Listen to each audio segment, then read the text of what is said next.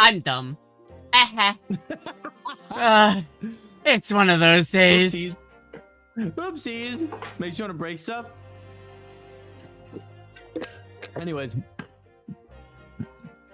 It's hopeless. Anyone who sees that's gonna think I did it, didn't I?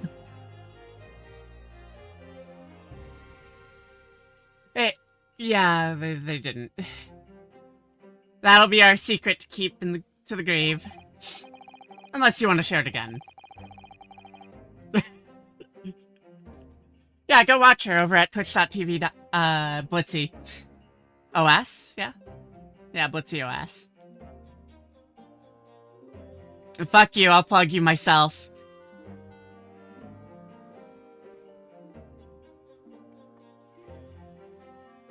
Yes, that's the point.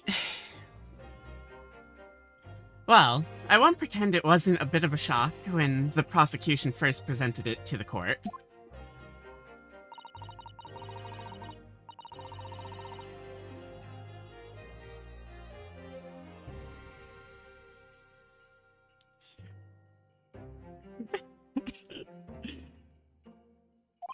Oh no, that'd be too easy. That'd not be an Ace Attorney game. Of course I can.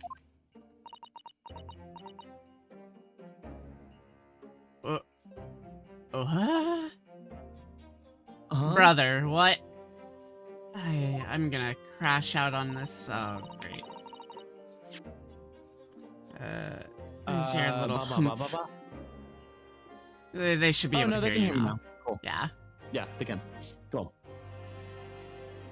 I'm tired. I forgore buttons. I did the thing. We can go. Okay, yeah. There you go. Okay. Jenny, why won't you talk to us? Tell us what really happened that night.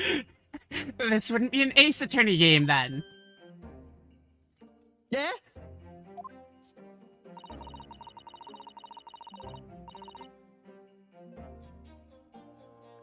It's like she just had the realization that she can actually like talk to people now. She's like, oh god, I can do that. You don't believe me? What the fuck?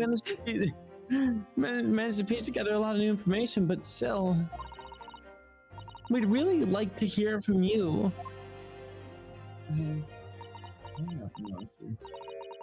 Maybe tomorrow we can just go get more in the day. Yeah, sure. All right, then.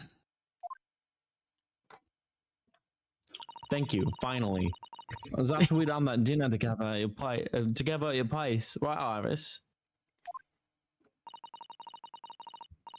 And we'd all had a chat up in your office, didn't we?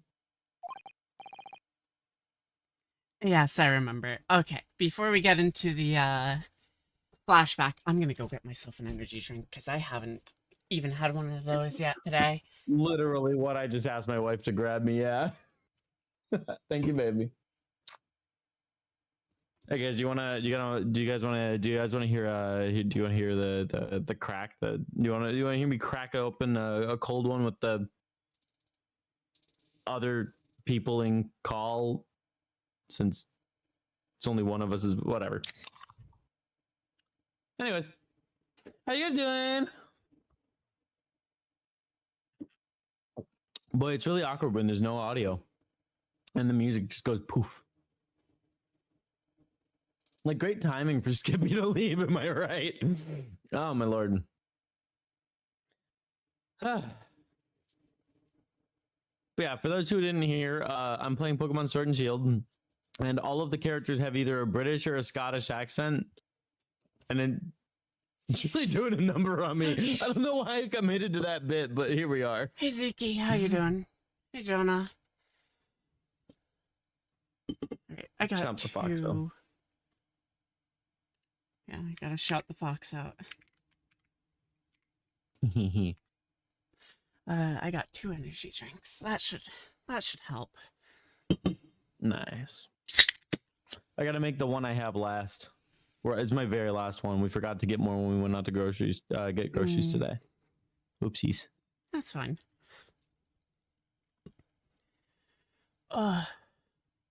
Iziki, you don't have the power for that. Oh, great. Of course I fucking stopped the game when there was no music in the background. I did kind of point that out. So it's a little bit awkward when there's no music. Great time for Skippy to leave, am I right? Am I right, lads? Or am I right, lads? I just couldn't sleep. So I slipped out and went down the street to the 2-1 to Windy Blank's place. I had to know. I still got to get back in the voice. Ooh. Yeah, you're fine. If Iris's story was there or not, the Hounds of Baskersville? The Hounds of the Baskervilles. Oh. I don't know what's about nothing. But if you ask me, there's something about that Sholmes don't like. Something what you don't want people reading. That's why the Irish were sticking in lug with Windybank for safekeeping. At least that's what I thought at the time. So you broke into Windybanks. I had to know if it was there or not. I mean, I had no idea I was just going to kick off now, did I? Is Sholmes like the overarching evil villain here, and this is about to like expose some crazy crimes or something? I don't think so. That'd be insane. I struck the lock and snuck inside. It was dark, as dark as you like in there. So I gave the oil lamp on the counter a bit of wick, and that's when... What do you think you're doing? Ah! Nearly died, I did. Next thing I knew... Gun pointed at him. Oh, shit. I got the gun off the counter and was waving in the air like, I don't know what. Oh. Ah, you're the girl who was here this afternoon. I didn't think pickpockets went in for armed robbery. The manuscript. You got it here? Did Sholmes leave a load of papers with Sholmes you? did have papers with you. Ah. The story. Anytime I see like broken Yeah. English written out, I'm like, ah. I beg your pardon. Under the something or other. It's here. I want to see it. If it's here, I want to see it. I'm sorry, young lady. But I'd sooner die than relinquish an article belonging to one of my customers. I don't want it. What would I do with it anyway? I just want to see if it's here. That's all. Oh, you want to see it, do you? I don't know if Sholmes really bonded here or not. Please, just let me see it and I'll go. Oh, very well then. But for pity's sake, stop waving my gun around, would you?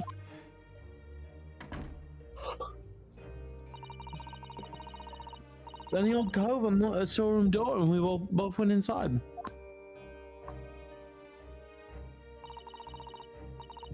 And it was there, all right, in the mantle script. Stones weren't lying after all. You did all that just to check for me, Jenny? Anyway, there was a bit of a kick up at the main bit of the shop. The Skulking brother. That's me. The Skulking brothers arriving on the scene, yes.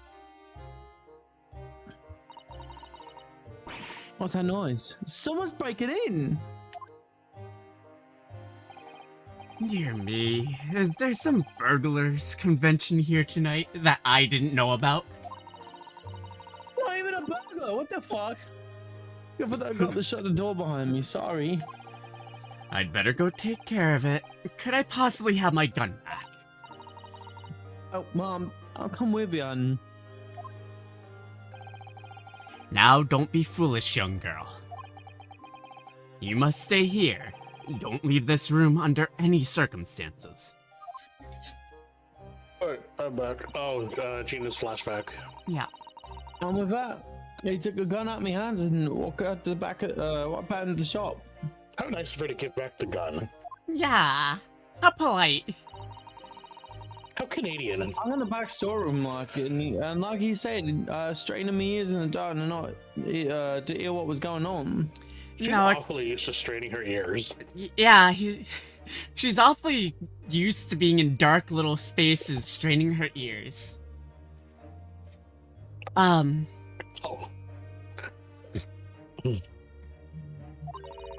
No, a Canadian would commit a war crime first. True. It sounded like they got into a bit of scrap. I started to think I should help, see? Just about to go out in the storeroom myself when... Oh, shit! Damn! I had a couple of shots go off. Two, I think. Almost the same time. And then there he was right at my feet, lying face down on the floor.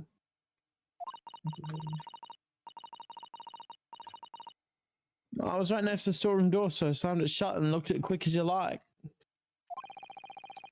Because you thought whoever had shot Mr. Windybank might come for you? Yeah, so I went to grab the old cove's gun. I figured I'd put up a fight at least. I got a better look at him. I knew.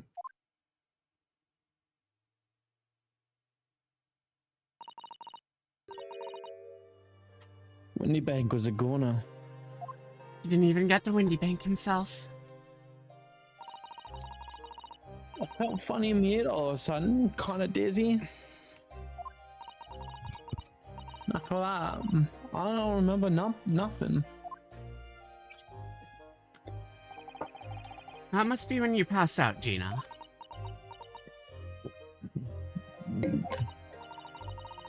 If I hadn't done what I'd done, old Cove might still be alive. Did you tell the police everything you just told us? Of course I did, but they didn't believe a word of it, did they? What they said was if I kept telling the lies, it'd make the whole thing worse for me. These police are really inept. Yeah. Welcome to the Ace Attorney universe of policing. It'll be alright, Jenny. Don't worry. Just stay strong a little longer. Bruno's about to pull the real culprit through the mill.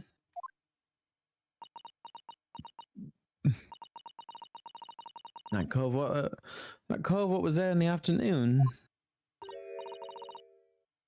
That Igor Benedict. That traitor.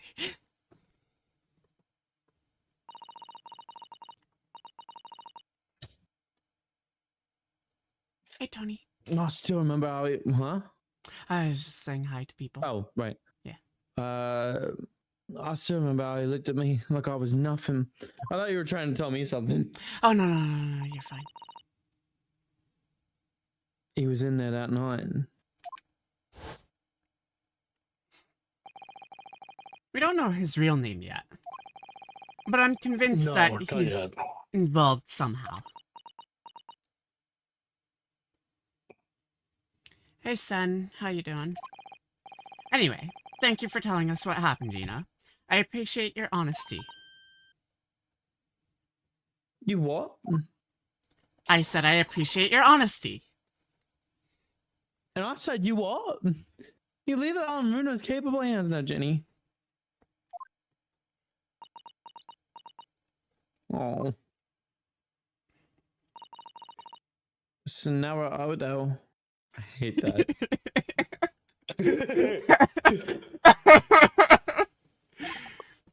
Yes. Every time I have to say it, I cringe. How come you trust me? I don't get it. I don't get it. Because you We're still keep calling me scared of Narrow this. Odo. You Well, can't still lie. scared of the Panthers. But they're both a kilogram. I mean, have you forgotten what happened here before? Come on, it was only 2 months ago. Yes, you lied like a little shit. Me and McGilda, we told you all pack of lies. And you got the bug trotter off with him, even though he's a killer. No, I could never forget that. Oh. I did what I thought was best at the time. But the pain of that error of judgment doesn't get any easier to bear. Ludi is also echoing. Still, don't forget that I also made you a promise. I told you I'd be on your side to the bitter end, no matter what. But what if I'm lying? You'd be awfully stupid to be lying at this stage of the game. You know? Drama. You could be working to get another killer off the hook for all you know. I think the fact that you're so conscious about that means that you're not lying. Yeah. I was once in your position, Gina. I was accused in a trial. Oh. She just said you were. You what? Before I left Japan, I was accused of murder. And strange as it might sound, the circumstances of this crime were pretty damning. I was sure that no one would believe it was me who'd done it. Oh, Bruno. But there was one person who stood up for me, who believed in me, and was prepared to defend me. My best friend. And his billowing headband.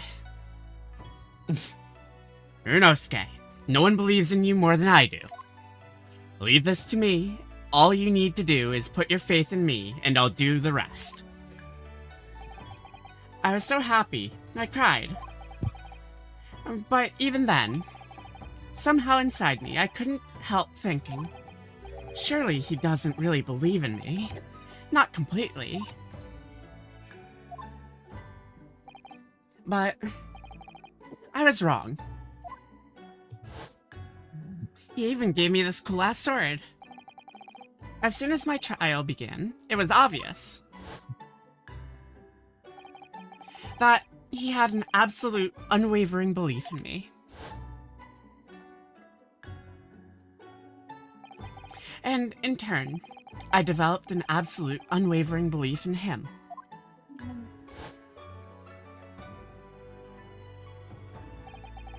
Since then, I came to realize, if you want someone to believe in you, you have to believe in the other person first. What are you saying? I promise you, Gina, that no matter what happens, I'll keep believing in you. So you don't need to worry. I won't let you down.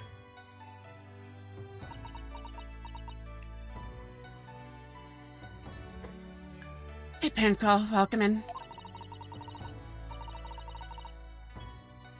Even though I'm a diver and a no good liar. You're not like McGilded. I know that. You're smarter.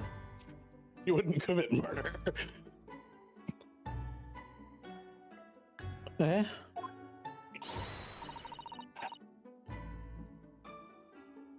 That's right, you're a friend, Ginny. Iris. We know you better than you think. And we've come to the conclusion that you're someone we can trust. Yes. That'll be a right proper mistake at the end of the day. That's really all we need to know. Exactly.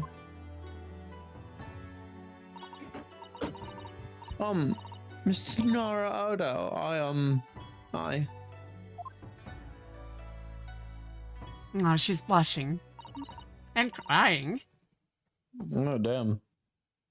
I don't think anyone's ever really believed in her before, so. Yeah. Yeah, she's got nobody but herself.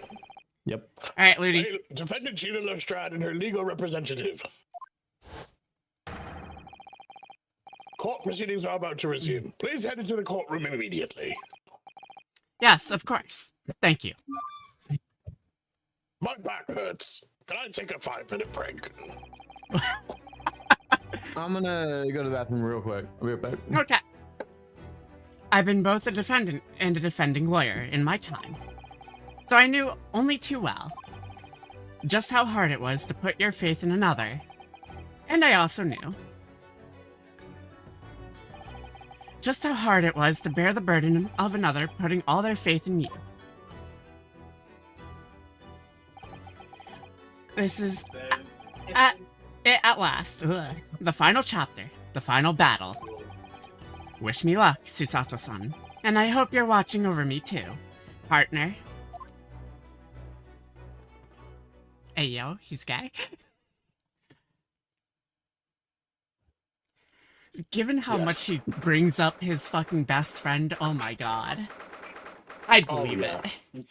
You know they were shagging. Oh hell yeah. Given the year it is, hell yeah they were. It's like a great 1900 shagging in Japan. What's going on? We're talking about how Ryunosuke and his best friend were shagging each other. What? Yeah. I mean, year It's not canon. What a crazy fucking conversation to come back to. the after year having zero correlates context about these two having characters. a boy best friend, you know? Mhm. They were roommates, clearly. Oh. I don't know anything about these characters, so it's just kind of wild to come back It's to. just how often he brings up his best friend who died in the second like- chapter. It's just like, hey, what I miss? Oh yeah, they were fucking. Huh? They just keep bringing his ass up after he disappeared after chapter 2, and it's like, brother. It's Phoenix keep it's bringing Maya up. Yeah, kinda. kinda, Or yeah. Mia, sorry. Yeah. Mia, not Maya. 17th April, 1:41 p.m. The Old Bailey courtroom. The only difference Get is that together, Phoenix man. was not tapping that. Yeah. That's Phoenix what I'm was saying is that, like, I don't think. Okay. Mia was way out of Phoenix's league, let's be honest. Mia was tapping somebody. I can tell you that much. I just can't tell you who. I was good. I hereby call this court to order as we resume the trial of Miss Gina Lestrade. Lord Van Deeks, have you successfully subpoenaed the witness? The subpoena was delivered to the communication station where the man works immediately, my lord. However, a heavy rain has delayed the arrival of his carriage, it would seem. Heavy Rain is a fun game. I see. I should download it on Steam. What are the kids' names again? He kept screaming. Jason! Jason! Jason! Jason! Jason!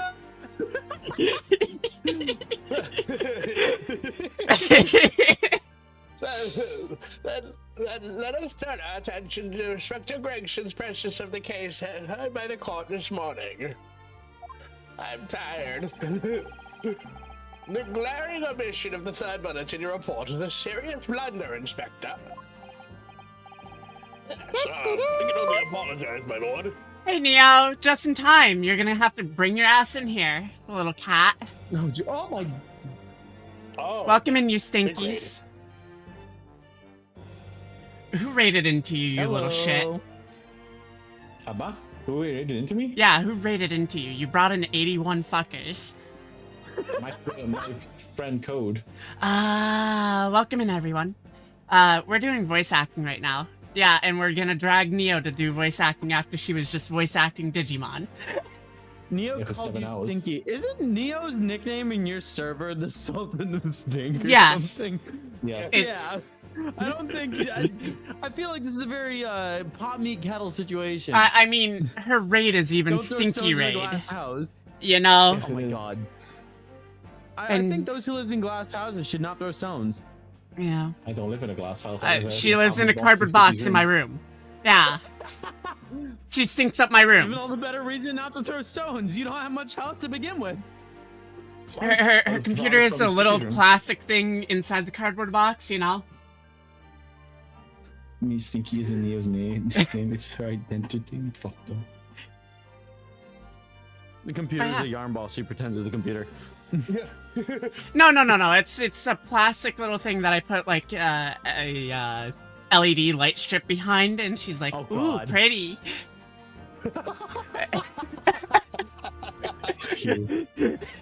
it's so fucking great. Stinky isn't Neil's nickname. It's her Given how forgetful she is, it's fitting that that would be what it is. Leave the song. Alrighty. I You remember who We good to you go? were playing, Neo? No.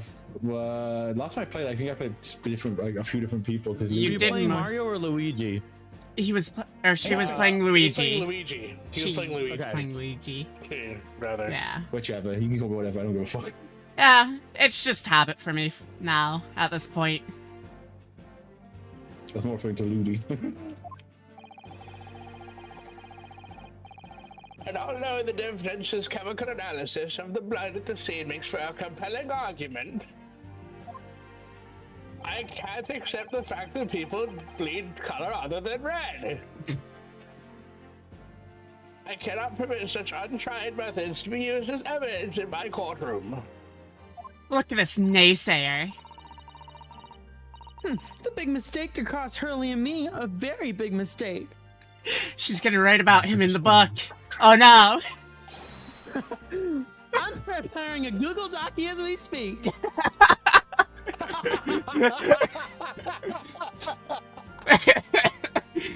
You know she would. Oh, If she- she's had it written like 3 days in advance. If she had access to the internet, she would make a Google Docie. Absolutely. My lord! The subpoenaed witness has just arrived in the building.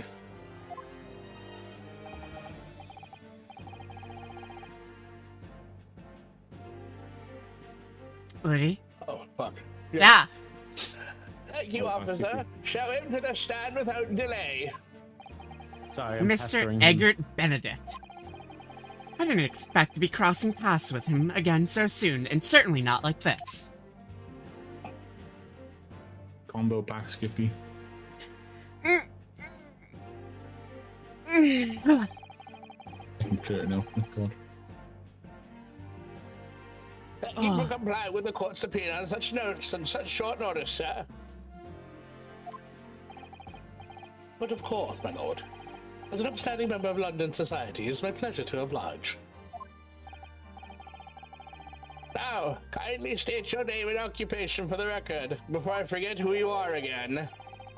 Ashley Graydon, Communications Officer. His name's fucking Ashley. We're not 12 anymore, Blitzy. Ashley can be a male's name. Holy fuck. Mr. Graydon and I both work at London's Central Communication Station. I just don't like him. Oh yeah, he's a little shit. Insults I can throw his way. Any minor insult I can throw his way, I will take. We're down to playground insults, are we? Yes. He's got cuties. Oh fuck! This is going to be a very long day. Oh fuck! At least it'll Somebody be clip that, entertaining. please. Yeah. Perhaps somebody would kindly explain what all this is about. You frame me for murder, you daft cunt. That's what all this is about. There we go. Oh my god. You were apprised of the situation by the court officer on your way here, I presume. Yes, I was. Something to do with the murder that took place at a pawnbroker's on Baker Street. And some nonsense about me having been there on the night in question. That is the accusation indeed. This really is beyond a joke, you know. Ha ha! I'm laughing here in my chair. Very well. Without further delay, the court will hear your testimony now, Mr. Graydon. If this guy's gonna say he can't possibly be accused of murder because he works for the British government, it's like Drake saying he can't be accused of pedophilia because he's too famous. Oh my fucking god. Boy, do I have news for you. You will respond to the accusation made against you under oath.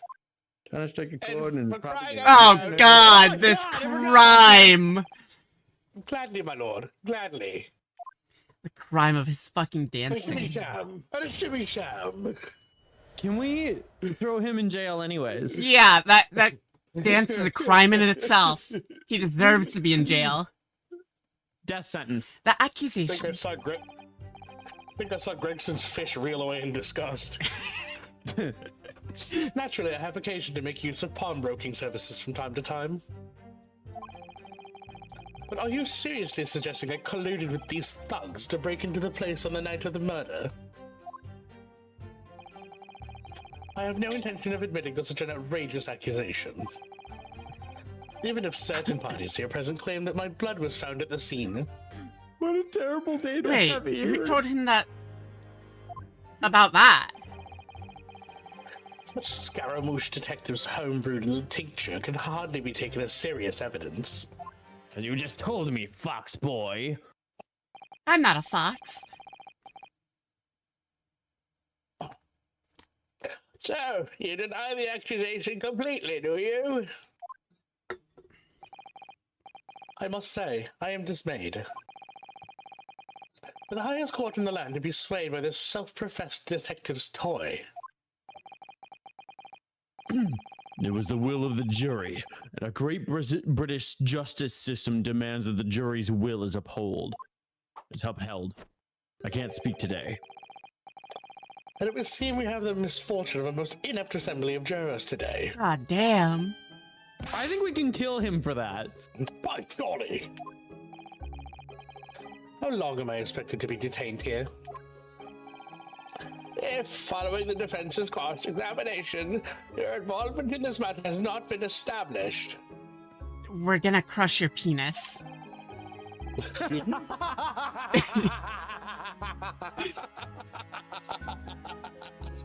Flatten it, even.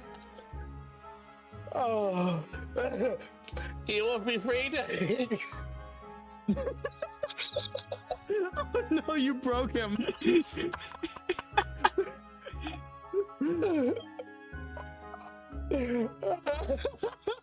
All right, let's get on with it. Death by penis crushing. You will be free to leave immediately after you insert your penis into the crushing machine.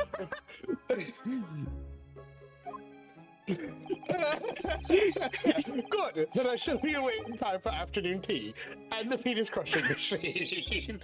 The contraption, if you would. The cock traption, if you will. Oh my god. Some small consolation, at least. Oh, Christ, I'm fucking crying. Well, let's not hold up Mr. Graydon any longer than necessary, Counsel. Proceed with the cross-examination. So, we meet again, Mr. Eggert Benedict. Or is it Mr. Graydon? My apologies. Oh my You God. are... Ryunosuke Naruhodo, defense lawyer. We have met. Oh god, he's gonna do a shit. If you say so, Ashley Graydon, enchanté. Oh great, he's speaking French. Kill him. Crush his penis harder. Destroy his penis. Invert it. Oh no! I understand. No, wait, he's French. Penis guillotine. Nah, penis inversion for him. No, but that's a benefit for some people. Probably not him. We don't know that. He doesn't You see strike how me effeminate as... this man is? I'd say dapper more than effeminate. I mean, maybe ball. I would just call him a piece of shit. You know what? If a shithead is a shithead, let him stay a shithead. So, Turn him into a stain, even.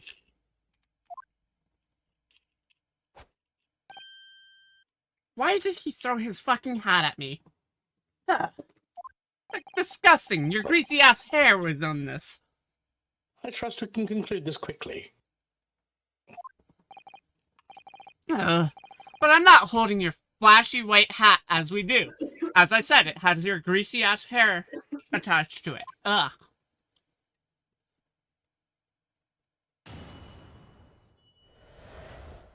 Ugh, there we go. I almost forgot to take my morning meds. Hey Matt, can I get a shout out for Matt and Neo? Mm-hmm.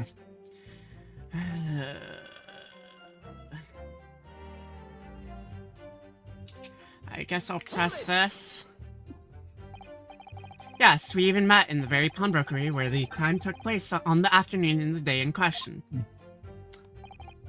Though, of course, you introduced yourself by a different name at that time.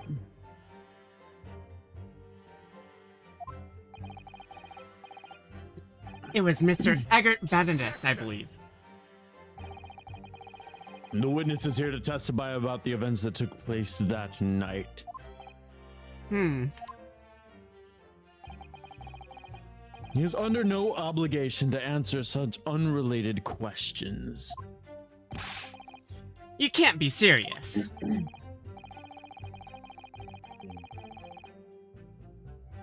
Ludi? Thank you, because I certainly do not feel inclined to answer such an inappropriate question. So he's going to be evasive, is he? In an effort to not to give anything away. This could be tricky. He's slippery like a snake. It's kidding. I'm a snake. Have you seen these two men before? Ludi? This pair? I haven't seen them in years. Why do you ask? Oh my god, my long lost brothers. Sorry, is that you? No, I don't associate with criminals. Said by a man who introduced himself as Eggert Benedict. Yeah, that's a very criminal name. I'd like to know who I have to thank for this. Benedict some food. Who made this outlandish accusation against me? Benedict is... Eggs Benedict Benedict was is a by... food. Yes, Eggs Benedict is a food, but Benedict was also Benedict Arnold, who was a traitor to the Revolutionary Army. Oh, I had no clue. All I know is the food because I went to school for it.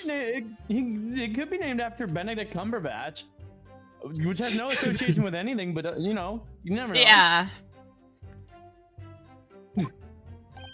Sorry, I'm just being stupid at this point. The young lawyer there in black. This is a farce. Oh. Oh, that's a crime against my eyes. I want to blind myself every time I see it. Where's the eye bleach? Whose idea was it to permit an outsider to work at a British court anyway? That's I need fucking some racist, you onion juice. asshole. This whole game has been racist. Yes. Well, needless to say,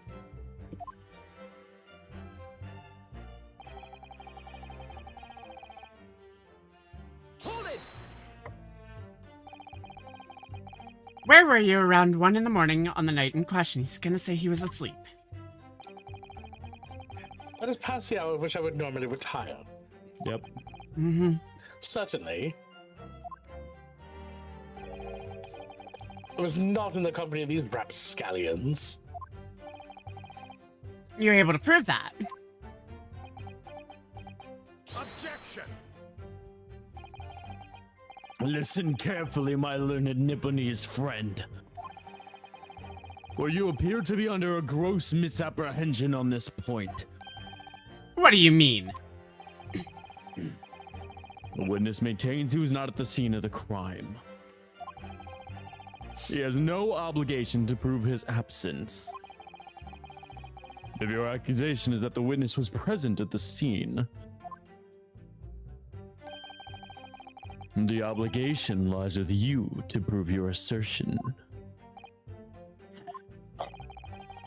You will fulfill that obligation before putting any more unreasonable questions to the witness. Oh god, my eyes! Ah! Shimmy sham. A silent Oh, that's victory so much. wiggle. Thanks. It's awful.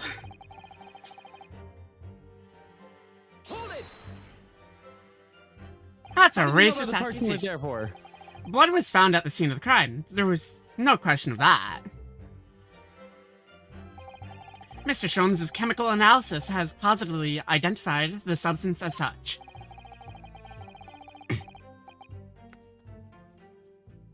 But I'm not the only human to have blood running through my veins, am I? How can you be sure that the blood is mine? It could equally be the blood of one of these two miscreants. Every individual's blood has slightly different composition, it seems. Mr. Sholmes' chemical is able to differentiate. Spare me the science lesson. No, you need to be learned, fucker. I will shimmy sham in your direction again. Shimmy. Who is this Sholmes character anyway?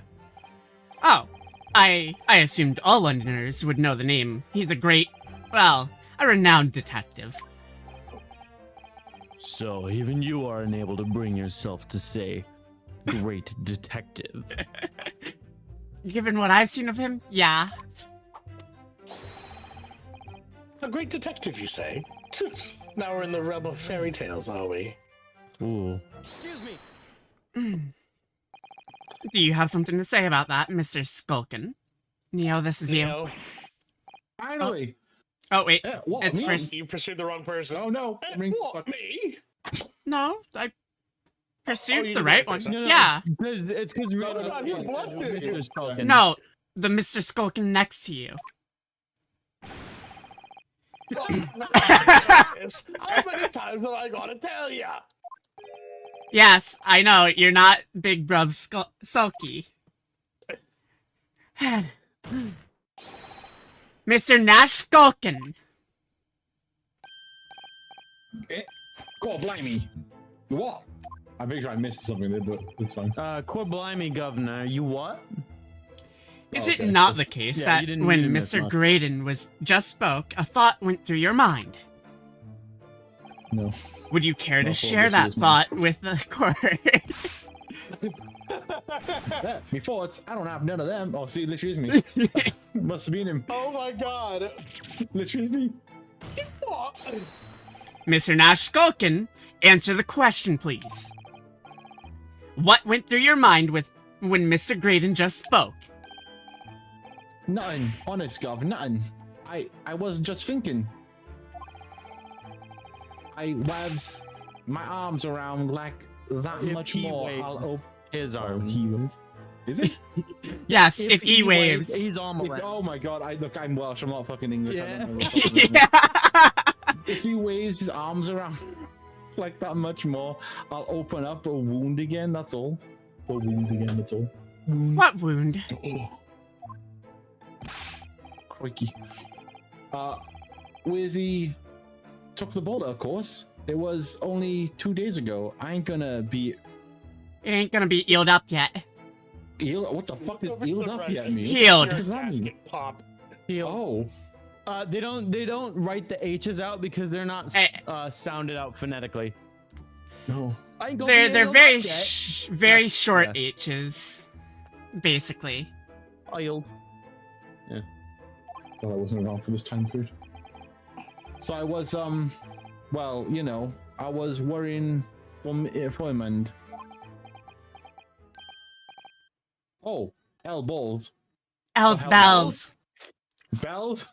Yeah, Bell? like hell's Oh, bells. balls.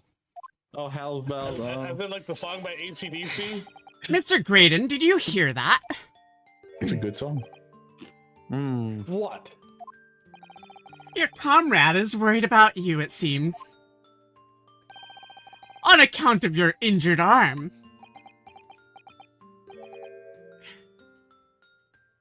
My lord. Yes, Mr. Graydon. Where's that I here have no pulling idea of what on these Karma? I have no idea what these two wretches are talking about. What about Mr. Von Karma? No, I said he's pulling a Von Karma where he's like holding his arm. Oh, yeah. Well, I still think he has a ball sack for a face. he does have a ball sack for a face. I have no idea what these two wretches are talking about. Certainly, I shouldn't be expected to answer everything in relation to their mindless insinuations. I poopied. We know that someone other than the victim was hit by a bullet at the scene of the crime 2 nights ago. You and I have the same mindset for this, Judge. And from the height of the bullet hole in the wall, that person was likely hit in the upper arm, or thereabouts. And, sir, you are definitely holding your upper arm, or thereabouts. Perhaps you'd allow the court... a court official to examine your arm, sir.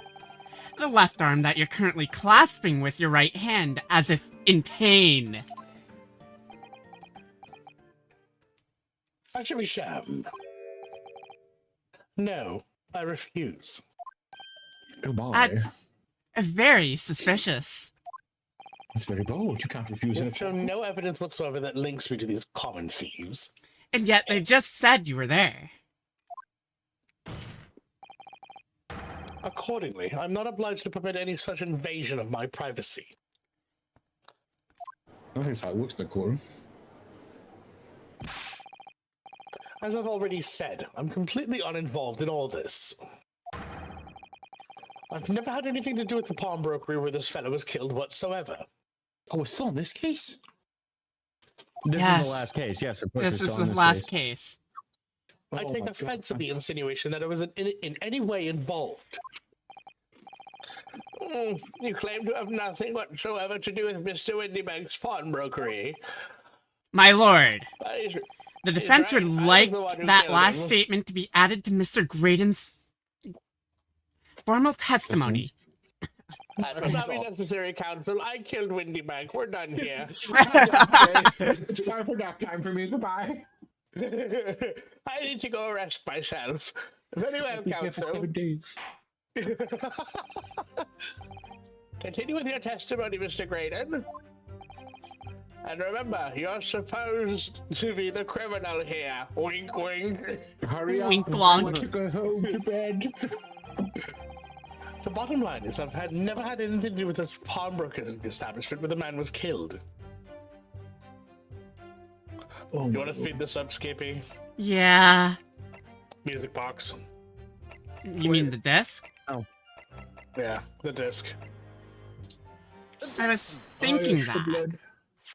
Mm-hmm. Have you ever seen this disc before, Mr. Graydon? Why? Is it supposed to mean something? This disc was, until the day of his murder, in pawn in Mr. Windybank's shop. It was redeemed by the defendant, Miss Gina Lestrade, that afternoon. However, somebody mysteriously appeared to try and take it from her. And that somebody was you, of course, wasn't it, Mr. Graydon? As I have reiterated numerous times now, you are mistaken. That was not me. That was my doppelganger, Eggert Benedict. I've never seen that disc before in my life. It may have escaped your notice, but there is still a small smear of blood on the disc. Ah, yes. Resulting from an abrasion of the thumb, perhaps. That's right. The surface of the disc is covered in hundreds of tiny metal bumps. In the skirmish to acquire the disc, the thumb of the person who tried to take it suffered minor lacerations.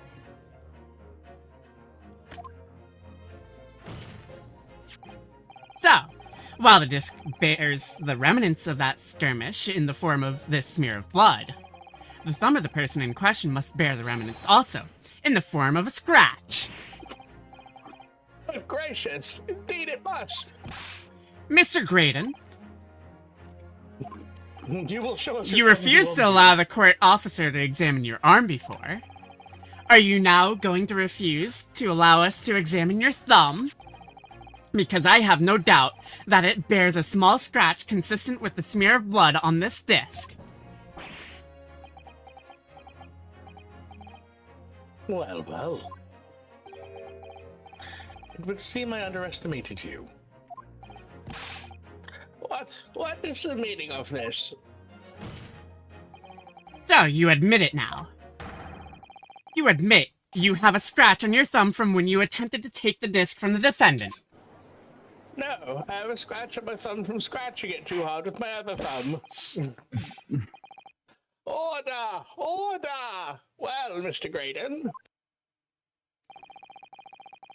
It would appear that there has been something of a misunderstanding here. I did not attempt to take the disc, as you put it. No, quite the reverse. I'm too posh for the disc. What are you trying to say? Dusham. It's really quite simple, you see. The disc was mine from the outset. Is there some crime in taking an item that you own out of pawn? But it clearly says for McGilded. What? The game hasn't registered that yet. It would seem, Mr. Graydon, that in this piece of evidence, my learned friend has established a link between yourself and the incident. Accordingly, you will tell the court everything you know about this disc now. Ad break. Wine. And now we relax for a little bit. Oh, We got 2.5 minutes, basically. And 2 minutes. did I you can rest press my voice. statement 5 or did you just present on statement I just 5? presented. Presented on statement 5.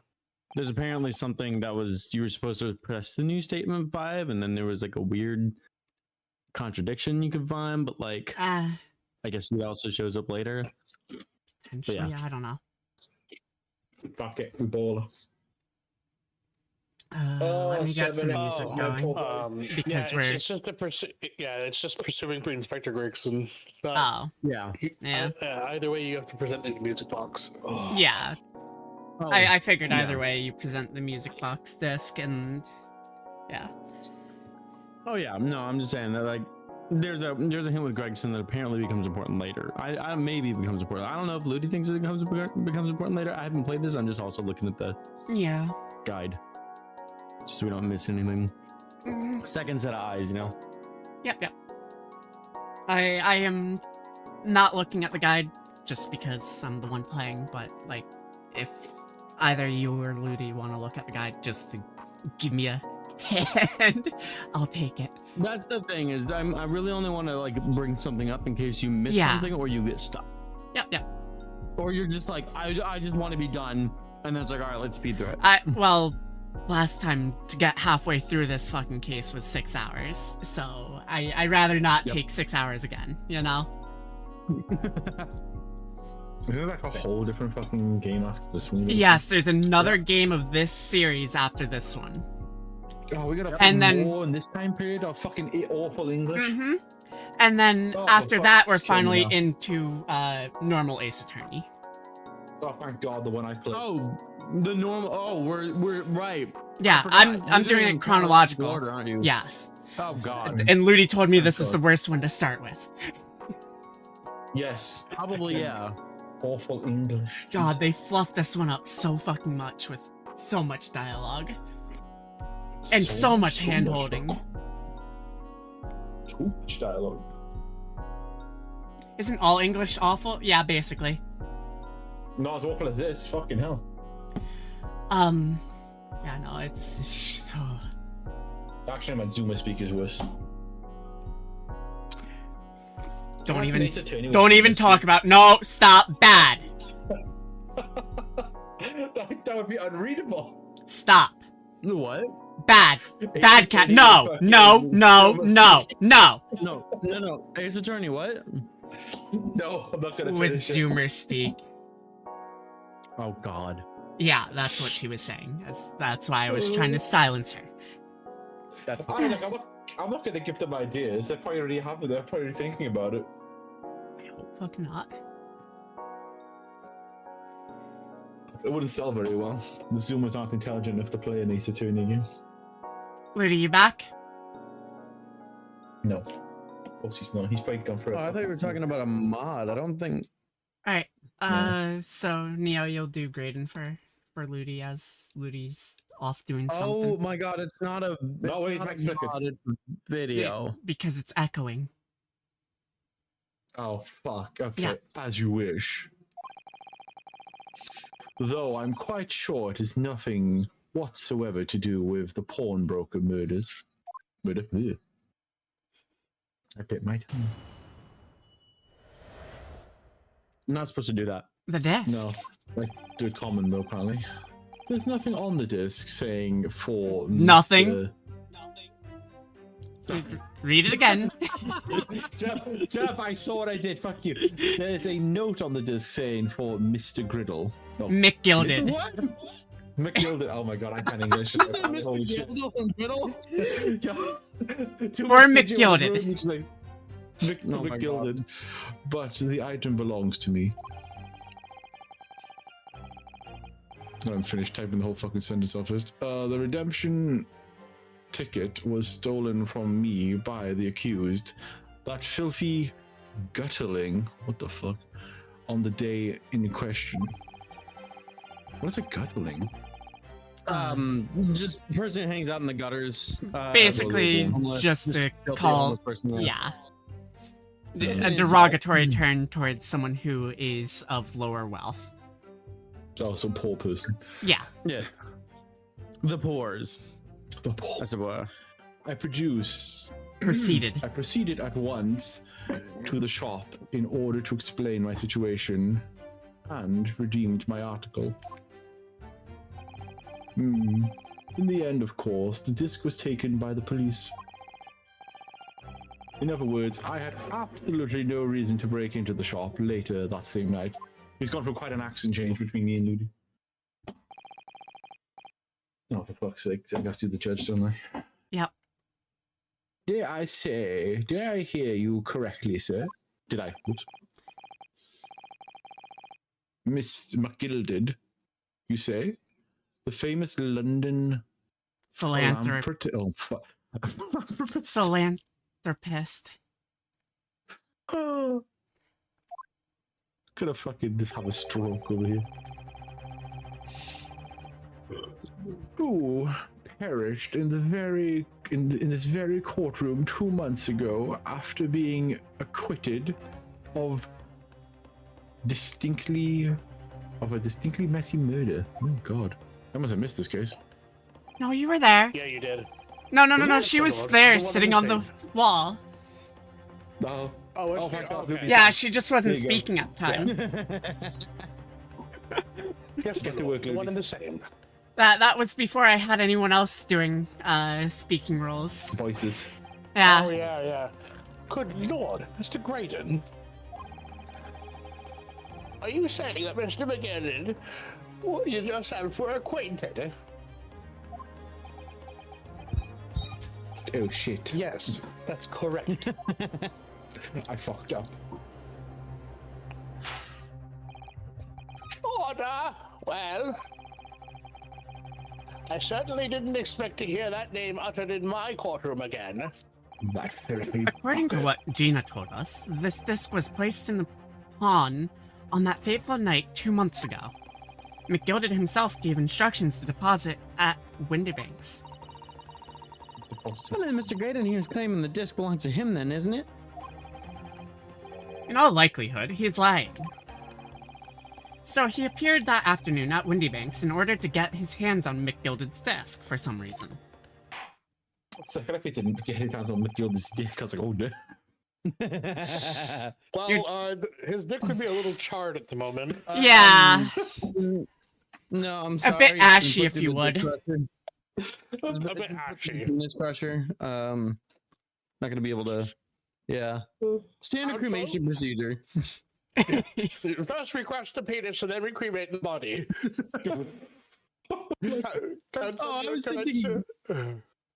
I was thinking that like they make the ashes and Hey, then they sort Faded. of like cube the person up. Oh god. All right, Ludi, read it. I'll show Literally, you a like, commercial crash examination, please. Call that an ash compactor. Sorry. Oh my god. The dick. Hold it! Oh, that's fast. Would you care to explain how this belongs to you? Where did you get that cane from?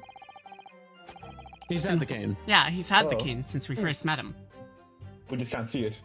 All right, Ludi. As you'll observe, a communications officer such as myself commands a fine salary. Sorry, I was munching on a carrot. Yeah. You are certainly exquisitely dressed, sir. Where's by a where's my carrot, carrot, I mean- motherfucker? Mr. Gotta McGillicuddy's pay the penis. rabbit tax. You are, remember, gay fox and a tank of gas. Wow. So you see, That'd didn't be need to 2 make tanks such- of gas. to make- True. And don't forget to take the fox with you. Well, yeah. So Well, you no, see, she I needs to didn't get need her, make use uh, of this, a passport. Yeah, she needs to get her Oh, no, no, passport. No, she had. Doesn't she have some sort of card? That She was, like, she has the double real passport? ID, but it's also good to just have a passport as well. Mhm. Real ID isn't Yeah. being accepted some places too. It's Yeah. really sketchy. It depends on passport what code. border crossing you're at. And Uh, the mood of the guards that day. Yeah, it has to become more universal before that. So you see, I've little need to make use of the services provided by the pawnbrokery trade. However, I did once find myself in difficulties having misplaced my purse whilst on an errand.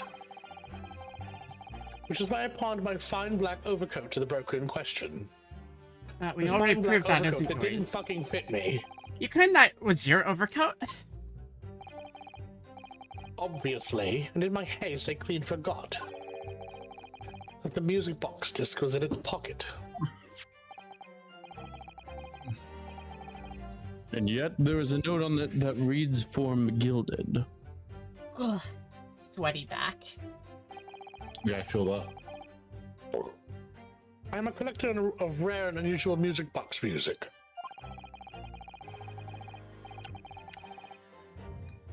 I first met Mr. McGilded at a gentleman's club in the city and was interested to discover Hey, yo. that he likes slamming it back against the pole. Whoa! That's twerking it. That he shares my penchant in that area of slamming it back against the pole. We're part of a twerking club. So the disc in question. One moment. I'm So they had gonna them give apple myself some bottom booze. jeans. Boot the fuck. Oh, we've already made It's a it. pre-production sample of In the Club by 50 Cent. You don't know him yet. He's not around, but you see. I have my sources. A fortune teller. I was a fan of 50 Cent before it became popular. I was a fan before. I am what is known as a- times. I am what will be known as a hipster. I'm just going ahead in time. I'm almost out of the alcohol up here. I need to restock. One could say I'm patiently waiting for some white boy named Marshall Mathers to appear on the record as well. Oh my god. I faded. I promised to let Mr. McGilded hear it. He said it was a straight up banger. And you forgot that it was in the pocket of the overcoat you were forced to pawn. Yes, and unfortunately, some rapscallion named Jimmy Iovine took it from me. Yes, exactly. We just can't bloom the She timeline. didn't mention any of that in her testimony 2 months ago, did she?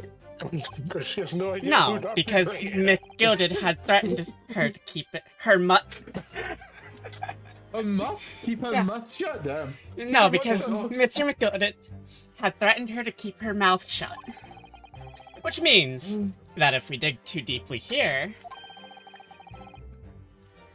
it's going to Whoa. expose Gina's perjury.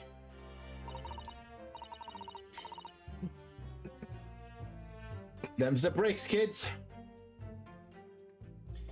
I mean, but if she was under duress, wouldn't it Yes. make it less harsh on her? Because it wasn't a decision. She was just. She this time had frame, her who the fuck life knows? threatened. Also, it's Yeah, really that's like- hard to that's like- prove perjury.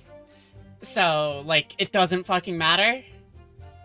Like, we all talk Yeah. about perjury, but, like, in any court case, someone's committing perjury. And, Because, yeah, you would doing need it to right now. prove that they intentionally lied rather than, like. well, it's You easy just to didn't know prove the that she intentionally lied. It's more, like, she was forced to lie at threat of her Yeah. own life. Yeah. Let's so. see. Huh? Oh, fuck. Never mind. Oh, dear, this is complicated, isn't it? I thought that was your line the entire time. Be standing on the line. Oh, let's leave it alone for the time being. I'm so sorry. Hold it! So you're saying that Miss Lestrade lifted the ticket from your pocket or bag?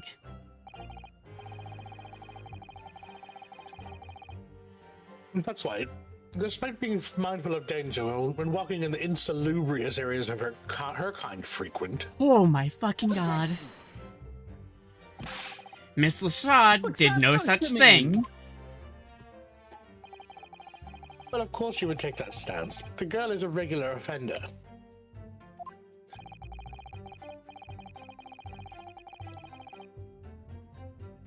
You came to the pawnbrokery that day prepared with all the information you needed to identify the defendant. You were looking for her. That's what brought you to Windy Banks. To get your hands on McGilded's disc. Objection! My learned friend is a veritable font of nonsense. Oh, your Fugi didn't change that time. Nonsense? Oh, right. I was doing that. I got tired. I concur with the prosecution. He's nonsense. Counsel, you will refrain from conjecturing in this way. Is that clear? Yes, my lord. Then I will continue with my testimony for what possible use it can be.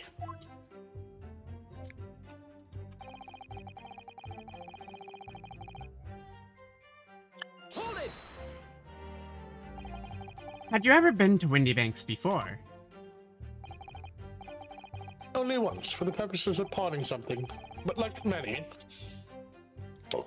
I enjoy browsing in such establishments. Isn't that, like, contradictory to him saying he's never been to a pawnbrokery before? Well, I think he said he'd never been to Windy Banks before. Yeah. So when you noticed that the pickpocket had taken your ticket, you chased after her. Is that correct? Yes, that's right. I didn't notice at first, of course, such as the art of the pick purse. But when I did, I headed to the pawnbrokery at once in order to reclaim my coat before the thief could. I was merely trying to recover what was rightfully mine in the first place. He can say what he likes because he knows we have no evidence to contradict him on this.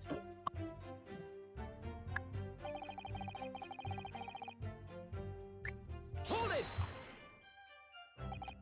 Yes, it was taken by Inspector Gregson here, wasn't it?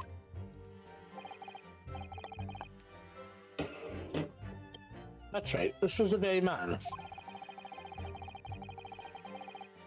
Is that right? Apparently the police are collecting anything that has a connection to Mr. McGilded as evidence. Excuse me. Is something wrong, Inspector? What do you mean? The last remark Mr. Graydon made in his testimony seemed to trouble you in some way. No, it didn't. It's nothing. Leave it alone.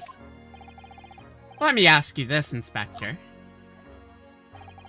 Why is Scotland Yard gathering Mr. McGilded's possessions? I can't tell you something like that, Sunshine. What is it, Inspector? Investigative secrets? Yes, exactly. You should know all about that. Lizard. Magnus McGilded, who died so unexpectedly after his trial 2 months ago. Man renowned throughout the capital for his great contributions to public life, yet he had a dark side too. Where are you going with this, Fanzeeks? I suppose the police are dealing with the aftermath of his nefarious activities, are they? That's enough. Cops like we have duties to carry out that we're not at liberty to talk about. That's all you need to know. Duties conferred by Lord Strongheart, I presume? The Lord Chief Justice appears to have great faith in you, Inspector.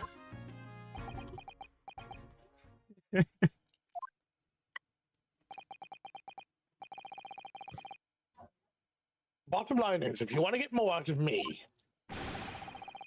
you're gonna need Lord Strongheart's paw print first. What's all this about? It's like there's something going on between Gregson and Lord Van Zeeks here. Well, thank you. It was my first one today. I would appear that the inspector has revealed all that he is at liberty to reveal. Mr. Graydon, let us return to your testimony. I'm gonna start calling my signature my paw print. That's cute. I like that, yeah, he should. Gotta get the puppy's paw print. Exactly. Lady, Gladly, my lord.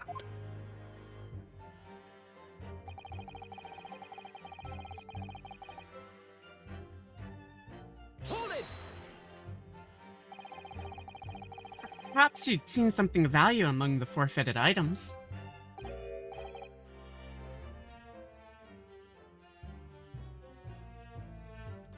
Lady? No, none at all. Oh, The valuer was brought in by the police to assess everything in the shop. Without exception, every article on the shelves was common or garden bric-a-brac. in that case, it's clear. Now, you broke into the shop later that day in order to recover Mr. McGilded's desk. Have you not been listening, man? Even if I had wanted to recover the disc, I couldn't. You may recall that it had been seized by the police that afternoon. There was no more in the shop that night than I. As I keep saying, I simply had no reason to break in. So there was nothing of McGilded's left in the shop that night. Nothing this man might have been after. I wonder if that's really true. You know, if you have some evidence, That would be a good time. let him have it. I'm dying to see that irritatingly assured expression of his crumble. So, McGilded slipped the disc into his coat pocket and had it deposited at Windy Bits. Then, when he realized he was going to be arrested on suspicion of the omnibus murder, he threatened Gina and forced her to take the redemption ticket. there's no doubt about it. That witness is lying through his pearly white teeth. The police were obviously after anything left behind by McGilded as well. That's why Inspector Gregson ended up taking the disc into custody that day. But Gregsy's been very strange about all this. There must be a reason for that, I'm sure. I just don't know what it is. For now, I need to focus on exposing the fact that Mr. Graydon is lying in his testimony. So you have two items that are very similarly named. If you present the wrong one, it'll be a penalty. Just keep an eye on that. Yeah. It'll be it's the statement coat number one. 5. Oh, It's the statement. box, yeah. It's the box one.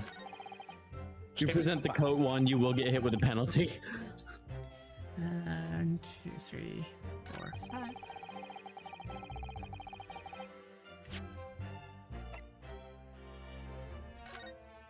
Yeah, that one. Present. This disc was deposited at Windy Banks on Magnus McGilded's instructions. You knew that, and you went there with the intention of obtaining it for yourself.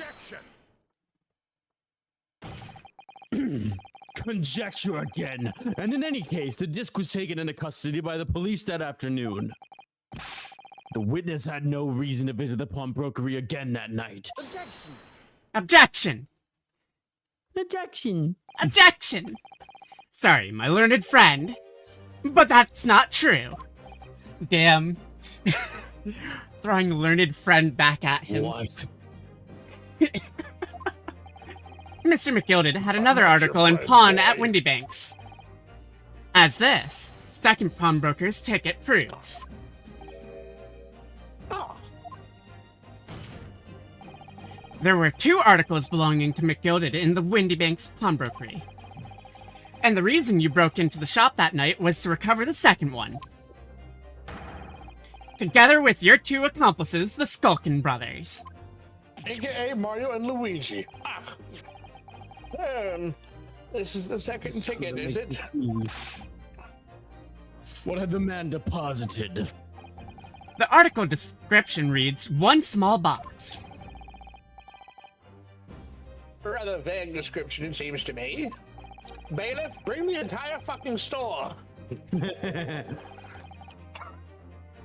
Are you suggesting I broke into the pawnbrokery with these clowns in order to steal some trinket box? I believe there are adequate grounds to suspect that you did. This is absurd. Now watch me shimmy sham and prove it. Why on earth would I do such a thing? Once the article had been forfeited, I could simply walk into the shop and purchase it. There'd be absolutely no need for me to resort to theft. That's a good point. Indeed, the witness makes a solid argument. You're fucked, defense.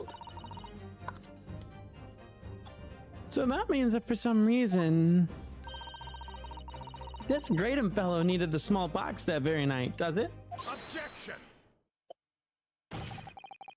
It's time to put an end to this nonsense, my lord. Could you be a little less cryptic, Lord Van Zeeks, and please stop yelling. It hurts my tiny little ears.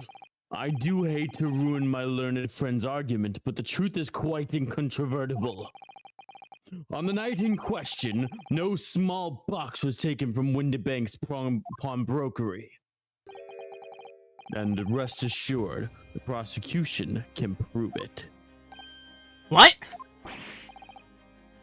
Good gracious. Inspector, show the photographic prints to the court, if you please. Yes, sir. What prints? His prints were taken from one of the detective security cameras. Ah, yes, withholding evidence again. Oh, he's already hand of recorders again. As previously explained, using this plan of the shop layout, the victim's establishment was furnished with automatic cameras in 2 locations. One was set to capture the counter where Mr. Windybank received his customers. And the other was set to capture the shelves on which the articles were placed for sale once forfeited.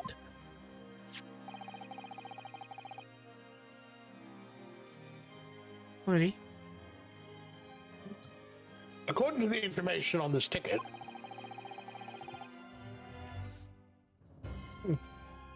sorry, McGilda's small box have been forfeited already. 2 days before the incident, on 9 p.m. on the 13th of April, to be precise.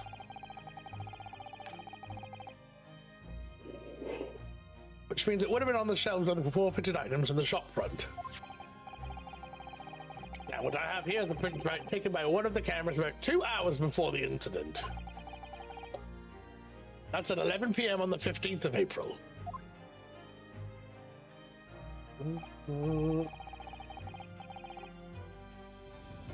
Oh, the victim certainly had a very full shop, it would appear.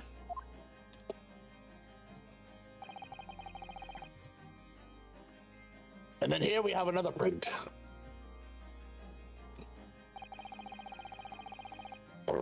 This one was taken about 2 hours after the incident. I see. So we have 2 pictures to compare.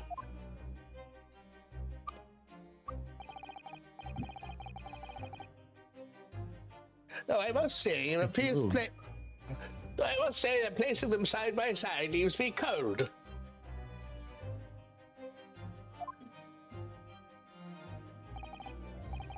God, you guys are so stupid. It's starting to make my head ache. This game is going to give me an aneurysm. Obviously, at Scotland Yard, we consider theft as one possible motive in this case. We explored the possibility that something had been taken in addition to the victim's life.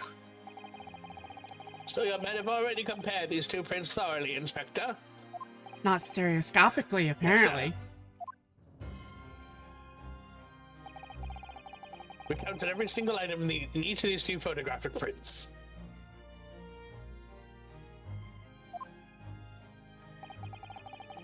And the yard's conclusion is that exactly the same number are present in both.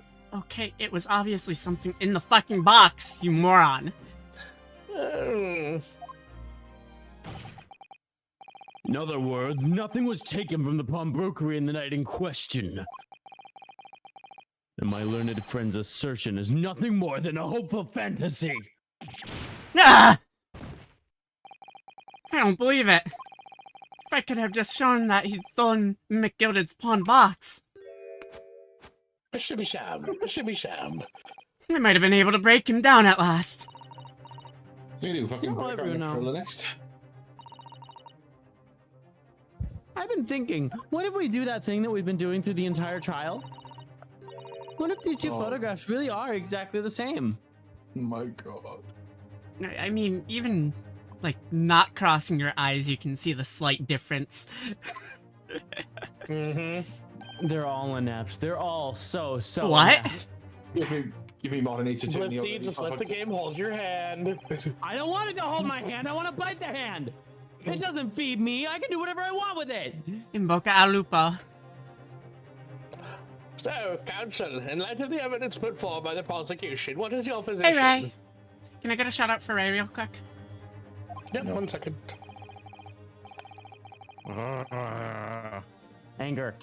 Anger, seething rage. It seems that on the night in Drowned question, developers. nothing was stolen from the victim's establishment, much to the dismay of some God. puppy operating system named Blitzy. Ah! Leo said the prosecution's assertion. If Blitzy would like, I can speak slower to irritate him no. further. Could there be something hidden? Some hidden discrepancy in these 2 photographic prints somewhere? Ludi, if you speak slower to make it more agonizing, I will make your life hell on Saturday. Do I It's use a okay. piece of evidence? The stereoscope? point out No, you're pointing out a Okay. you're pointing out a discrepancy. You're already going to make my life a living hell on Saturday, so I can make it worse. what difference does it make to me? I can make it worse. I wasn't Oh, sure at make it first, worse. but I can make it there's worse. a clear discrepancy between these 2 prints. You're going to give me instructions in What? Gaelic? You must identify the location in question for the court, counsel. No, I don't think I will. Indicate.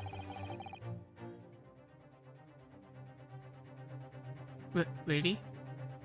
Point to the small Oh. dark brown box in the lower right corner of either photo. Yes, indicate the precise location of the discrepancy of which you speak. Yeah, Ludi, Rocco and I can team up and make your life more hell. You guys are gonna do that anyway. Granted, More these two hell. prints We could at are least be almost mildly- identical. No, I've prepared However- for maximum hell. There is one minor discrepancy between them. What? By Jove, he's found it. It's not even minor, it's massive! Oh, you're so stupid. When you view the two prints stereoscopically, You'll find that The box. You find that one of them glows somehow. a single area stands out as being different. The location of this small box. you cross your eyes, you'll find everything starts. Holy shit! This is wild! This is fucking incredible!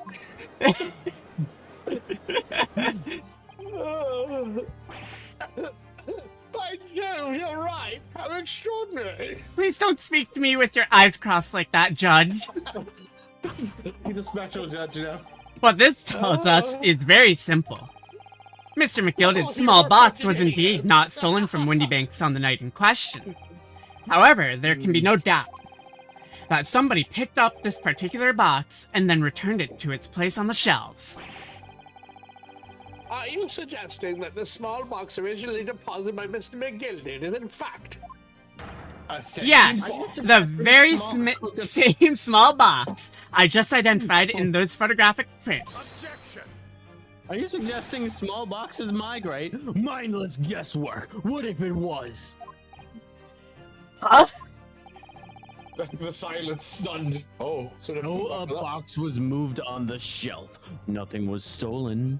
There was contents inside the box, you moron. Which means quite simply that nothing has changed. What? That may be true, but... Alright, McGilded's box wasn't stolen then.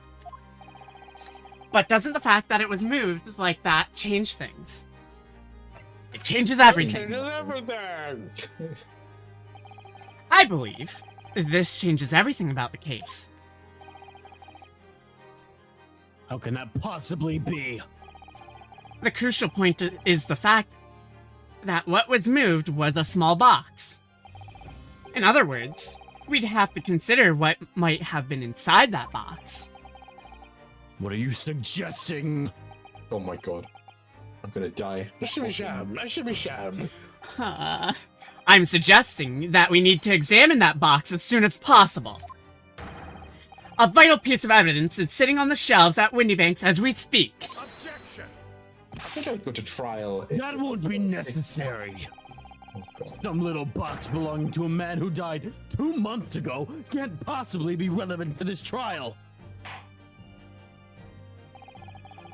The court does not uphold your objection, Lord Van Zeeks. Fuck you, Judge. Take this ring pop and shut the fuck up. Shut up, B-boy. Bailiff, arrange for an officer to go to Baker Street at once. God, do they still make ring pops? Yes. They do? Yeah. Obtain the small box in question and bring it back here for further examination. Furthermore, cover it appears rubber. that Prosecutor Van Zeeks would like more beef jerky. Too bad. I you're not need to getting any. snap into a Slim Jim.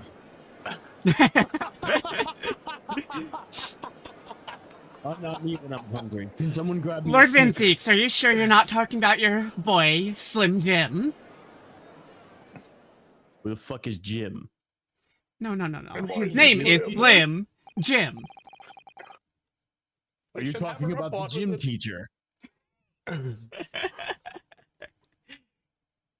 So actually, I realized that that's from my VA collab. You might not know it. There was a whole fucking segment about this guy named the gym teacher, but Jim teacher. Ah. Just a guy. Let me see if I can find it. It's just a fellow. Alright, Just a Judge. guy. We should have a report within half an hour. Until then, it's snacky time. I think perhaps we should recess for a short while until the evidence is brought forth. Am I 3/4 of the way through? To be hoodwinked by such a farce. Disappointing. I beg your pardon, Lord Van Leagues. What the hell? Oh. Why can't I find? Okay, whatever. This is nothing but a smoke screen. A Nipponese specialty, it would seem.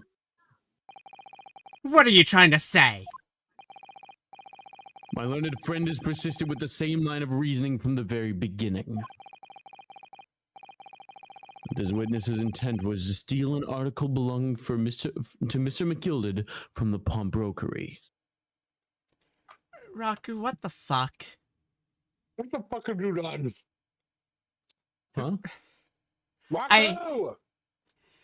I just got a What did Raku do? notification from Steam that Raku sent me a fucking I game. also got a notification from Steam.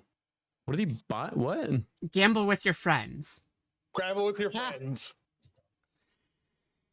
I'm messaging him right now. Like, what have you incredible. done? I don't know anything about the game. It sounds like fun, but Yeah, I got a What message have this you fucker. enjoy it. Lizard. Alright, where's Raku? Lizard. Sneaks away silently. Oh, and while you're at it, No. send Blitzy a copy. Get fucked. And Neo. No. I'm not up for those hours. I'm not up for those hours, bitch. Neither am I. That's a fucking lie. We're in the same time zone. Rocco doesn't need to know that. Neo, you're always up at the time. I know you. Rocco doesn't need to know that. Rocco doesn't need to know that. Rocco Blitzy, seems you- to believe I'm not awake. Blitzy, I know for a fact you're awake at these times. You know I'm awake at this time. What? Sure. What time? Whatever time Rocco's streaming. I'm never. I'm going to bed when he streams. If he streams at like 5 in the morning for 4. me, or 4 or 5 in the morning 4, for me. 5. That's, It's yeah, between that's 3, when 4, I'm 5 in the going to morning. bed. Like legitimately, my consistent bedtime is 4 a.m. Should we be worried? We should be worried. Yes. I sent Red, you, Kiza, Skippy, and Claire a copy. Oh no. What is this boy's plan? When are we doing this? Yeah, when are we being dragged? I swear to God, if he says tonight, I might. Because have he to hasn't go. said shit to me. Should we be worried, Kiza? It's Raku. We should be worried. Fuck. I swear to God, if he says tonight, I'm choking this boy out. He sent me a smiling emoji. Oh my lord. I just witnessed an Not attempt sure, to but it's steal in the an book article soonish. belonging from Mr. McGilded from the pawnbrokery. I'm just gonna send him a grab emote.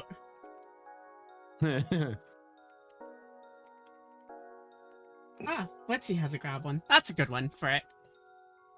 Ah, here it is. I'll send Blitzy and Neo a copy too. No, no, thank you. Blitzy and Neo are getting a copy too. Hell yeah. Where is he? Where is he? Hiding offline. Where is You'll he? have Where to is find he? Where me. is he? You'll have to find me first. I'm offline. Ignore That's anything that Blitzy says.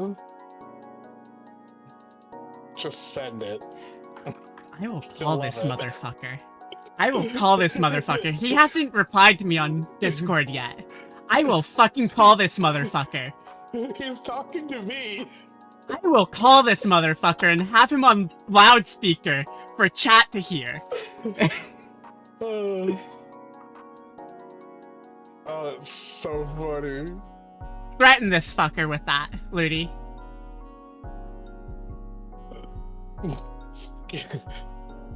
Skippy is threatening to call you and put you on blast. Speakerphone, so chat can hear. What smile?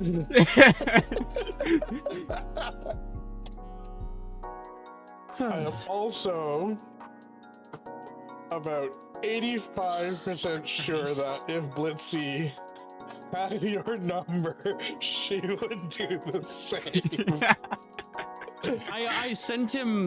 I sent him a gif of like grabbing and shit. Motherfucker! Grabbing and shaking and said, "You motherfucker! I swear to God, don't listen to Ludi." And then like the rage, like I don't know how to As you explain saw it like, pop up. Oh wait, I can send the GIF in here. Yes. Done and Yeah. done. Alright, I'm calling this motherfucker.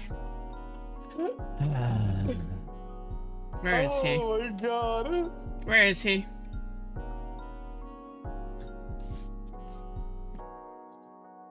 Received a new gift from Rocker. I'll accept the gift. Let's see if he picks up. I just sent a sigh and said, "There's no winning with you, is there?" No, you don't win with Rocker. Thank you. I've known Raku for. Oh, he's busy. He's a little busy, Yeah. but I've known Raku for over 5 years. When he wants to kidnap you, you just get kidnapped. Thank just you, accept your motherfucker. fate. I'll be seeing you whenever you want to I- do that, I guess. There, that's his message that he's getting. All right, let's see here. Alrighty. Games. All right, back to Back to this. Let's see, read that. back to this. Yet common sense tells us that none of the articles have enough value to be worth stealing in the first place. Van Zeeks, have you forgotten what world you're in? You're an ace attorney. Nothing is common sense. I need to. Graydon's just like, and who wants common sense anyways? I want rare sense. I want that SSR sense. Rocky, when you have the chance, read that or listen to that message I left you.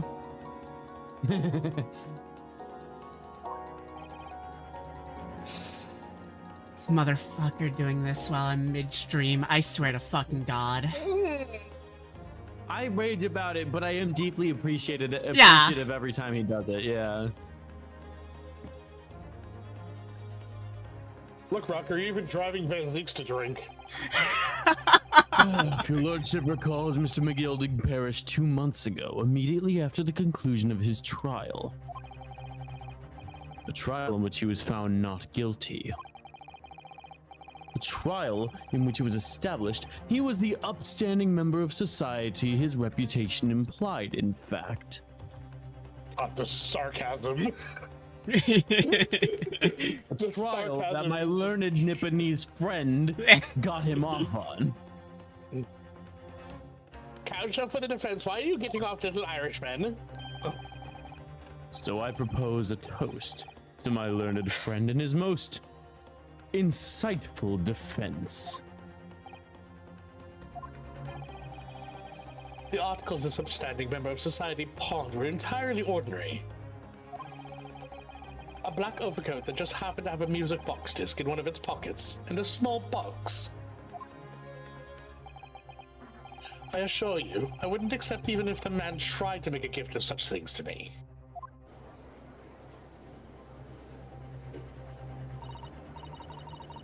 You know, that does rather make a lot of sense. There's gold to choose, is it? Thank goodness knows Mr. Gilder was Well, you rich can't deposit something. cash at a pawnbrokery. I'm quite certain of that. The prosecution's argument is undeniably compelling. Juror number 6, what did you say to this? Niet. 6? Yeah. The Russian guy. Yeah, 6 is the Russian guy. Oh. Why did I think there were only 5? Okay, yeah. There's always 6, yeah. 6 jurors on a bench. I haven't been here long enough to memorize that. It is incumbent on the defense to now to bolster its argument. He's broken. Fuck that wine in particular. Name what possible significance these commonplace articles spawned by this fine citizen could have been, or could have.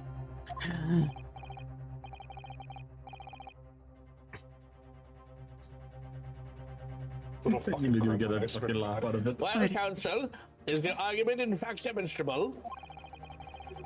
Are you able to show proof that the disc or the box are in any tangible way related to this case? Well, think, my boy. What's the matter, Uno? We know that they're related, don't we? And they're both vital pieces of evidence. Yes, of course. You and I both know that. We know McGilded's true character. We know the disc is significant even if we don't know why. But if we explain all that to the court, Nope. at this point, we'll have to acknowledge that McGilded's acquittal 2 months ago was a mistake. That the defense's argument was flawed, based on false information. Oh no! And that would mean admitting that Losing my Gina ego. committed perjury. Oh, that's it. But Jenny. Could it be that Van Zieks knows? Of course he fucking knows. Is that why he's doing this now? Because he anticipated everything? But maybe. This could be a great opportunity for us. Sorry? What do you mean, Iris? Oh, yeah, what is it you always say, Bruno? Fuck it, we ball.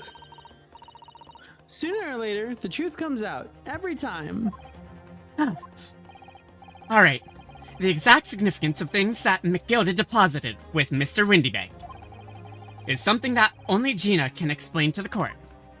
Oh no. But if I put her on the stand to testify about that, it could critically damage our chances of winning this case. What's the right thing to do here? Have Gina testify. My lord, the defense would like to make a proposal. Oh, what proposal, counsel?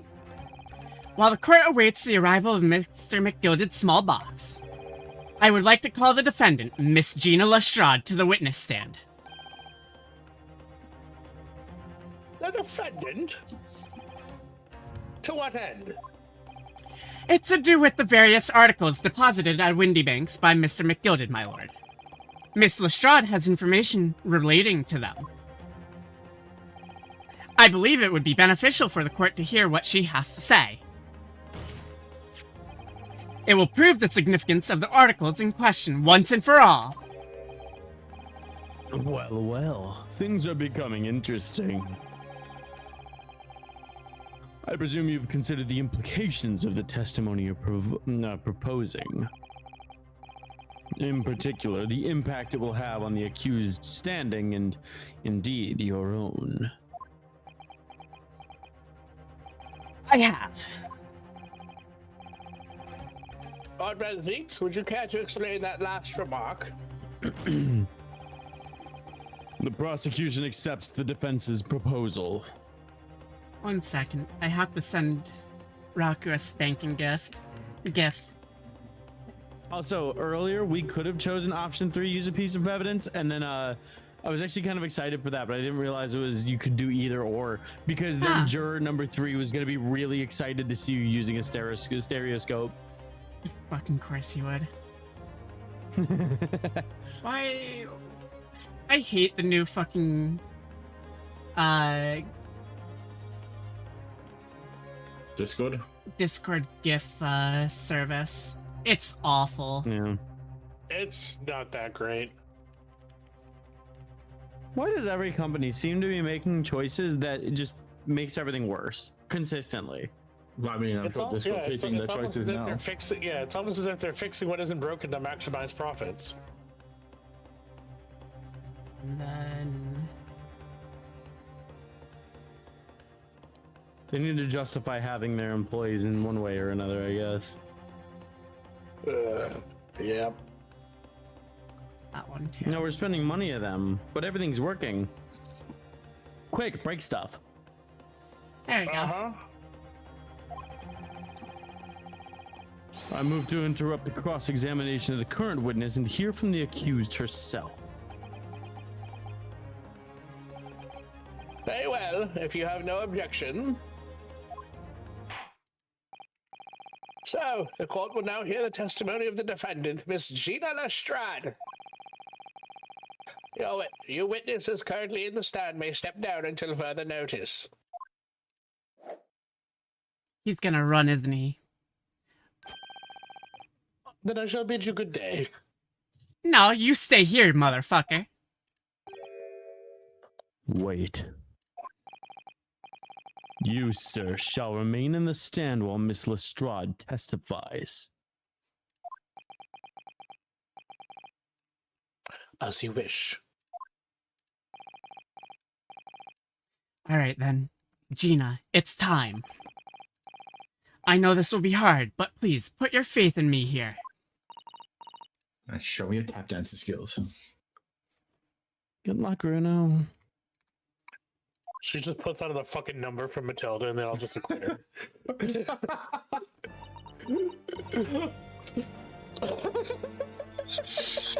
Christ. You're not fucking like moonwalking. Shut up! Woo! Oh no! Thriller starts playing. Oh. The articles at Mr. McGilded deposited in Windybank's pawnbrokery are intimately related with the omnibus case, the trial of which was heard in this courtroom 2 months ago. Yes, and I remember this young lady being brought before me in that trial as well. That's right, my lord. Her testimony helped to establish the innocence of the defendant, Mr. McGilded.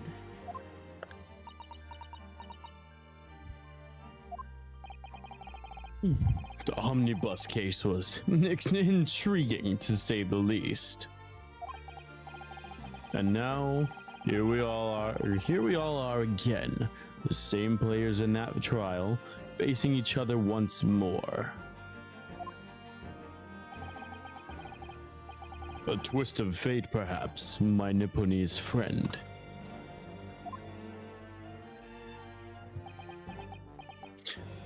I figured out how to go deep with his voice. I just have to like bring my voice, like I have to use like the voice in the back of my Yes, like, the back of your I have throat. to bring my voice in the back. Yeah, and to do that I have to think of Kronk. Right. I mean, Right, the boys are for Goose Go. my Nipponese friend. It's always fun doing Right. Baroque Not really funsies. fun. I'd really weak ankles.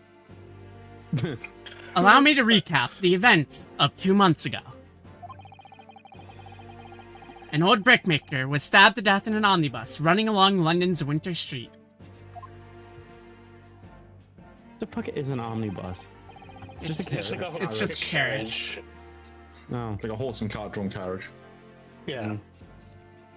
Then why do they say omnibus? Like, you just- Apart from the victim, Okay, there was it only sounds one fancier. other person in the carriage, Mr. McGilded. Naturally, he was the prime suspect for the murder. But as the trial progressed, another possibility emerged. That the murder, in fact, took place above the defendant's head on the roof deck, with the body being dropped through the skylight into the carriage below.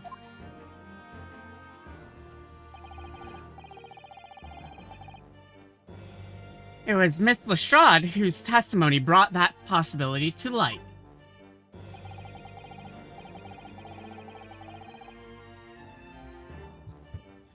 At the time of the incident, Miss Lestrade was concealed under a seat in the carriage, hoping to pick the pockets of unsuspecting passengers.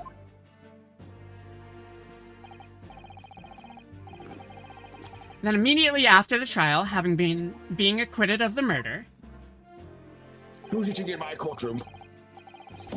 Mr. McGilded died in this very courtroom in the most extraordinary of circumstances. A mystery that remains unsolved even now, 2 months on. As indeed does the omnibus murder itself.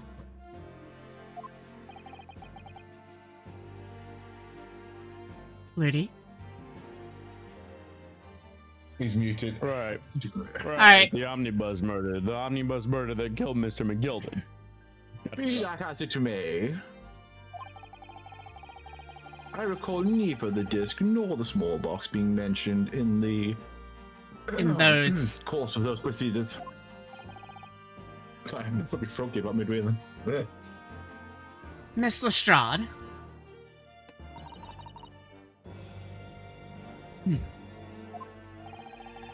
Would you tell the court now, please? What really happened in the omnibus 2 months ago, I mean.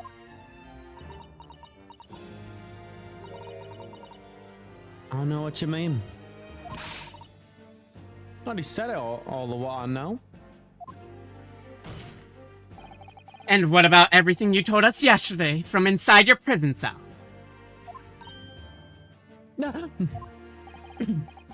Please, Miss Lestrade, this is extremely important. But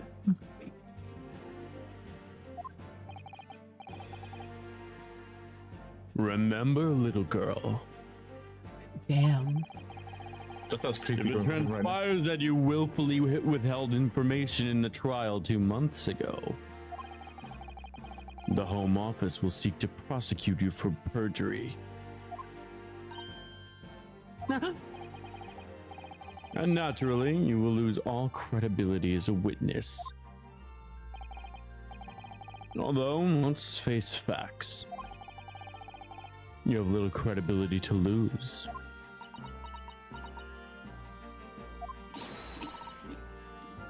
Ginny, don't listen to him. Please, you have to trust Runo now. Iris? We're on your side.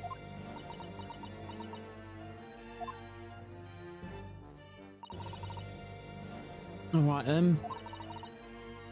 We'll talk. Alright, and I am just gonna let ads run through because they're starting in about 15 seconds. Blitzy, you're in charge while I step away. I need the bathroom. Oh. No, she's gonna. Hi, how's things going? How's stuff? I think everyone left. We're still around. Abba, Oh, you're still around. I am still alive. I was talking to chat, but I thought you were gone too. Cool, awesome. Hi, how you doing? Nice to meet you in a more one-on-one setting, I suppose. It's funny. I saw Skippy join your call, and I DM'd her. I was like, "Are we gonna just like barge into Neo's call?" And then I was like, "Okay, let me go find out what they're talking about." And they found your Twitch through it, and I was like, "I should drop a follow." Oh, lol, that's why that happened. Yeah, that's how that happened. No, Skippy usually just barges in half the time. Yeah. No, she filled me in after. Oh, grim. But who knows? Maybe I'll be able to catch one of your streams later. Hey yo. You are playing Cybersmith. I do really like Cybersmith. I haven't Cyber Sleuth. I haven't played it in a while because I played it when it came out and I didn't get the DLCs. But if they drop some good DLCs, I'll. Cyber. Wait, you talking about? Wait, you mean like this too? There's like 3 different Digimon games out. Oh.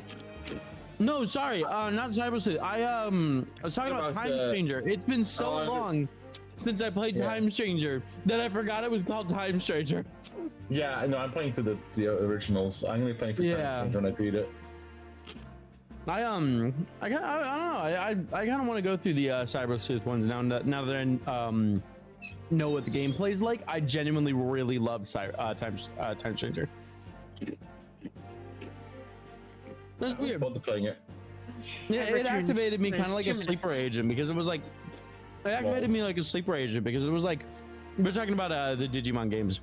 Because I forgot that I liked Digimon as much as I did until I went to play Time Stranger, and then I was like, oh yeah, I know all of these Digimon. I eventually need to play it. God have mercy. If you play through the fucking Cyber Sleuth game, you're gonna have an awful fucking time with the dialogue. Probably not The that translation is so bad. Oh, it's awful. Neo, have you seen the translation for this game? That's worse than this. You can ask Blizzy, it's fucking 100 times worse. For Time Stranger? The original Time Stranger, yeah. Cyber Sleuth. Yeah, I haven't played Cyber Sleuth yet. Cyber Sleuth yet. Oh, Cyber Sleuth is this awful translation. Hacker's Memory is decent, and then Time Stranger is like the best because it's like the modernized one. Yeah, no, my most watched piece of Digimon media was the movie, and specifically the second of the OVAs that they crammed into the big movie. what was it, our war game thing's called? Mm-mm. Yeah. I love that one. The team was whatever localization team they had on that was incredible. Okay. You're incredible. How does it work? Well, do you know what a semiconductor is? A guy who works part-time on a train? Never mind. Oh. It's so full of puns. I love it. I love it. It's where my sense of humor comes from. My puns are more just Ty, if you're having wordplay. Ty, if you're bringing more friends over, then I'll make 3 bean salad. No one's coming over, Mom. That's okay. I only have 2 beans anyways. Oh. Ouch. That hurts me. Ah. It's so good. It's so goddamn good. He's gonna eat us at a house and home page. God. That breaks over. Talking about the Digimon eating. It's the right choice, Did you Sheena. happen to find a fast food restaurant? Or a fast food? No, I don't remember. Well, it would Let's see. seem that my learned friend is hell-bent on bringing the entire courtroom down about his ears. So be it. Also, I posted some nice things, I think. Where? Blitzy will know. Of Neo. course you did. Yes, it's what I always do. Yeah. I must confess that I'm struggling to understand what on earth is happening here. It's past my bedtime, children. Please hurry along. However, it would appear that Mr. McGilded pawned fucking up. My first. Mr. McGilded's pawned articles and that extraordinary case of the omnibus. Oh my god. She's I shouldn't do voice acting right now. My voice is fucked. I mean, you're also just struggling That is to good. read the I was doing the read too today. Yeah. Yeah, fucking end it. How Do many it. secrets of which? Okay, after stream. Hell yeah, How I many get to secrets of die. My fucking god, don't sound so pleased with All that. the secrets of which we have been hitherto unaware. Oh, thank god, he's back. So, Mr. Strad, you will now give your testimony before the court about the events of 2 months ago. You will reveal the truth, a commodity sorely lacking in your original statements.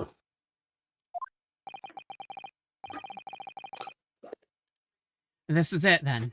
Everything's going to come out. Oh god. Like Those Van were really Zeke good. said. This could bring the whole courtroom down about my ears, but as a lawyer, I'm prepared to take that risk. I'd use the term lawyer very loosely.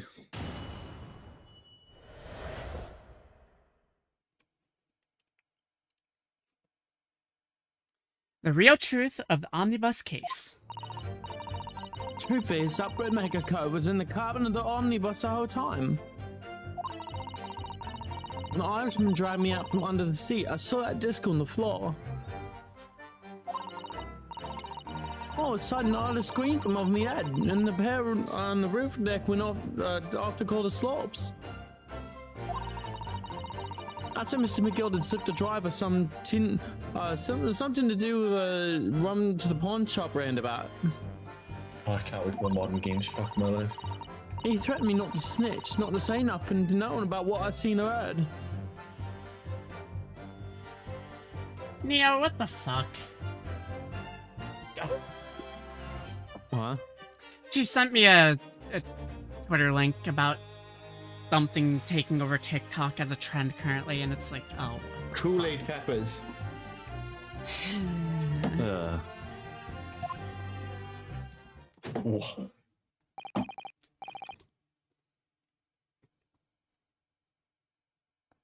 Lady! Lizard, lizard, lizard, lizard, lizard, That's lizard, great. lizard, This is lizard, lizard. outrageous. But you just told the court there's almost no resemblance to your testimony 2 months ago. Who spilled my Kool-Aid? As you say, my lord. Then there's every chance I may have advocated an error in McGilded's trial. Oh my god. It sounds very much to me as if the man deliberately deceived this court in an effort to cover up the most wicked of schemes. No fucking duh. Without doubt, your lordship is correct. A great injustice was done in this courtroom 2 months ago. The actions of the accused in that trial, of this witness, and of my learned friend are entirely inexcusable. I don't believe it. The whole trial was a farce. It was all lies. That McGilded fellow was rotten to the core, just like the pickpocket. Don't forget that lawyer from the east. They were all in it together. You're wrong, the lawyer, Mr. Narrow, the lawyer, they didn't end up about it. Margaret. I believe you were doing juror number 2, Blitzy. Yes, you were. Oh, I don't think so. I really expected to believe that. You're also turning. He really stitched everyone up, didn't he? What an operation to get the man off scot-free. Yeah, juror number 3 didn't speak. Unforgivable, stop. The lies have to stop, stop. No, neither did Sis. Yes, the defense made a terrible error of judgment. I intend to take full responsibility and suffer whatever consequences are deemed appropriate. However, it's imperative that the court allows the witness to elaborate on her testimony, because the true significance of McGilded's pawned articles might be brought to light. Very well, my learned student friend. Given the depths of calamity you have just plunged yourself into, this may be well worth hearing. Words fail me. The situation is utterly deplorable. Mr. Naruhodo, Yes, my lord. you're fucked. Get out of my court. It's party time. I will decide upon your fate following the conclusion of this trial. Of course, my lord. Sentence. Sorry, Mr. Naruhodo. Now, counsel, proceed with the conference cross-examination. After that, you'll hastily make your way down to the gallows, where you shall be hanged until dead. You're drawn and The quartered. guillotine myself, but the law only permits us to hang people. Truth is, that Whipmaker covers in the cabinet the omnibus the whole time. I swear to God, I don't. And you were hiding in the cabin at the time as well, weren't you, Miss Lestrade? If I remember rightly, in the storage compartment underneath one of the seats. Why? Wait. Why is he facing backwards? I don't know. Don't question it. Oh, That's why. It's you wanna it's back into it. Oh yeah. You tilt can't see nothing over at that way? Huh? Talking, They're whispering! They're colluding! colluding and shit. Great minds think Same alike, I brain guess. cell. Should we break them up? Should we like call that shit? Yes, break them up. Excuse me. They're colluding. I don't like it. It's sus. Is there something you'd like to share with the court, Inspector Gregson and Mr. Graydon? Ashley's about a vent. Inspector! Mr. Graydon! Blimey, you're trying to give me a heart attack. Yes! You have been whispering to each other for quite some time now. Tell us, what is the discussion about? Discussion? With this fella? Pull the other one, sunshine. You think I've got anything to talk about with a shady gent like this? And I have nothing to say to this uncouth detective after he deprived me of the disc that was rightfully mine. But they've clearly been talking the entire time. I've been cross-examining Gina. It's as if they've been negotiating. Oh shit.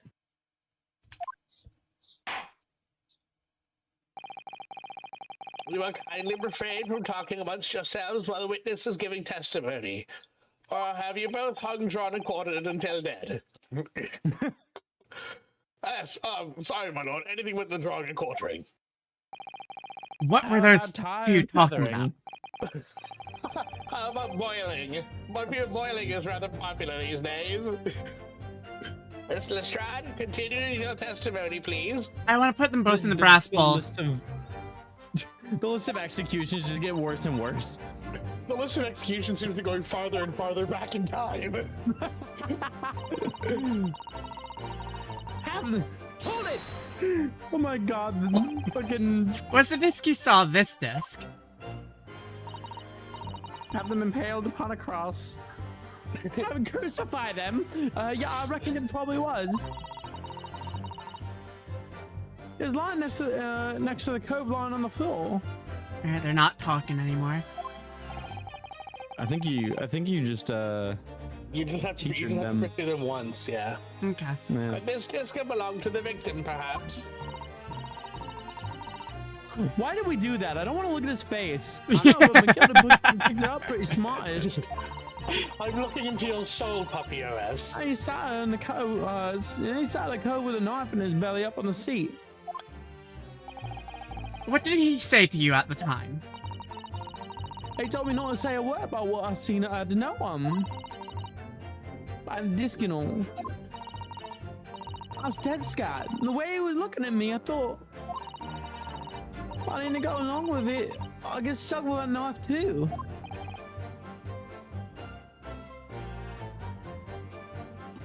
Rudy? Um, Dingle dingle. uh, And then he started asking me a lot of Sleepy. questions.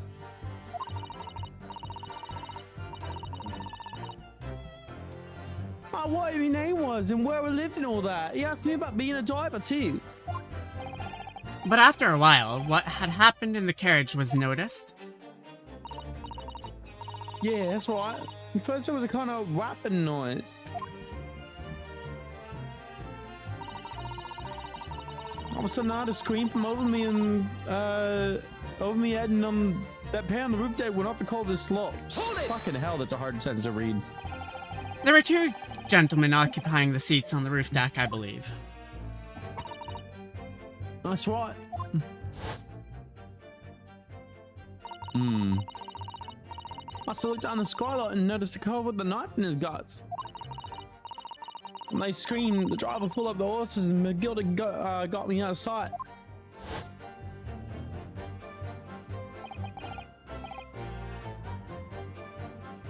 Jingle jingle.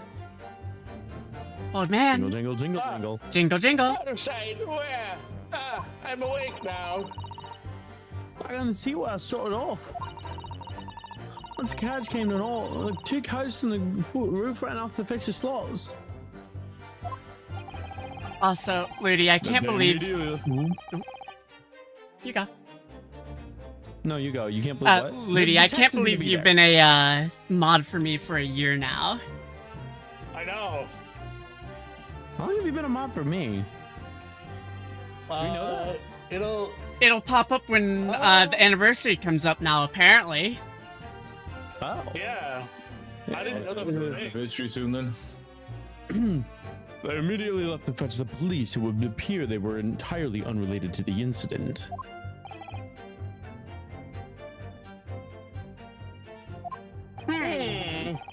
So that left McGilded, the driver, and you still at the scene.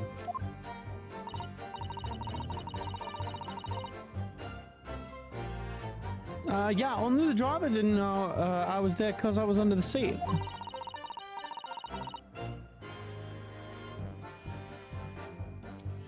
I had the cabin door open and a voice from outside. The driver? Yes, he also testified at that trial. He was freezing to death, wasn't he? There he is. A fellow went by the name of Pepper, if memory serves. He's still freezing to this day, some say. What did McGilded and the driver say to each other? I don't know what happened and stuff on that mainly.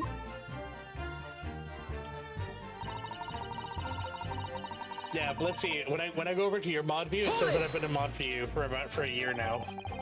Oh wow. I wonder what it says for Raku. That Oh, pawn Lord. shop obviously being Windy Banks on Baker Street. Jingle jingle. Just a moment, Council.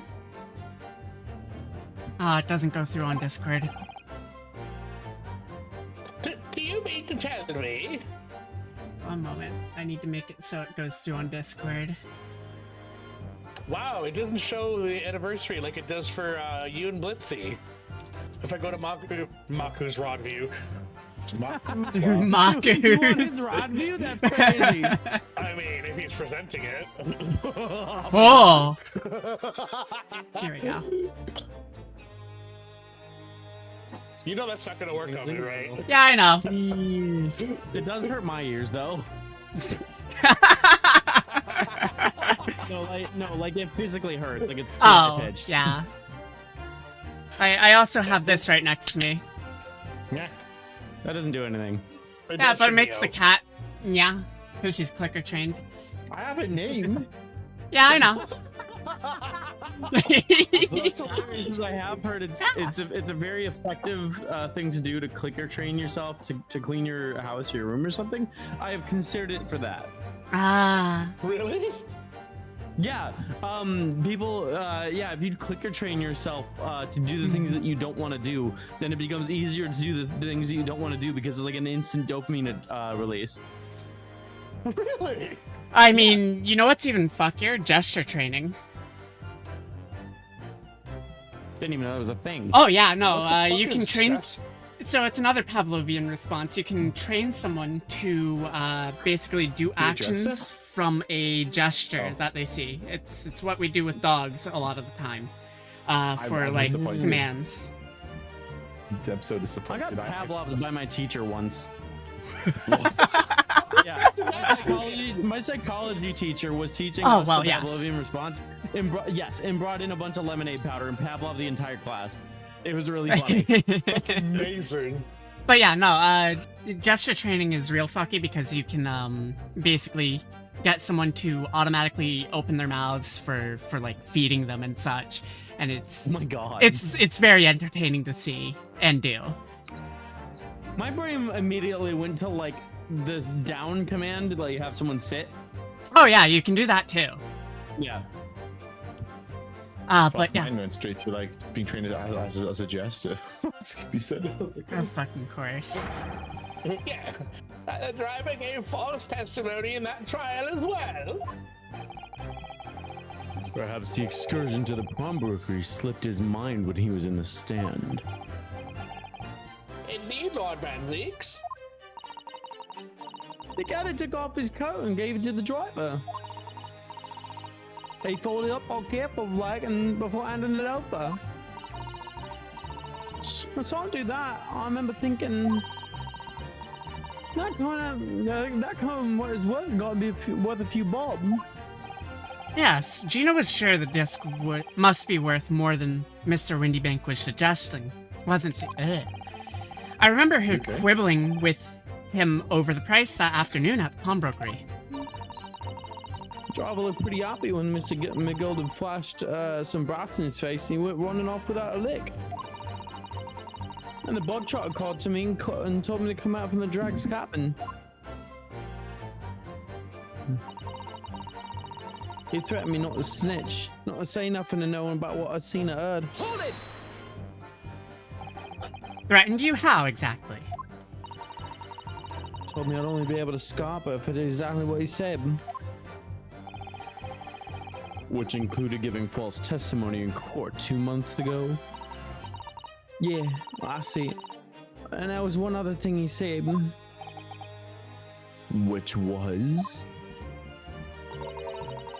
He told me I have to hang on to the ticket from the pawn shop and make sure not to lose it. Lady, jingle jingle. The ticket? Well, I never. Sorry, I was watching a YouTube video. Of fucking course you were. Can't even stick around for a collab. Sorry if he didn't show up to get the ticket off me before 2 months. You know what, Blitzy? I'm surprised he hasn't stepped away more often today. Yeah, you know? This is the longest we've had him around consistently. It's true. On a Saturday. I had to go to the pawn shop and pay the money to keep it in lug and stop it from being forfeited. Yeah, that means some price to pay for it. But really, why on earth Mr. McGill did have done such a thing? Depositing his overcoat with a pawnbroker before the arrival of the police. It makes no sense at all. There would seem to be only one logical explanation, my lord. What McGilded had the driver deposit at Windybanks was something he didn't want the police to see. Something very important that he needed to hide at all costs. Oh my God. Anyway, Judge, you can't just say things like that. There's cultural appropriation, don't you know? After that, you let me go. Yeah, Judge, you're a little too white here. The screen pans over to the judge wearing dreadlocks and smoking all the Well done, Gina. It can't have been easy to tell the truth like that. She doesn't put her faith in you, you know? Yes, and to thank her, she'll have to face the charge of perjury once this trial's over. So I need to use the time we have now to get as much information out of her as possible. Good job, Petey. Have some time with the clinch. What's he? It's not to really go for it. Press her on every statement. You did. Yeah, I... No, What? she didn't. Not quite. Press the first one again. Remember the Oh, first right. thing was the one that you broke up the frickin' fracture. Oh, there. yeah. And you were hiding in the Forgot. cabin at the time as well, weren't you, Miss Lestrade? If I remember rightly, in the storage compartment underneath one of the seats. Yeah, that's right. It's pitch black under there, so you can't see nothing at all.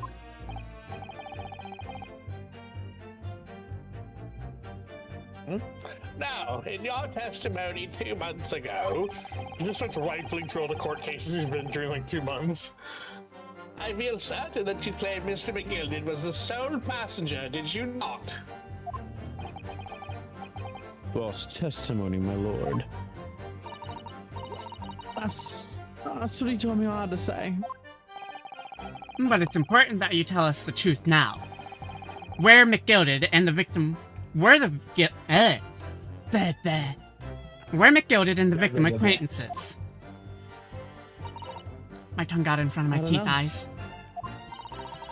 Huh? Well, I did hear him talking a lot. What were they talking about? Well, couldn't hear too well, but if I had to say, I think it was about money or something. They kept talking about buying and not buying.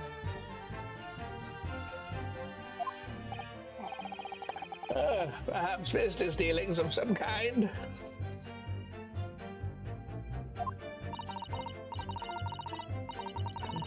Anyway, they got louder and louder, and people it started to sound like a proper fight.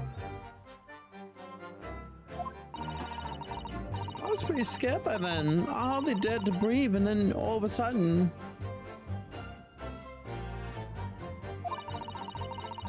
I heard a noise like someone kneeling over on the floor.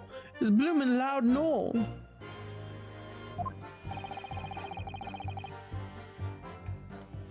And I believe you let out an involuntary scream.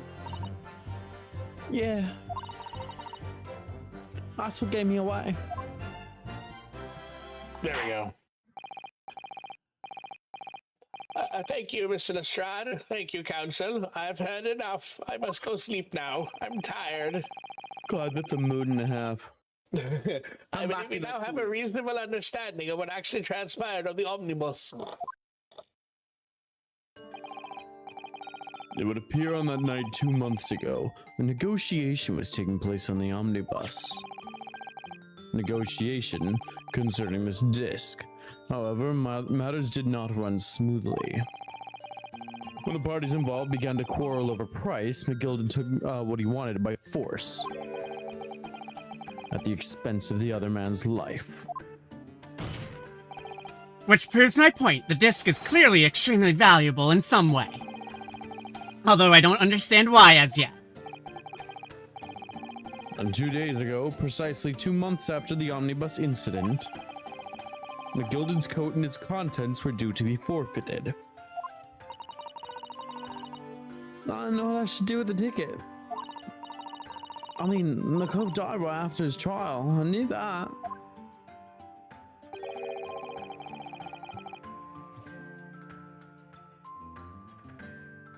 So, fuck. Sorry, I'm getting tripped up. So you That's decided fine. you would try to claim the articles as your own. Well, why not, eh? They're only gonna be forfeited. Why shouldn't I have got them? Anyway, you can't blame me for thinking about it. I think it ain't no crime. Mr. Strad, it would appear Mr. McGillen was prepared to kill in order to take possession of this disc. Do you know why that would be? Yeah, I got a clue. Well, I reckon it must be worth a fair bit of price. He was probably gonna sell it. And you can't blame me for thinking that. Thinking ain't no crime. Ah, thinking ain't no crime. Unless you're a cat girl. Apparently it's a crime then. Well, duh. My lord! I pissed myself! The evidence your lordship requested has been located and is ready for the court's inspection, sir. I mean, Gina, it's probably better that a lot of people don't think.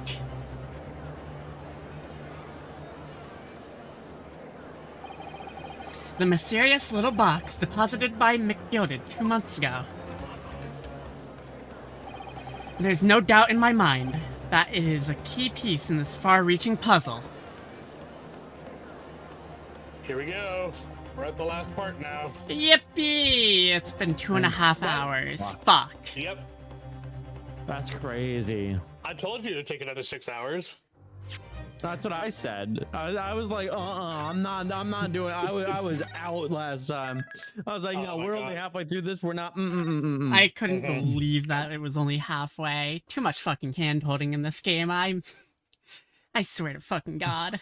It's, yeah. This the day is long as well, it looks like. Yeah. So this is the article in question, is it? The small box deposited with the pawnbroker by Mr. McGilded 2 months ago. And on the night of Mr. Windybank's murder, the only item on the shelves that was touched by whoever broke into the shop. We're Okay. good, we're good. Yeah, I just had a brownout. Oh, thank God. fucking God I have a UPS. Yeah.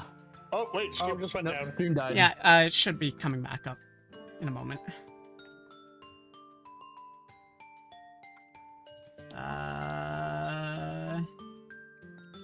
It's all good now. Okay. Yeah, Christ. Damn. That's rough. Yeah, no, I just had a brownout, so my net went down for a second, along with my computer. Well, my computer didn't go down. Obviously, because I have 3 UPSs running this house. Jesus. Yeah.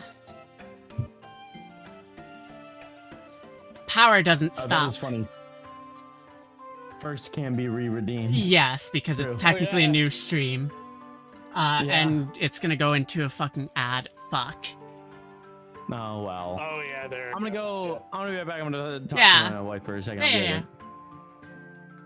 Ba, ba, ba, ba, ba. Blah, blah, blah, blah. Welcome back, everyone. Power flickered. So, funky things.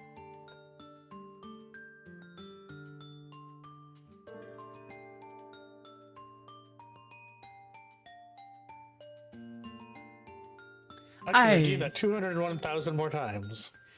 You know, Ludi, UPSs are the best, $1,500 Oh, I know they I are. spent. I know they are. They're fucking fantastic. Yeah, I have 2 running the server rack downstairs and 1 on my PC here. Fuck yeah.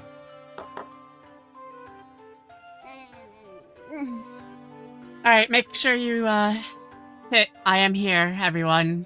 So Discord, or not Discord, fuck me. So Twitch isn't a piece of shit. Make sure Discord knows you're here. Oh, shit. Looks like Oh, your viewer count didn't drop that much. It was up at 88 for a second. And it, You went down from it was at 88, then went down to 69, then down to 52. That it's sounds alright. Twitch is saying 46 now. But yeah, Yeah, a lot of bounce up and lurkers. down. Oh, 33. Yeah. Yeah, it's gonna bounce around. It's gonna be pissy because people are lurking and not redeeming or talking. Because Twitch is being a piece of shit currently. Oh no. What is Twitch not a piece of shit? Honestly. I don't know. The fact they're on that AI summary thing soon is fucking stupid. Oh, fuck that know. shit. Yeah, they'll It's so summarize garbage. what happened in your stream for like fucking new people. Like, what? I could just tell them what's been happening. Yeah. Why do we need an AI to tell them? AI is just fucking slop, especially when this bubble's gonna fucking is. burst. I'm gonna laugh. It's already Oh bursting. god, it's bursting. Well, when it Yeah, finishes it's bursting. bursting. Give it like a few more months, it'll be fucking deflated. Even China's saying no, do not use AI. Yeah, Do not fire people for AI. this is why Nvidia's starting to Panic. panic. They're not talking about Who's their panicking? games. Nvidia. Nvidia. Nvidia. Oh, They're panicking, trying to get bubble? more people to Yeah. buy their shit for AI prices, and it's like, no. The moment we hear the loud and satisfying pop. Exactly. We're in I'm the ad loving break to right see now, it so you got happening. time. I Oh, yeah, can't it's- wait, man. It's gonna be. I think It's like .com all over again. Oh god, I don't remember Um, what I heard was like- but like Already in this Some- current quarter, businesses have paid the most in record for IT departments. oh, that was what I heard. So okay, it is now more expensive to use AI than it is to hire people. So they're having to hire all of their old employees back. Yeah, and they're wanting higher prices Yeah. now. Yep, Smart. Yeah, it's really funny. so they're paying even more technically. Because Yeah, but still not as much as AI.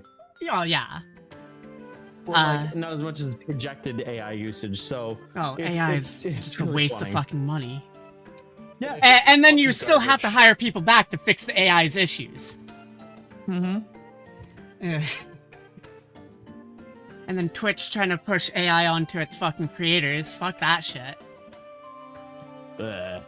Yeah, the fucking stream summary along with the AI watching you for if you have a sponsor. It's like, no. I'm not gonna listen Oh, to your it's- fucking prompter bullshit. So it's even worse than that because the AI will also monitor the chat for chat reaction to see Yeah. how they operate. Which is stupid because you can't make chat go like, oh, this thing that's clearly sponsored looks so good. I'm gonna go out and buy it now. Yeah, exactly. I clocked immediately that is just a way to pay the creators less money. Oh yeah, 100%. He's 100%. It's just like how their chat activity bot fucking watches and decides that lurkers don't fucking count. And it's like, Yep. bruh, Good dog. It's so shit. go fuck yourself, Twitch. I'm looking at the users in chat versus viewer count. Oh here, yeah, and it is not fucking accurate. it is nowhere No, near no. accurate. It never will be. No, it's not. It never will be. I'm not gonna give any amount of numbers, but it is not accurate because they're like, oh, that number is not accurate. It's bot. You do not have that many bots. Yeah, I was rated in with No. 88 people. My stream went down for a second. Now it says I only have 26 viewers. It went 50, so since you know, yeah, it went 56 and then it spiked to 88 and now it's down to 25. Yeah. But the users in chat still says 107. Yeah, I know. It's Fucking insane. Twitch. I'm so fucking mad. And they keep lying to us. It's Yeah. bullshit. They keep saying, "Oh yeah, well they're all botted," and it's like, no, go fuck yourself. No, they're not. Fuck yourself. Honestly, this is half the reason why I keep considering graduation. And then I see how lovely and wonderful my community is. And I'm like, I can't do that. And then like, I don't know, it's just a constant fight with me. I don't want to graduate, but it just feels so fucking barren. Yeah. No, You I've been know? doing this shit for 6 fucking years, and they still want to fuck me in the ass. Not even in the fun way. No lube. No lube, no consent, no fun. Yeah. Oh, unless I somehow show a fucking human BDSM slave on stream. That's fine, apparently. Well, oh, wait, but if I show my feet as a green screen, no. Yeah, anything Dan Clancy can jack off to is fine. Yeah, he Lube doesn't with like hot feet, sauce? apparently. No, no. Lube with hot sauce would still be lubricant. Like, Yeah. as much as it hurts. That's like lubed with chili powder. Ugh, yikes. Nah, lubed with, salt, pepper, and fucking, capsaicin. Okay, Crystallized so- capsaicin. Huh. And a barbed wire dildo. Or not dildo, but, condom. At that point, you may as well just jack off with antifreeze. Yeah, honestly. Welcome back, my love. But yeah, no, Alright, let's- before I piss off Twitch anymore, Yeah. your line, Blitzy. Oh, I read that. I guess she had the brown out during that. Yeah, part. I had the brown out during Real that. quick, let's jump in and see what's Yeah. inside. That's why I was wondering why we were sticking on this It's a music box. line for so long. Good gracious, this is no ordinary box, it seems. How tiny are these discs? I thought they were a Well. lot bigger. Although in truth, I had an inkling that it might be the case. I always like to imagine, they're roughly the size of like a GameCube disc. Hmm. It would appear the box houses a miniature music box movement. He doesn't seem too happy about Shimmy that. sham. That isn't too much to expect. That my wife can listen have this box. I think it would be reasonable to assume that it is a device for playback of this disc, my lord. I thought that disc would be the size of like a vinyl, record. No. That's wild. So a bunch of them vary in size. Which Yeah. is why I was like, oh, that's weird that fits in the coat pocket and no one really realized. But all right, whatever. I mean, like, if that was the size of a vinyl, that would be really big pockets. That's what Yeah. I'm saying. I thought the coat just had really big pockets. No, buddy. I don't know. I just hopped into this shit. Alright, lady. Jingle jingle. Sorry, I'm in the middle of killing Yeah, I him. know. Here we have the means to play back. This McGilden's disc. The positivity makes much the same time. Not strictly correct, my lord. It was not McGilded's disc. It was a disc of his victim in the omnibus.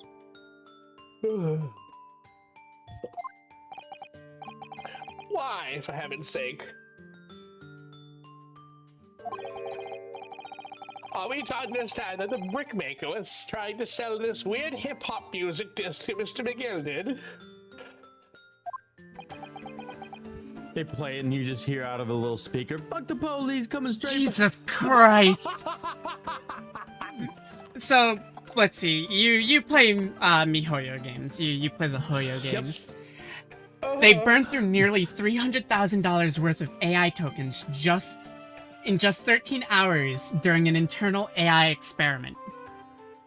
What the fuck? Yeah.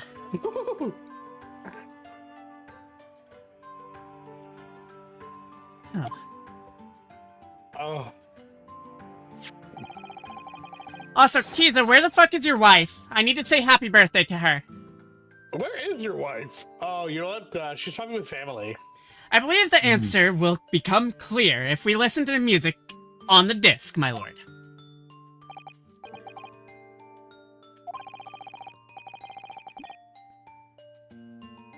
Ludi. Oh, Oh shit! oh shit, I'm hitting the wrong Grief, what button. is the meaning of this, Inspector? There you go. Oh, wait, my lord. Oh, yes, very well. Let the court listen. Now listen to this curious disc at last. Wait, my lord! Good grief. The music box in this disc are, well, they're unrelated to the case. Oh? No need to spoil the somber atmosphere of the courtroom with some silly bit of music. Objection! Objection! This disc may very well have motivated the culprit in this case to commit murder. Clearly, there's every chance that it's fundamentally important to understanding what happened. Bah. It's Mr. Monokuma's lesson. Oh, fuck off. You should have no objection. I'd be... Ba-ba-ba-ba-bo. Oh, Oh. Clearly, up. But no, that piece It of automatically evidence is ran. property now. You can't. Clearly, Scotland Yard has some vested interest here. But it is policy of this prosecutor to leave no avenues unexplored. And you, Inspector, have no jurisdiction here to prevent that from happening. No further delays, please. Play the disc. what's on the disc? Oh, it's not gonna play very well if you have the fucking note on it. It's Morse code. I'm waiting for the boom bap to kick in.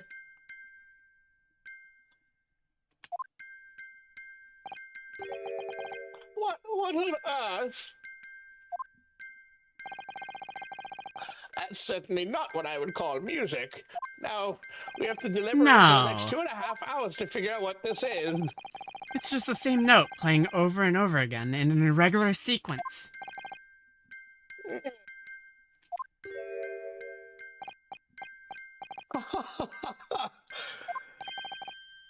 Mr. Graydon, this really is priceless. Shimmy sham. After all that, the music box is broken. Broken? It can't be, can it? Well, obviously. In fact, I wouldn't be surprised if the officer sent to fetch it and drop it on the way back to the courtroom. Well, with much regret, I fear the court must accept that this music box offers little in the way of clues. You guys are so stupid! Yeah. It's fine. Let the game hold your hand for the next 2.5 hours. I don't wanna. Are you ready to move on, counsel? I keep Come thinking on! That Genshin needs a skip button, but this game needs one worse. Yes, alright. It does sound as though it's completely broken. But is it? Could this music emanating from the music box possibly be a new clue? It could be a clue! I would believe be a that it clue. could be relevant, my lord. What? Why? Good lord, but how can it be? It's an abomination, counsel. It's an abomination, counsel. Mere noise. I fail to see how it can have any meaning whatsoever. It does sound strange, I agree. But there's one thing bothering me. God, While I thought I Graydon just stands had there, issues with thinking. chortling victoriously,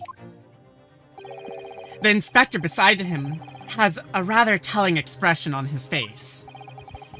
It's as if Gregson recognizes the sound, as if he's familiar with it somehow. And that's making him appear extremely on edge. If that's the stance of the defense, my Nipponese friend, answer me this. Oh!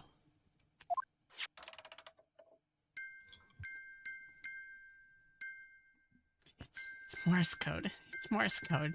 Why are you doing this What to are the lyrics to this song?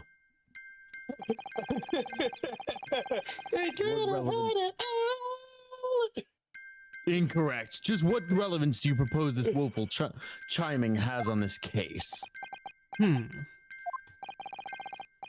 It's the defense's belief that the sound emanating from this music box is not supposed to be music.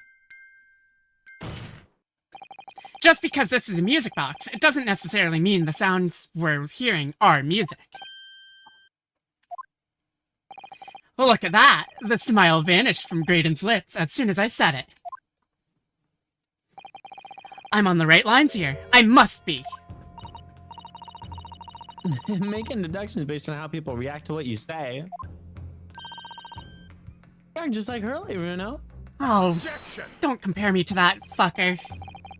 Even fancy Sounds- Dear God, no. The sounds we're hearing aren't necessarily music? Well, now that you've told us what they're not.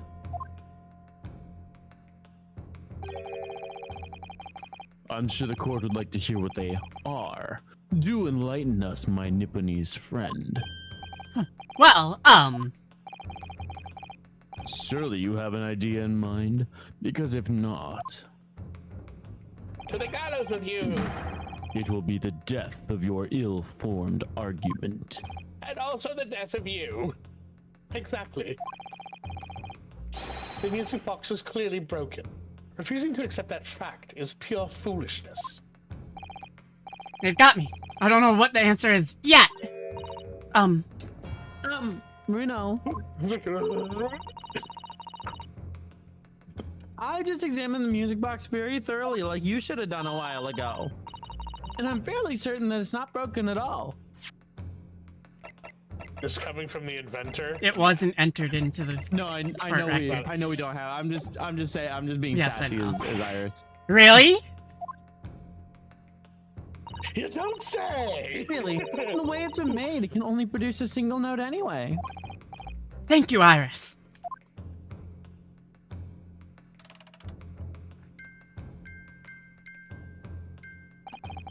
Alright, well, if the music box isn't broken, it must mean the sounds it's producing have some significance that isn't musical.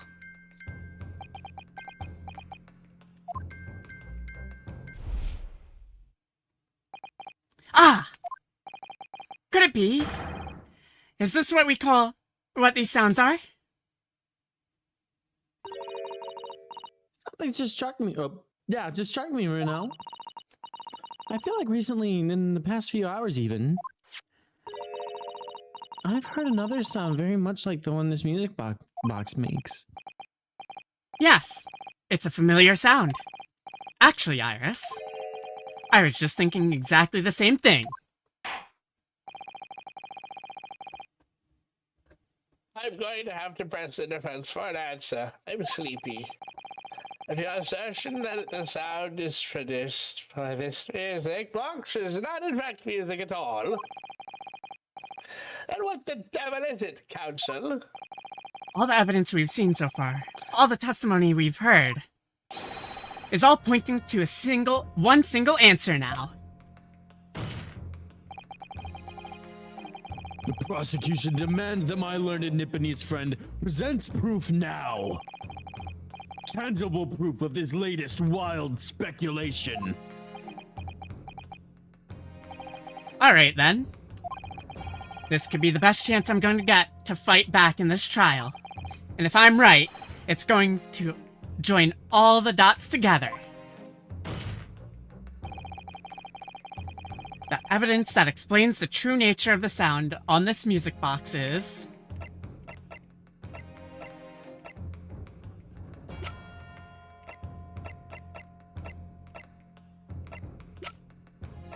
It's gonna be the paper. The newspaper, isn't it? Details of today's paper. Yeah. Yeah. Take that! Today's paper, Counsel. The headline is Pawnbroker Perishes in Pickpost Plunder. Hardly supportive of your cause. Ah, no, my lord. I was hoping you'd look a little further down the page. Further down. Ministry mole. Classified secrets may have been leaked overseas from Ministry of Justice. Yes, this is a very serious matter. Being investigated at the highest level, I understand. God, he understands nothing. I have heard that international transmissions along supposedly secure lines are somehow being intercepted. Hello? What? Hello? Hello? Right here. Hello? Mom? she must have butt dialed me. Oh. Oh, Okay, I'll just hang up on her.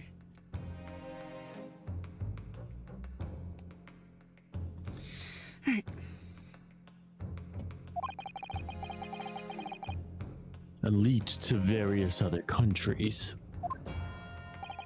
And presumably, those transmissions are in the form of wired telegrams.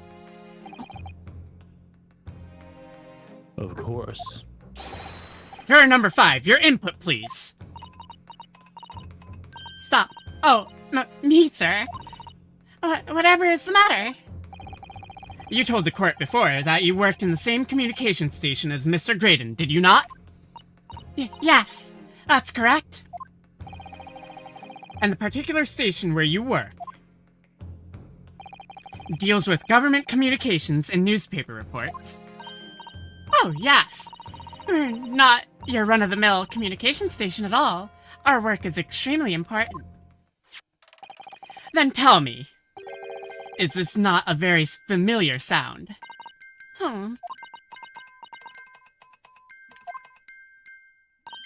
You don't mean to say, is it?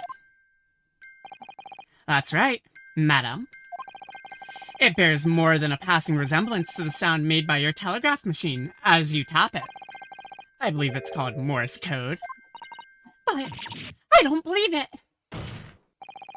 Now, correct me if I'm wrong, but when it comes to leaking telegrams from government departments, there could be nobody more perfectly placed than a highly skilled communications officer.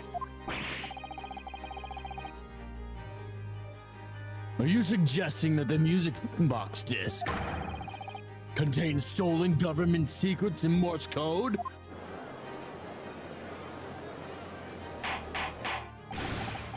order, order! Please, everyone, order! But this is high treason, Council, deserving of capital punishment. Too much new vocabulary. What is this? Oh, the irony of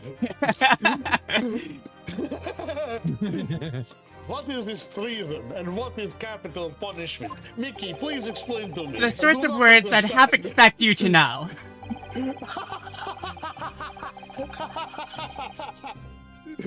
For a sovereign government's confidential information, hostile nations would surely pay almost any price. Yes, and on that night, 2 months ago, that was the very negotiation that was taking place inside the omnibus.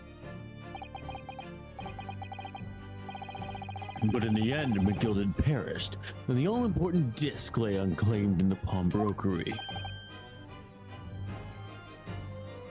My word! In which case, whoever stole that information in the first place must surely have been beside himself with worry.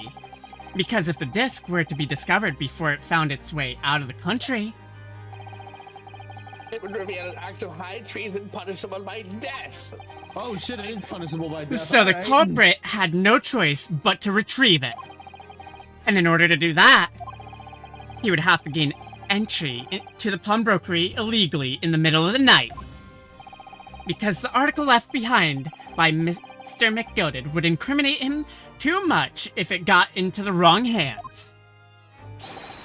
Isn't that right, Mr. Graydon?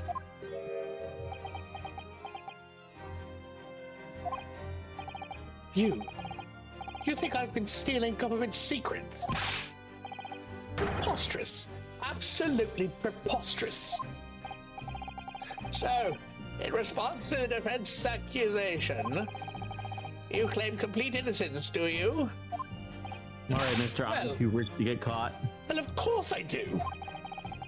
I've had to stand here in silence while that pretentious foreign lawyer has been prattling away. Objection! Marry me, Mr. Van Zeeks. Then by all means, counter the charges, sir. God, Lord Van Zeeks, you're hot.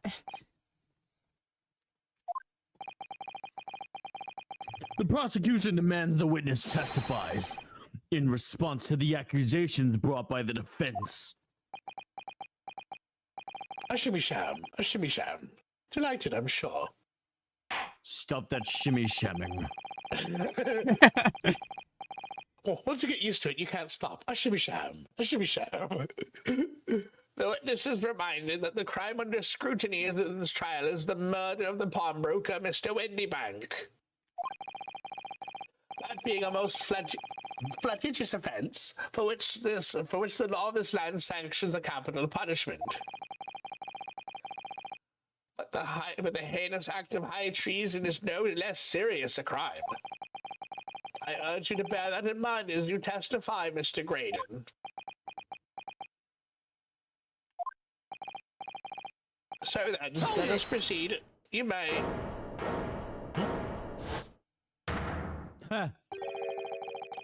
Hey, You got. Oh god, how Yeah. do I make it bigger? Hold on, I gotta make the screen bigger. You got lots. You gotta let us have a rabbit in pork. and a pork eared governor. Rabbit and a porky governor. We got things to say. I beg your pardon. Who do you think you are? Oh shit! Fuck me. That's the wrong voice. Names. Oh my god, damn it! Fucking me laugh now. Names Nash Skulkin. Occupation professional baddie. No, name's we knew Skulkin, but we ain't buddies enough to sell out our motherland. That's right. We're what they call. Three Skulkin brothers. Oh god, so fucking bad. We're so back. Bad timing, fellas. Very bad timing. I love that they're like, oh yeah, no, we're professional baddies, but Graydon's no, counter. wait a minute. I mean, a communications officer couldn't possibly steal confidential government information. Weren't you saying that Here? you were a highly skilled communications officer earlier? Besides, the sounds produced by that music box aren't even Morse code. What? There's some low-class brickmaker negotiating with McGilded anyway, was it not? After relation to the man. Didn't you say that you had a relation to McGilded earlier? Look, all we done is break into the gaff and the gaff the other nights, like what you told us to do. If we'd known there was dodgy government secrets involved, we wouldn't have touched it. Blimey.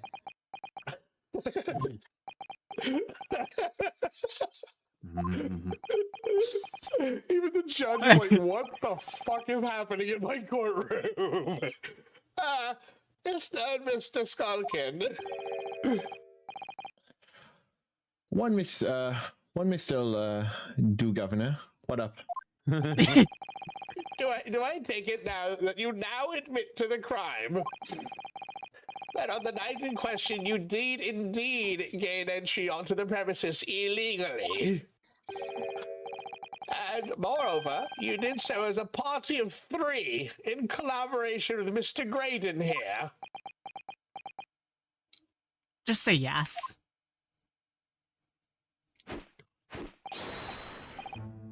We did that. Did. Quieten down, please. What say you to that, Mr. Graydon? I have no idea what these 2 ruffians are referring to. Ruffians? You little rotter, getting us mixed up in all this monkey business. You never said nothing about no government secrets. It was supposed to be a strap-up job. Straight up A strap job. job. Whoops. Strap up. I know you want to strap on. It was, eh? Poor bloke Yeah, I didn't have to die, did he? Nice to know who your friends are. Whatever these men say, I deny the accusations. Indeed. You'd have to. Well, I certainly wasn't expecting this little music box to become so significant in the proceedings. However, as it has, I will admit it into the court record as evidence. The small You music really box feel has like been foaming at entered the into mouth trying to the investigate record. it. Like some sort of rabid animal. I would examine the box now, yeah. I know you would. This is the mechanism that turns the bumps on the disc into sound, isn't it? Yes, the movement. It's all thanks to the comb with his teeth, which are plugged by the passing bumps. Usually, the teeth on the comb are different, Yeah. different lengths, so each produces a different tone. But desk comb is very strange. All the teeth are exactly the same length. Well, what does that mean? Means that no matter which tooth is plucked by the passing bumps, the music will make the same sound. I've never seen a music box like it before. Yes, it is strange. A music box that can only play a single note. There has to be some significance to that, surely. Ooh. What's this? Oh, What is it, Runo? I've just noticed something about this music box. It looks like the bottom opens up as well. Ah, you're right. Well, come on, then what are you waiting for? Let's open it. All right then, here goes. Whoa. There's another movement on the underside. Oh my fucking god. So, does that mean you can set another disc to play back on this side? Yes, I think so, and it looks like two movements are linked together. They're linked? So if you had two discs, they both play back at the same time.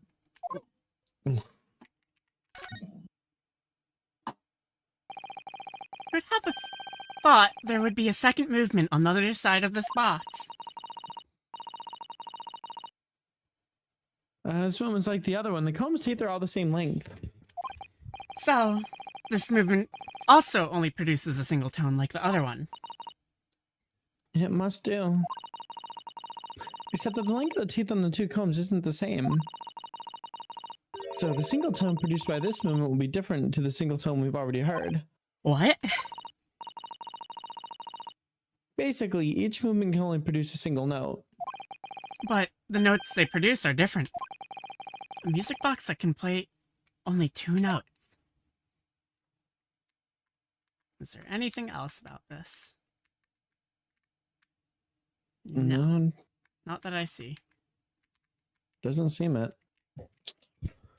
All right. That was all about the box, Flutie, yeah? Yeah. Okay.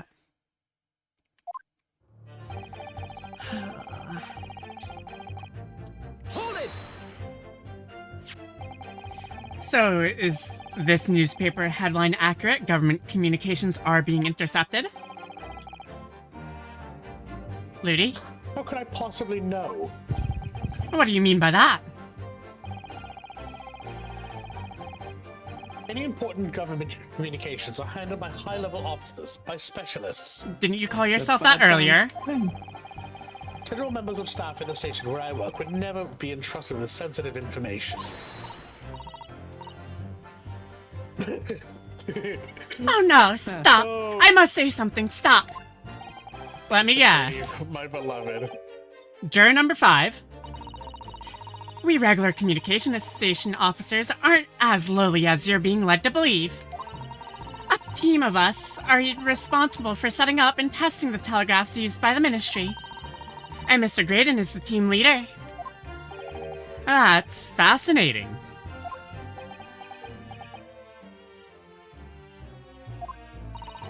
Graydon is a highly skilled operator. Stop. Currently in presence of an idol. Stop.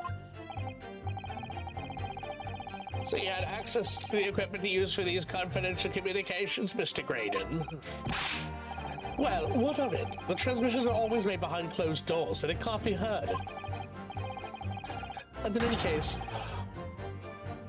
case, all messages are sent in ciphered. Normal employees couldn't possibly understand them. You're not a normal Oh no, employee. stop. Must say something, stop. Eh. Mr. Graydon regularly attends meetings with Ministry technicians and the Ministry communications team. He assists them in ensuring that there are no errors in important international communications. He has received the top prize at the Cipher Cracking Convention 5 years in a row now. That's fascinating. Anything else you want to lie about? And Graydon is highly skilled operator. Stop. Currently in presence of idol. Stop. Oh my fucking god. Well, your idol would appreciate it if you keep your mouth shut. She should really pick her idols more carefully. I tell you, this lawyer's accusations are completely unfounded.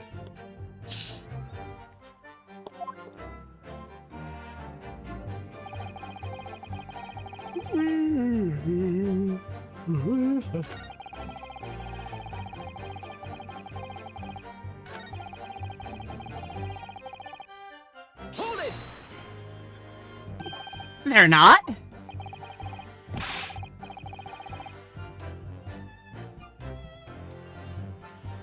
Lady? Oh, anyone with a brain, that would be blatantly apparent from listening to that music box for even a few seconds. Of course. Of course. Surely it can't be that my learned friend is unfamiliar with Morse code. Ouch. He looks genuinely shocked at my ignorance. I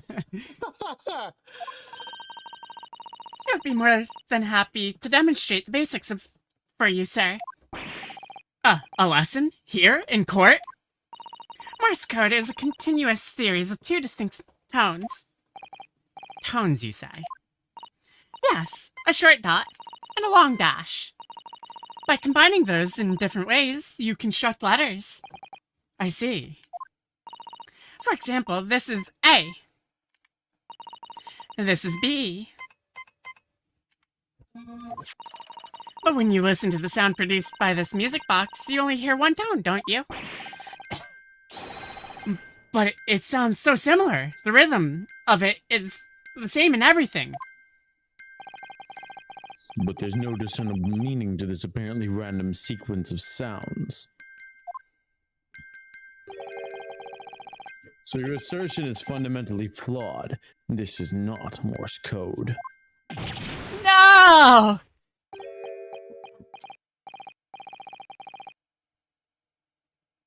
Ludi.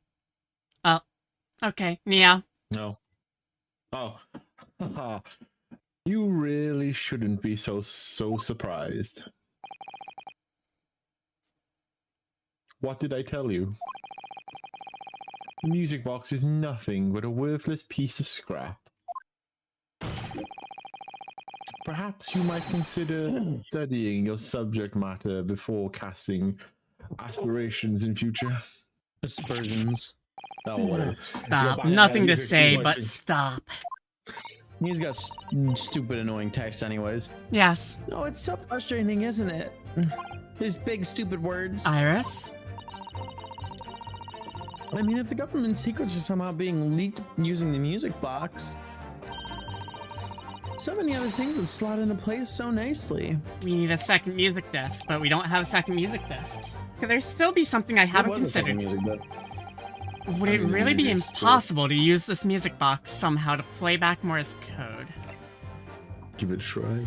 I don't have the second disc. I don't believe. The second disc was probably stolen out of the music box. That's why it was moved. Yeah. So we need to find it. You can press statement 2. Well, this is statement 2. Oh, sorry. Morse code. When prompted, choose option 2. Give it a try to try and prove the Morse code with the music box. To be sent to the examining screen.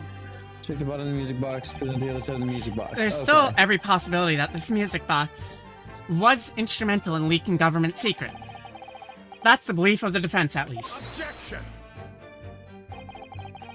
Does it please you in some way, my Nipponese friend, to repeat the same line of argument ad infinitum? Yes, it does. My English It has already compatriot. been established to be Morse code. 2 tones are required. Dots and dashes. Yes, I'm well aware of that. Then, What?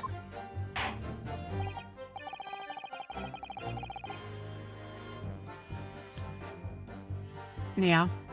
I mean, kid. Oh, sorry. I forgot Ludi was in here. Well, it would appear the defense has a hypothesis to put forward. Wow, I'm surprised you could read that. Fuck you.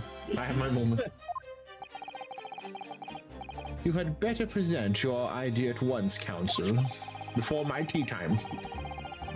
How do you propose that this music box, which appears to produce only a single tone, would have been used to cipher secret messages into Morse code? And then yeah, show the underside. Got it! Push the button. Yes! This is it then. Yes, go on. It appears you know what's coming, Council. What? Clearly, that was an answer given in despite by. Oh, okay. Fuck me. Because I didn't open it. I have to press space to open it. Do first. Yeah, I Okay. forgot to open it. Yes, yes, yes. I know, Iris. You don't need to Council, how chide dare me you? for it. How do you, Council? Cut me off. I- Put that music box. There has to be, you fucking idiot. Press the right thing next time. God, I have to Oh my go God, through they this make whole us go thing through all again. this again. No. Insane. Oh. Oh my God, it's so much. Oh Jesus. Oh my Everything. God. Oh. Is there a speed up button? No. No, I can Oh, only for slam fuck's sake. spacebar. Can you slam your head against it quicker? There's an autoplay. Autoplay slow. I so wouldn't use that right now. no, that's why I'm saying the autoplay is slow. So like that's the only like option we have to do anything to the game. Might be time to get an auto clicker. Just turn to 100. No, because if I auto-click too much, then it would, Give it a try. Objection! ad infinitum. Yes, yes. Objection! You're stupid. Council can't say that in my courtroom right now. Objection! The judge is stinky. Oh my goodness. How dare you? I watched this video yesterday. All right. Base. Face first. Oh my God. Oh my God. We've already Oh my read God, it this can be too. opened. That's insane. Doesn't take into account you've already opened it once. Fucking wild.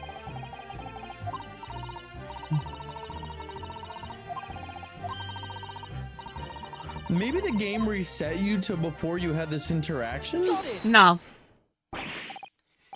Good gracious. Great balls of fire. What am I looking at here? My glasses aren't working. Another moment. Another moment on the underside of the music box.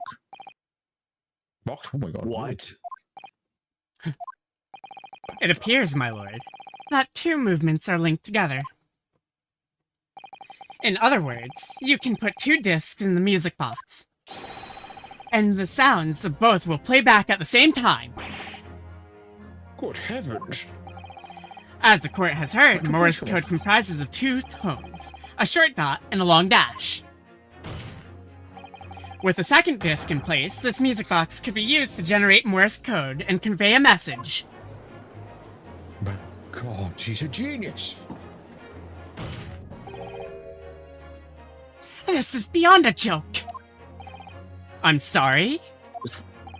This poor excuse of a lawyer has absolutely no evidence to support his claims. That's a bold. So of course. If my learned friend were able to present the court with the second disc, that would be another matter. Well, I can't at the moment. It appears to stitching my beard. may I remind the court that as the witness has pointed out, He was not the one in the omnibus with with McGilded 2 months ago, striking a deal over the disc or discs. Indeed, that was Mr. Mason, the brickmaker, and a talk at it. Exactly! I had nothing whatsoever to do with it! Oh fuck, it's all coming up tits now. Though it has holes, I must admit the assumptions presentable by the defense is as much promise. I believe the cross-examination should continue. The link Did you between laugh Graydon and the because victim it's that I have of the holes? omnibus case must be Yeah, here somewhere. My mind was somewhere else in time. But I haven't found it yet. No, dear. Looks like you need to give your argument more strength here now.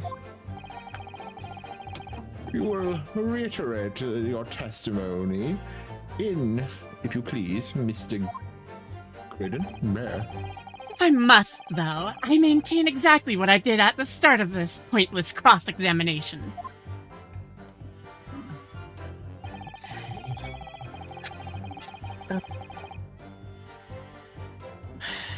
Do I just press 3 now? Just press everything. Okay. I mean, that's not the answer. I'm just trying not to give you like. So 2 months all of the ago, that answers. omnibus McGilded killed the brickmaker and stole the disc. Mr. Mason was a single man with almost nothing to his name.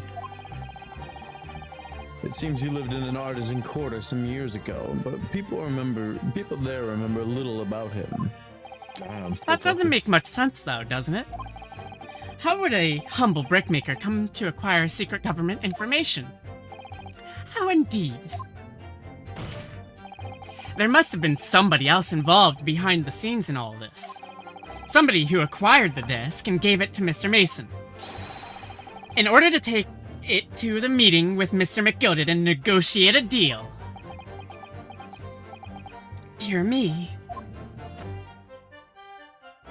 Oh my fucking god. You may have infamy, sir, but I assure you, I have far more class than that. An old brickmaker from an artisan quarter, For a moment. and this well-to-do communications officer. I'm just 360 on If him. only I could find some evidence to link the two of them together. 360 no scoop.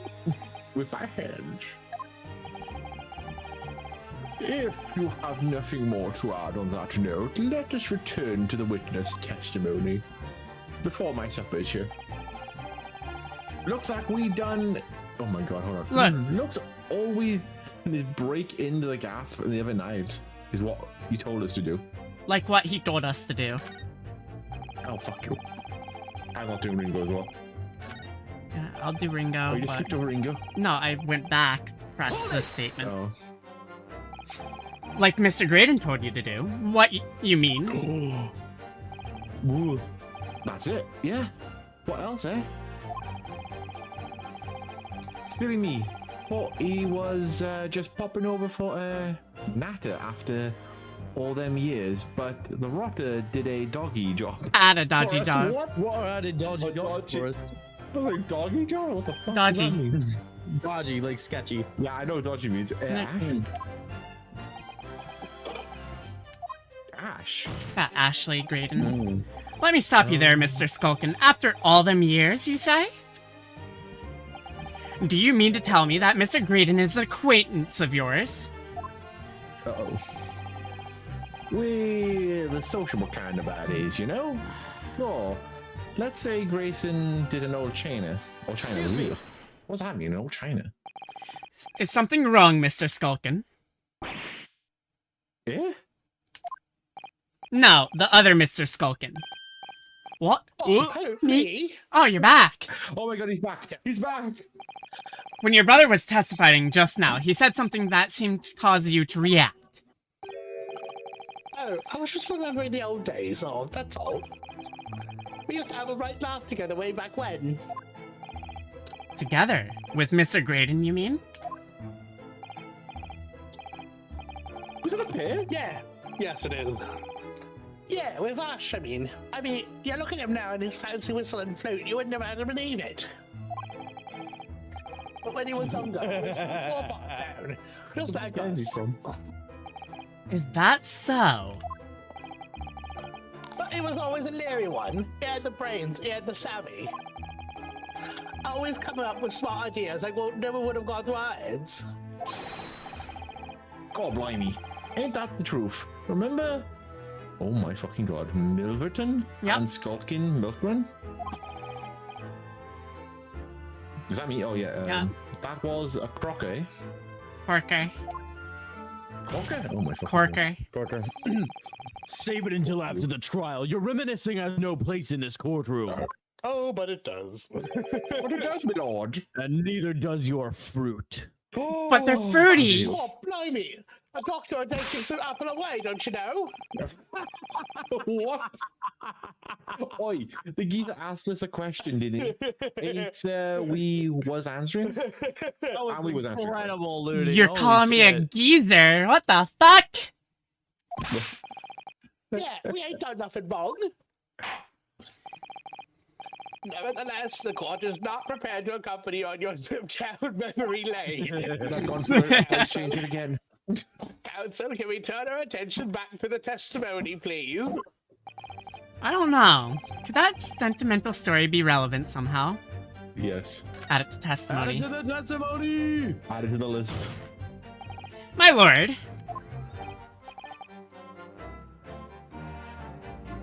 Yes, counsel. Yes, I've changed my voice again. The brother's last sentimental statement could hold vital information relating to this case. Get to it, old man. Very well, counsel. I will permit the brothers to supplement the testimony with that detail. Briefly, I hasten to add. Oh, for fuck's sake, here we go again. Say no more. Say no more. No one's ever spoken. I've aged 30 years. Oh. Oh my god. Milverton and Skulkins. Oh my god, I'll reroll this month. Oh. Where did Wait, I what? go? Is it 6? Oh, it's 6 now. Okay. I'll press this one and I'll press 6. So, did you know nothing about this music box? Old man. We didn't know nothing. We still don't know nothing, and we plan on not knowing nothing about it either. But 2 nights ago, you did indeed break into Windy Bank's pawnbrokery, didn't you? In your original testimony, you said that the door to the shop was ajar, and that it was like some kind of sign begging you to go in. Semantics, I think you know. But the truth is, you were planning to break into Windy Banks all along, weren't you? You have no proof of that. We were, Gov. We were. You're right there. Cause that's what we told us to do. It was planned. Oh, he? Wait, was he the fucking blind apparently? He and his. He is he, and Oh. his is his. Apostrophe, replace the apostrophe with an H. Yeah. Oh my god. And why was Mr. Graydon's plan to break into Windy Banks that night? Did you not ask the reason? Gina.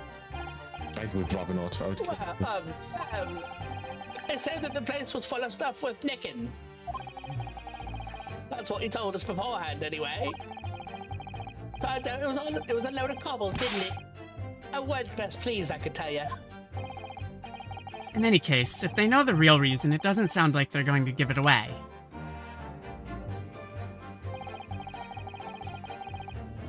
Hold it! I'm sure I'm going to regret asking, but what exactly was that? Some kind of business? Just a little scheme we had going back when we was youngsters. A bit of fun, Riley. Delivering fresh milk to the locals, that's what it was all about. That sounds alarmingly legitimate. There must be a catch. I suppose since we're here, I should ask them to elaborate, but on what? So apparently you can choose option 1 if you want some fun backstory, but 2 progresses it. Will I get brought back here? Or will I have to press again? You'll have to press again. Alright, then I'm just Yeah, gonna... this is the system. So the business was just a bit of fun, you say? And it was just yourselves and Mr. Graydon involved? Yeah, that's it. Milverton and Skulkin's milk run, was it? Yeah, that's it. And where did the Milverton part come in from? All right. I thought a clever clog like yours have a. Oh, okay. Enough of this. How much longer are we expected to listen to this drivel? I don't. Let me guess, you don't accept anything these two witnesses are saying. Tell me, why is it that it was only at the mention of the name Milverton that you decided to interject? Because I got a shit. I happened. It weren't the happiest of alms. No, I can't. I can't. It went the happiest homes that one came from. Yeah, his old man was struggling for money so much, his wife walked out on him. Damn. Oh, she took all the grade and then see. She took the name Graydon then. Oh. Ash will always be Milverton to us. Milverton. So that used to be your surname, did it? Of course not. This is all bunkum. I've been a Graydon since I was born. Uh huh. Do you really think you can rely on the testimony of these two thieves? You're a communications officer attached to the civil service. As such, your personal details will have been thoroughly checked at the time of your appointment. It would be a very simple matter indeed to subpoena those records, Mr. Graydon. Well, it would appear that Mr. Skulkin's testimony has been reliable. For once. They don't want to be accused of treason. Yeah. You were born Ashley Milverton then. His name's still Ashley. What a twink. What a twink-ass name. A twink-ass motherfucker. Is that I do correct? have to clear you a twink. I knew he was using that cane for something. 40 years as a twink. Is that Very well, yes. You admit to being a twink. Very well. So Ashley Graydon was once Ashley Milverton, that twink ass from the slums. And in the bedroom, I'm known as Twink Twinkerton. That information Wait. could change things. And it could turn out to be extremely important. Maybe we got this wrong. Maybe he's trans mask. Oh my god. Christ. In 1901, I highly doubt that. Ashley Graydon's know personal that. profile has been updated in the court record. He's rich. He can do whatever he wants. Apparently. Yeah, basically. Including commit high treason. Yeah. All of a sudden, we seem to be up to our necks in serious matter of national security. Uh-oh, SpaghettiOs!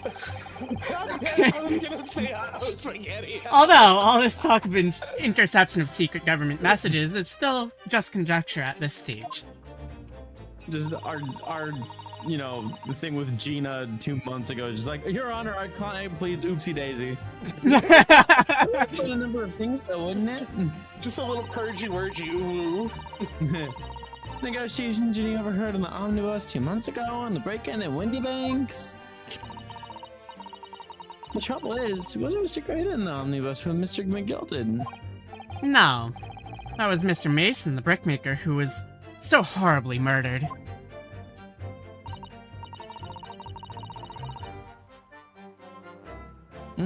Well, there was no link between the two men somehow. I know, but Mr. Graydon's testimony seems to be as watertight as ever. I wonder if the key to making headway with the cross-examination here is... Could it be those two brothers? Is it airtight? No. I don't think It's just like how latex is watertight. Wait, what? Huh? Yeah. Yeah. It's watertight, not airtight? Huh. It's both, technically. Oh. Yeah, he's blocking that thing. It's never coming out until you take it off. Alright, you want to speed this along, Skippy? Sure. McGill did case notes on statement number 3.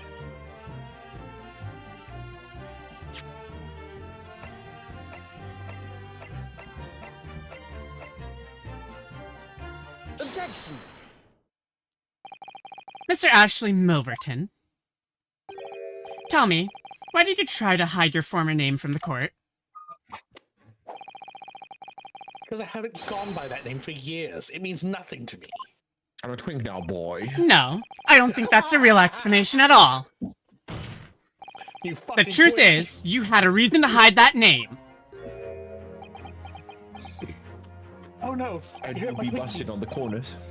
Explain yourself, please, counsel. I have here the notes God. from the omnibus case, my lord. There's so many. Huh. Subway has released a foot-long Oreo cookie. I might be I going to saw Subway, leader. What Bitch. the fuck? Yeah, it's a foot long. It looks delicious. It looks delicious, yeah. And as we all know, the have to get victim, one. the man who we now understand to have been negotiating with Mr. McGilded. Yeah, a foot-long cookie. I'm trying to figure out what I'd take a picture of The that. Oreo cookie maker. Subway released a foot-long Oreo cookie. That was my thought. That's right. Only Mason was his surname wasn't his surname at all. It was his given name. His full name was Mason Milverton. You okay, Skippy? Mel? Milverton? Do you mean to say Saints alive? No cookies are here. Mr. Ashley Milverton. Is it not the case that the brickmaker, Mr. Mason Milverton, was your father? Ooh, dun dun dun.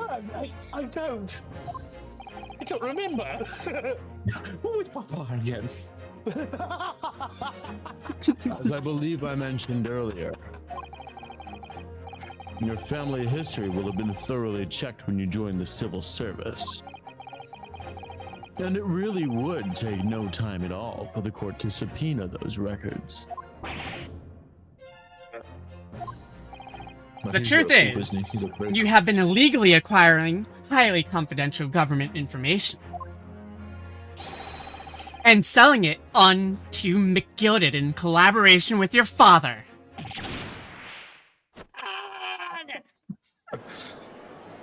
Twinkie spin! The new facts and evidence unveiled by the cross-examination of this witness all come together to reveal the truth The truth, you say? that you collaborated with your father, Mr. Mason Milverton, in illegal dealings with Magnus McGilded. By dint of this music box, you mean, counsel? Yes, stealing information being sent in secret government communications and selling it on to McGilded. Mr. Graydon concocted this elaborate scheme of using 2 music box discs to encode the information, as presumably the safest safety measure against the information falling into the wrong hands. And a very effective one. I shouldn't have given the scheme any credence whatsoever. But the deal with McGilded went sour, and the brickmaker met his end. Nice, Blizzy. You've been a mod for a year now? Oh shit, we were going through ads yeah. there. Whoops. Oopsie daisy. Yes, but before he was arrested, McGilded managed to temporarily dispose of the stolen disc at the pawnbroker. Then, having learnt of the situation, you appeared at Windybanks 2 days ago, in an attempt to recover the 2 articles McGilded had placed in the pawn there.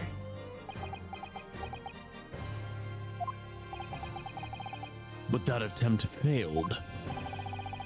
One of the discs was seized by the police, and the other you never found. So that same night, you enlisted the help of the Skulkin brothers and broke into the pawnbrokery. This time, determined to recover the second disc.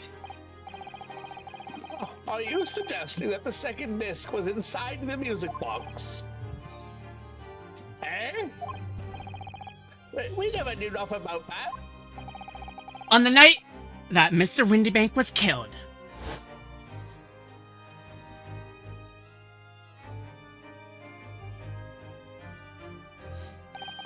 the intruder to the pawnbrokery touched one item and one item alone, the music box. As rather ingeniously demonstrated using the 2 prints from the security camera, indeed. So, the question that naturally begs answering is this. Why was only that one article disturbed?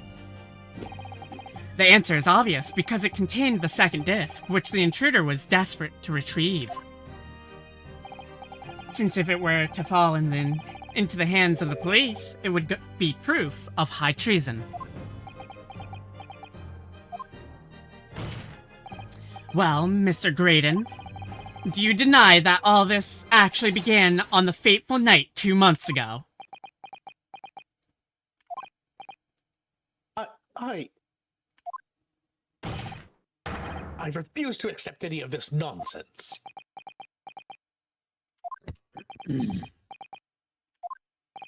Sir, there appears to be blood seeping through the sleeve of your jacket. What?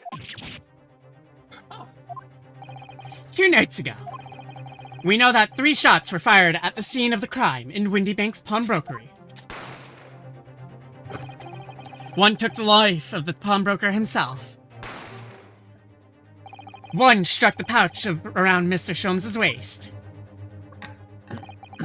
And the final bullet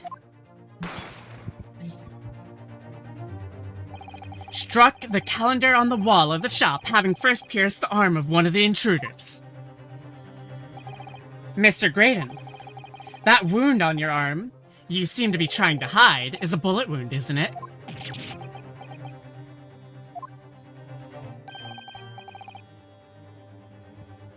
Is got yeah now me or China? Time to call it quits and croak, I reckon. I'm gonna go pee. I'll be right back. Don't acknowledge my presence there under any circumstances whatsoever. Those are my terms, remember? And I paid you handsomely to comply. Clearly, I was a fool to think I could trust some common backslum thieves. Fine, I admit it. I was there in Windybanks that night. I paid this pair 10 guineas to accompany me. And as you've noticed, I sustained an injury in the course of my adventures.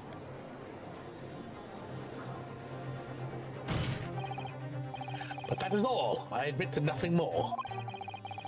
Stealing government secrets, negotiating with Mr. McGilded. Shimmy-sham, shimmy-sham. As God is my witness, I'm sure I recall nothing of the sort. He's not going down without a fight. Not until I can show hard evidence, I suppose. Nevertheless, the defense has now established a crucial fact. Which is? Well, we know that 1 bullet was fired from each of the 2 firearms we have in evidence. The bullet from the Skulkin brothers' gun hit the pouch around Mr. Sholmes' waist. And the bullet from Mr. Windybank's gun clearly must have been the one that caught Mr. Graydon on the arm. Indeed it must. We can rule out the possibility that the man shot himself.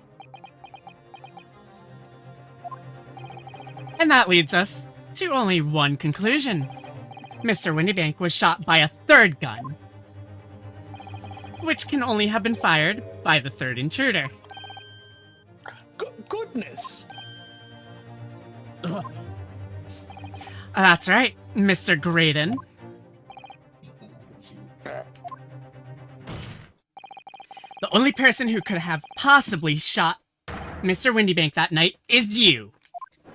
Uh-oh. Hold it!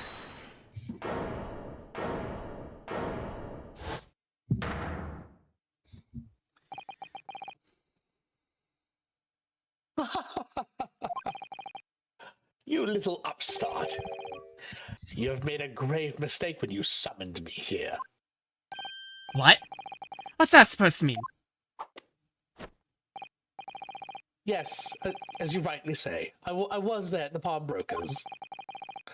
I did my best to hide the fact, naturally. I had no intention of ruining the distinguished career I built for myself at the communication station. But did the thought never cross your mind?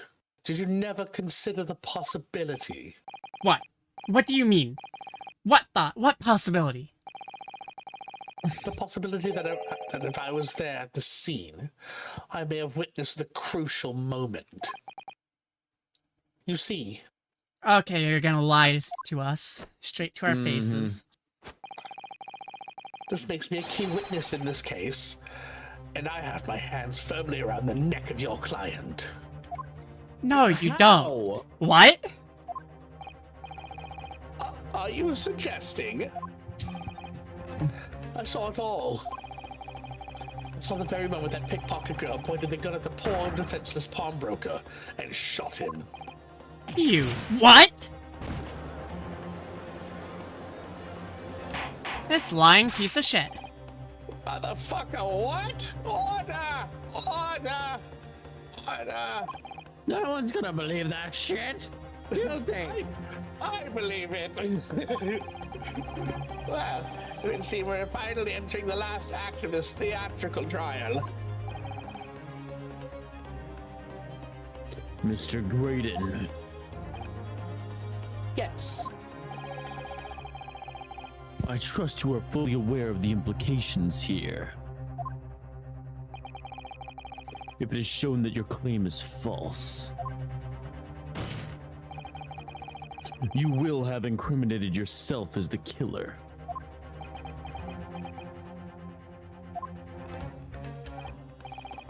Oh, I understand fully.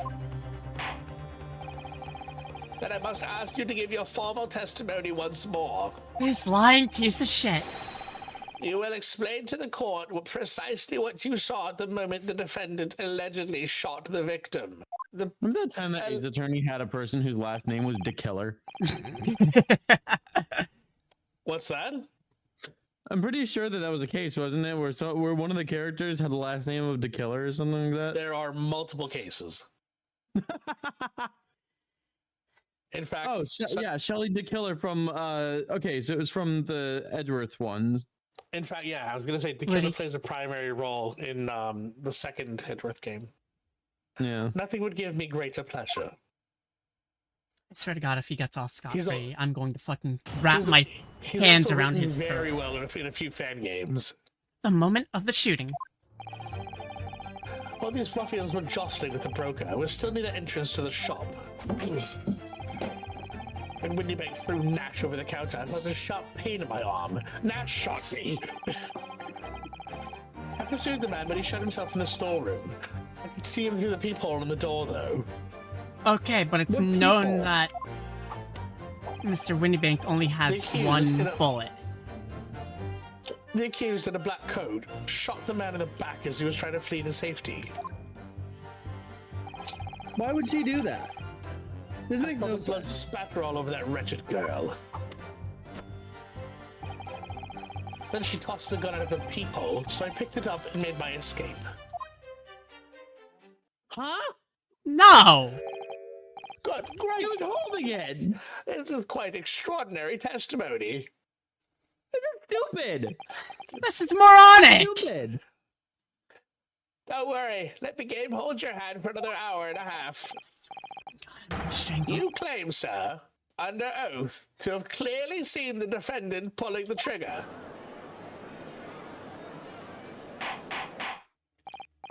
Order! Order! Order! It wasn't my intention to testify in this way. But neither is it my intention to be found guilty of a murder I didn't commit. Buddy, I think you might be a little more worried about that high treason thing. I mean, Shim-sham. both are.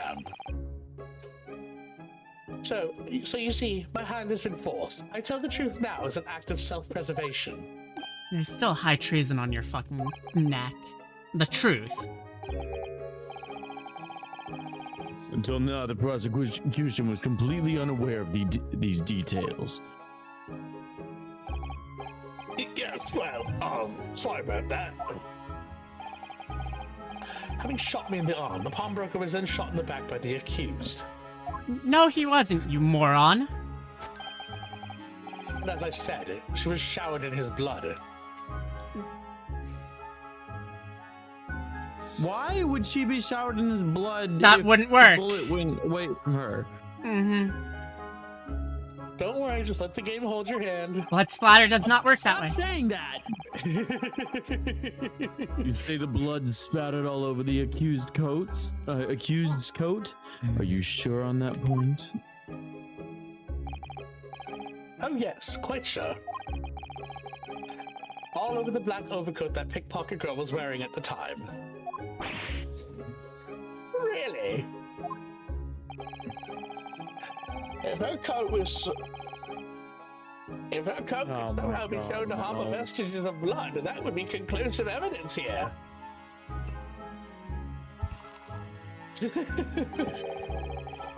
Such an investigation is entirely possible, my lord. Oh, now you're gonna use blood evidence, huh? What? Only very recently, a German scientist has developed a technique to identify Oh, human fuck blood. off! You were just arguing against this, you little shit! It wasn't in my favor at the time. So here's to true science, and not some amateurish detective's dubious foray into the world of chemistry. There's nothing dubious about Hurley's work. His ideas are all sound. Ideas are no use to us here. In science, as in law, theories must be proven before they stand. In Germany, the technique has already been employed in the courtroom as the basis of evidence. Scotland Yard is a small quantity of the chemical reagent used, with your lordship's permission. Hey, Raku, how you doing? Hi, Rocco. We could shatter all vestiges of doubt within minutes. You don't say. This doesn't look good, Runo. Why not? Oh, we know, don't we, that there's blood all over the front of Ginny's coat. If they test it with their chemicals... Oh, help, you're right. I was forgetting what happened yesterday.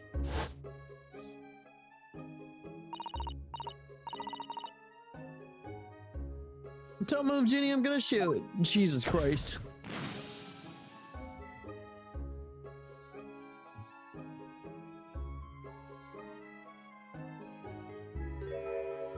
But that's not how the blood splatter would have... But that's not Mr. Windybank's blood. That's a stain from 2 months ago. That's Mr. Mason's blood from when he was stabbed by Miss McGilded, who was wearing the coat at the time. So they're not going to test for whose blood it was, they're just going to test that there is blood. My lord, the That's defense what I'm objects test. to the test proposed by the prosecution. Overruled. There it is. Lord Van Zeek's making so at once. Okay, if you're accepting blood evidence now, I'm gonna show my blood evidence again. Fuck you! With pleasure, my lord. And while we wait their results, the defense may proceed with the cross-examination. I'm tired. Lord Once they Van find Zeek, that you have blood on another the review? overcoat, Zena will be... Counsel, Yes, my lord. your cross-examination. Of course, my lord. Lord This Van cross-examination Zeek's doesn't go well. decisions, Please. If I don't manage to uncover some decisive evidence or a really compelling clue now, I have a very bad feeling about the outcome of this trial.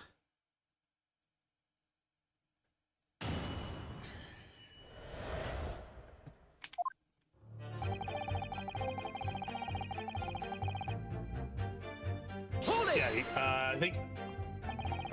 Yeah, just press everything. Mr. Windybank emerged from the storeroom, I believe. Ringo and Nash were scouring the counter when he suddenly appeared and flew at him.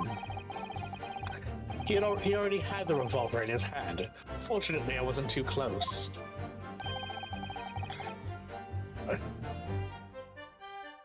Leo? Oh, no. my fault. I've never been so scared in my life. Yeah, like when I Normal. have a clicker? Yeah. Yeah, we're just your regular mild-mannered burglars, that's all. We don't like violence. Says the pair who carry a gun. Hey, there's no honesty What do you mean amongst when you species, say right? you were near the entrance of the shop? I was in the doorway, running my eyes over the shelves of forfeited items. Looking for the music box, of course. The broker went for Nash in the first place. I didn't feel sorry for him.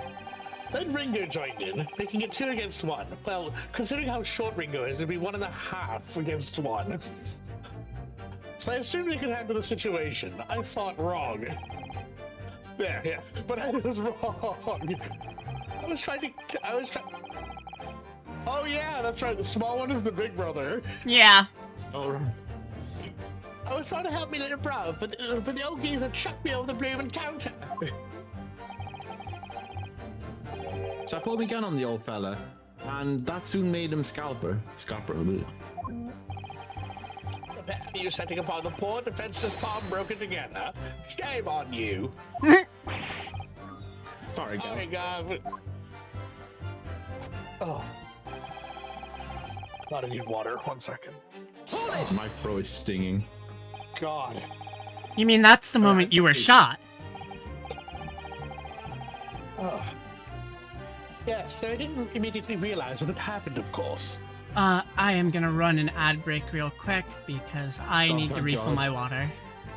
Oh, that Okay. Christ. And plus, this would line up with the time that the ad break really should have been, with earlier. And the stream crashing. Oh. Alright, be back in 3 minutes.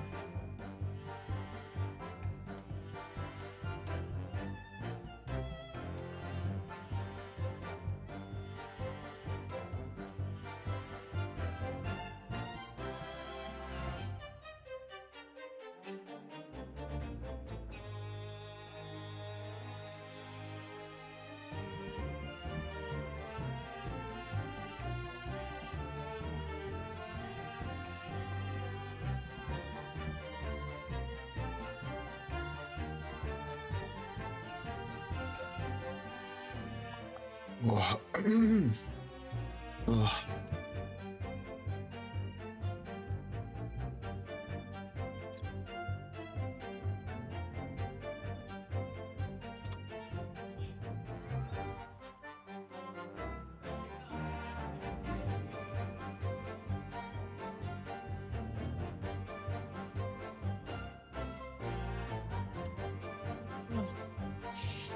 Alright, I'm back.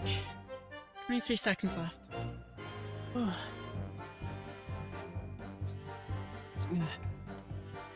Ugh.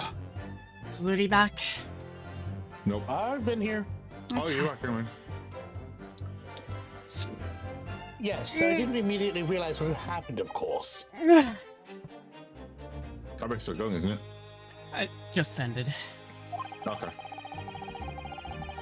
Things crashed to the floor from the counter as the 3 men were brawling. It was exactly that moment that happened, so I didn't hear the gunshot. And the bullet went on to strike the calendar in the wall behind you.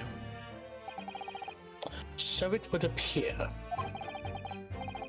When I looked at my arm, I saw it was bleeding badly, so I wrapped my handkerchief around it. Seeing as I couldn't explain what had happened to a doctor, I had no choice but to wait for it to heal. I didn't imagine it would still be bleeding 2 days later. I think Blitz is there we go. muted. Blitzzy's there back. she is. Oh, Blizzy's back, yes. There's Big. I've had my headphones off, just kind of recovering. That's fine. Did Mr. Windybank intend to shoot you, do you think? Or intend to shoot you, did you think? Well, now, I don't imagine he even noticed I was there, to be honest.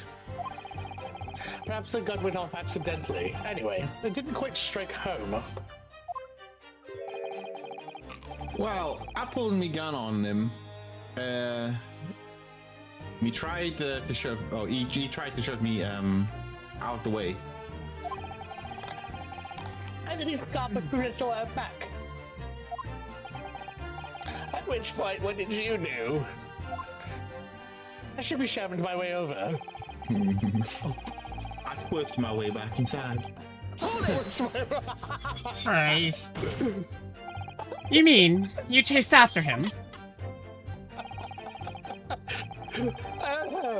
I don't recall the reason why, but I ran after him to the back of the shop. And what about this peephole in the door you mentioned? Well, unsurprisingly, the sword was a solid job, made of stout wood. But there's a small opening at about head height that lets you see what's in there from the outside. Actually, I should know that, shouldn't I? I looked through it myself that night. Oh my god, he's self away.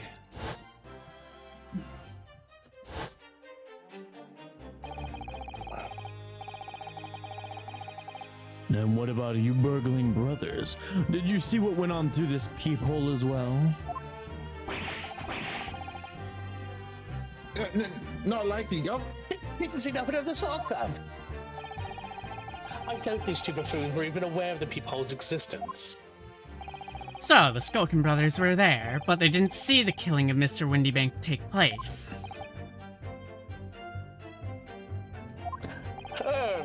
Inside the storeroom, I can see the broker and that young girl standing there. The defendant? Yes, so neither of them noticed I was looking. The girl raised a gun and pointed it straight at the man. And then, what did you see next? It was the most amazing of sights. They had a dance-off. Let's work off. Hold it! Then it's work off. Yes, when the crime was discovered, the defendant was found with a gun in her hand. That was Mr. Windybank's gun, from which only a single bullet had been fired. And as we've already established, Mr. Graydon, that bullet was fired at you. But no, it wasn't the broker's gun that the pickpocket had when I saw her. Yes, the bullet from Mr. Windybank's gun grazed my arm, and yes, the Skulkin's gun grounded the detective. But this was another gun entirely, a third gun. The broker's gun was not the murder weapon, so clearly there had to be a third firearm involved. In other words, the accused must have had her own gun on with her at the time. Yes, because I'm sure she could afford it. But no other gun was found at the scene.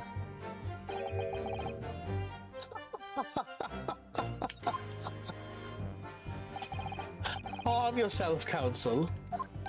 Sorry. You must consider the events in order. At first I saw the broker and the girl glaring at each other, but then all of a sudden, the broker turned to run. And it was at that moment, shibby sham, that the little gutter rat shot him in the back. A chilling image, I must say. As I twerked over his body.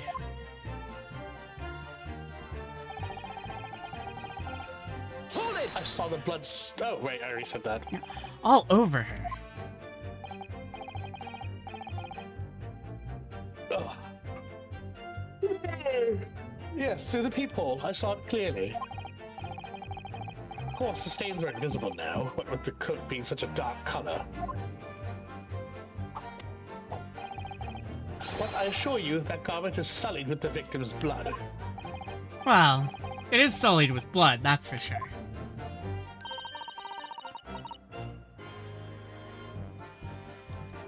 Let's see. But it's not Mr. Windy Pig's blood, is it?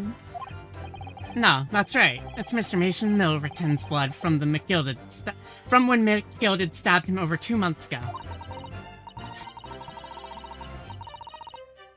So annoying. If only they'd accept Hurley's chemical analysis, we could prove that. But they won't, so unfortunately we can't use it as evidence to support our case. No, bother. Who are you, Winnie the Pooh? on. Iris, hello? Hold it! Did I hear you correctly? She threw the gun out of the room. That's right. After the broker fell to the floor, she started walking over. But where exactly? In the direction of the storeroom door, to where I was watching. Of course, I quickly retreated, and then the girl dropped the gun through the peephole onto the floor on my side of the door. But why on earth would she do such a thing? I couldn't tell you. Perhaps she was hoping to distance herself from the murder weapon. So you picked it up. Without thinking, I went and picked it up. I suppose I was worried about just leaving it there in case any more tragedies took place.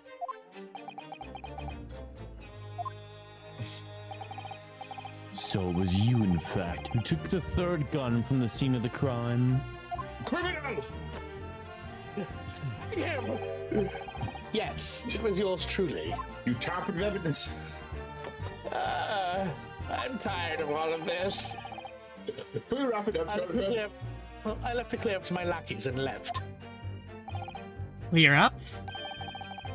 Oh, we made a bit of a mess around the counters, so me whistling flute here told us to tidy up.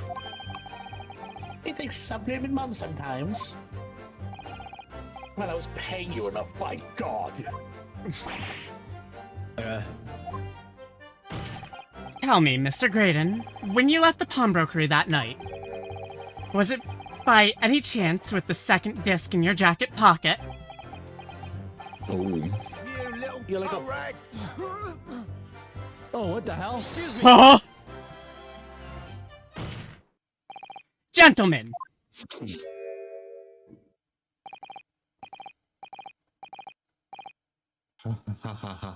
No, that's panting. Oh fuck. That was more like hyperventilating, Neo. That's me every Something day. wrong, sunshine. That should be my line.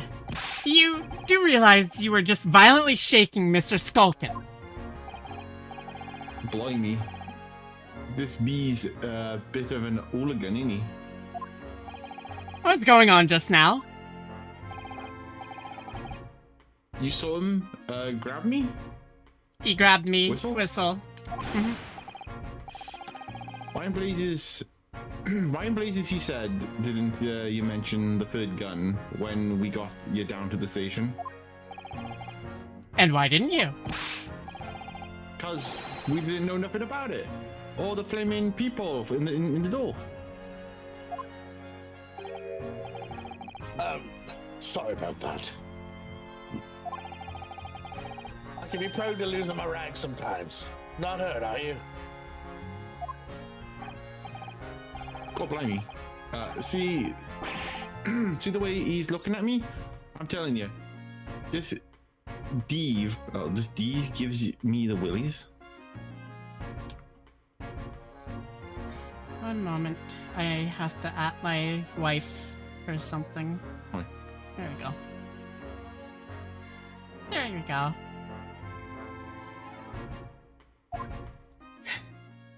She pinged me. That was strange. The inspector doesn't normally get quite as worked up as that. He wouldn't normally grab someone.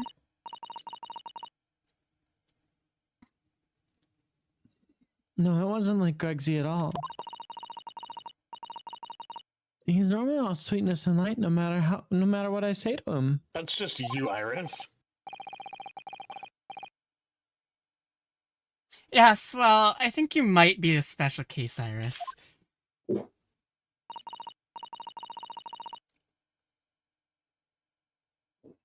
Well, anyway, that was definitely out of character.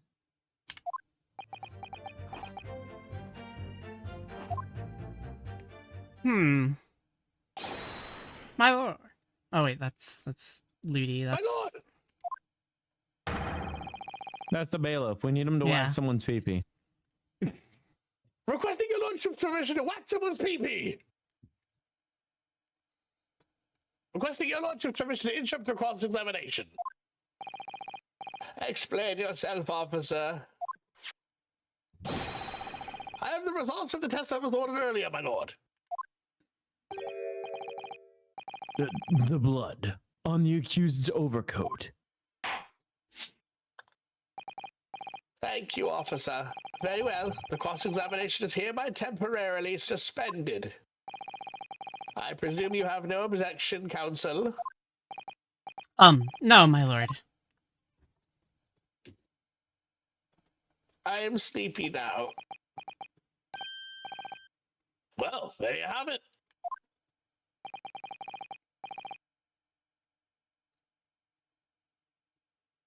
The report, please, Inspector. Yes, sir. Traces of human blood were found on the overcoat of the defendant, Miss Gina Lestrade. From the extent of the stains, it would appear that they were the result of spattering following a gunshot wound. End of report. Goodness me!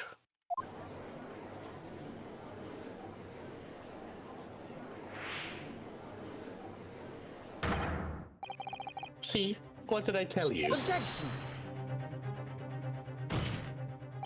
No, the blood on that coat is not of Mr. Windybanks.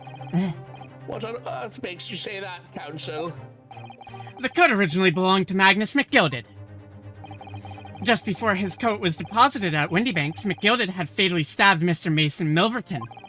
So the blood on that overcoat is the blood of the brickmaker from the omnibus case. Objection!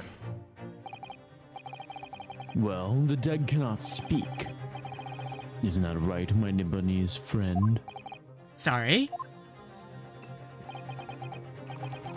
2 months ago in this very courtroom, did you not argue fervently for Mr. McGilded's We innocence? just proved his guilt. And yet, now that the man is dead, you brand him as a murderer. Damn, just broke that glass in his fucking Your beer. conduct shatters any shred of respect you may have earned yourself in this country. Ah, but that was... I call it a bloody disgrace. Treachery, that's what it is. How to determine whether the blood of the coat is 2 months old or not? Even a stereoscope couldn't help the answer to that problem pop out. But... We used Mr. Sholmes' specially formulated chemicals. Mr. Sholmes is a detective, not a chemist. Now, where's that bullet wound? Would you put such faith in the chemical formula devised by me, for example, when I'm a communications officer? I held out Turovsky to a starving boy, and he ran away crying. Sherlock does that have to Holmes do with is anything? barely more than a figment of the public's imagination. His name carries no weight in this courtroom. No weight at all. How could you say that? Victory is sweet indeed. This proves that my testimony is the whole truth from start to finish. How do you arrive at such a conclusion, sir? As the witness said, the accused coat is spattered with the blood of the victim.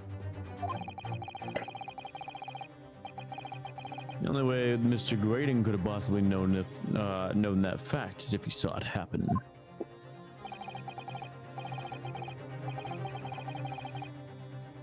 In other words, his testimony is solid and the conclusion is singular.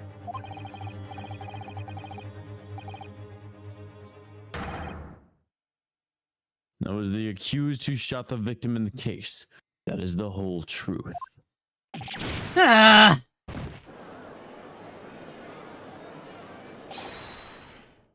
My lord! Been a long battle, this one. But this World War horse has something to say now, if you please. Mr. Foreman, as of this moment, sir, the squadron has reached its final decision. Oh joy. All Another. for one now. Sir! Guilty. Guilty. Guilty. Time for another summation examination. Yippee.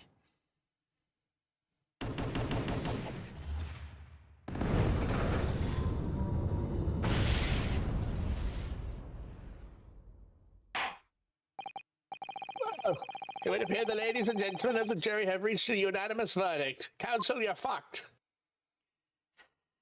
What is this? Summation examination number 3? Yeah, it is. The defense has consistently failed to unpick this witness's testimony. Here's to any attempt you may make at unpicking the jurors' decisions being equally successful. I don't believe it. After I've come so far. How is it all unraveling on me so fast?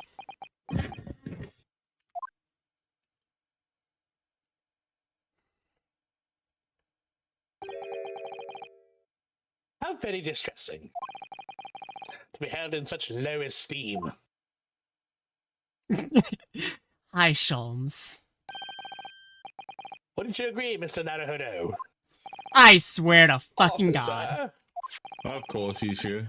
you've delivered the report now. That will be all, thank you. It occurs to me with some regularity, Mr. Naruhodo.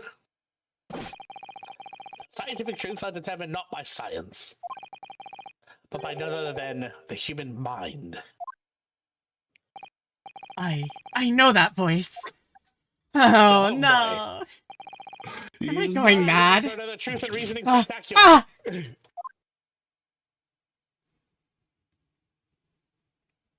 Christ. Mr. Sholmes! What is the meaning of this? Oh my He's god. so the flamboyant. photos. Order! Order! Order! What business do you have here, detective? Last I heard, you were recuperating in the hospital. That's what I would be had I not been sent upon an errand. What errand? Early until you're awake at last. Hey, Zeke, how you doing? Yes, good day, Iris. I appear to be rather late to rise. My apologies. Can I get a shout out for Zeke? One moment. I think I shouted it out already, though. Yeah, but you it's can do it technically again. a new stream, so shout everyone out. Wahaha. Yeah. Zeke shouting himself out. You wait for us. Now, my lord, if you would humor me. In what manner, sir? The judge is just so done at this point. He's like, fuck it, whatever, just fucking bring the circus in. I have something of great importance that I wish to give to the young lawyer over there. I need no more than 5 minutes. Would you be so kind to spare the time? Christ. Whatever, just get it over. Thank you. What say you to this, Lord Ransix? This trial has taken many hours of the court's time, having spent so long already. Exactly. I've been so long already. We don't want to go waste any more precious time. As I was saying, having spent so long already, it would seem churlish to deny the defense a mere 5 minutes. Very well then, counsel. You have 5 minutes. That's 300 seconds. Fuck you. I take longer. How did he change so fast in front of everyone, huh? My point. My dear fellow, I change. apologize for my tardy arrival. Mr. Sholmes, are you alright now? All right, I'm all wrong.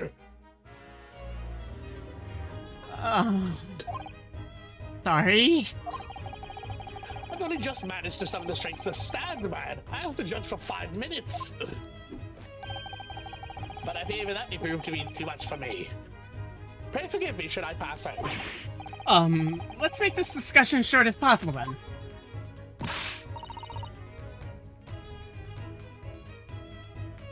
Really, this is a place. This place is full of idiots. Full of idiots. I couldn't agree more, Iris. See how wonderful your chemical blood analysis is. Oh no, I have to bork at the end of sentences now, bork. Bork. Yes, they'll be using my science. Well, that concoction of mine was really just a bit of sport to assist me in my investigations. My I don't think Cosimo. we're fine for appraisal by the scientific community. I know besides on my part. Shout out Kazi Bork. Right, Bork. Modesty, surely not, Bork. Of course, he makes you bork. Yes, of course he makes you enough of Bork. that. I'm here to give you this, my dear fellow. What's that, Bork? A lavender furoshiki wrapping, Bork? A leaving present from Miss Susato. From Miss Susato, Bork. Susato. Excuse me. If possible, matters were to be settled without me giving you this. Those were her instructions when she asked me to do her this favor. I don't understand, Bork. It's okay, we don't understand you either. Miss Susato foresaw today's events, I believe. She knew that the culprit would attempt to escape justice by means both devious and underhand. And that you, Mr. Naruto, fighting fairly as you are wont to do, would find yourself in considerable peril. At that very moment of crisis, you were to be given this small parcel. He timed this all, Bork? Those are the dear lady's instructions. That's fucked up, Bork. A leaving present from Miss Susato-san. Whatever could it be, Bork? It's a bento box. What is this, Bork? It's a, Oh, it's the cat flap thing. It's a cat flappinator thing, Bork. The cat flapomatic, yeah. It's the machine I made. Ah, Bork.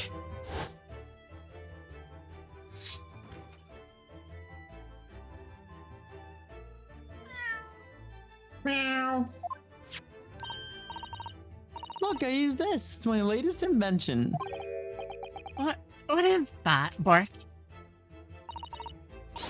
I call it the cat flapomat. the what? The clap flapping? It can make a cat flap for a little furry friend in like Waggy in seconds. I'm sorry, it can do what? Makes cat flaps. So if you, what happens if you use it on a I human? don't know what's so difficult to describe about, or what's so difficult to understand about this. What's it usually up to? I'd rather not find out what happens if you use it on a human, Bork. I'm curious. Death, probably. More than likely not.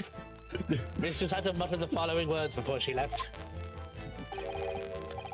A failure. I don't deserve to be a judicial assistant. Damn! What, Bork? Didn't she say something like that, Bork?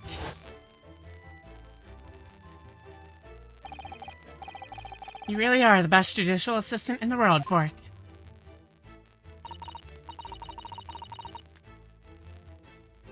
Well, that's extremely flattering. But I'm sorry to say, I hate you. that I've been a complete failure. Oh no.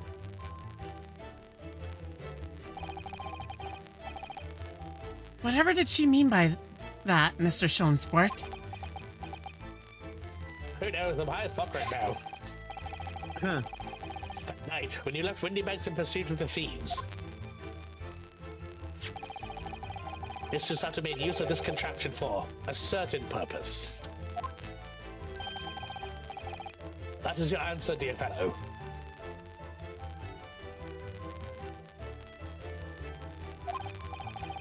Not at all cryptic then, Bork. Sato-san used this cat flappomat that night, but why, Bork? The cat flappomat has been entered into the court record, Bork.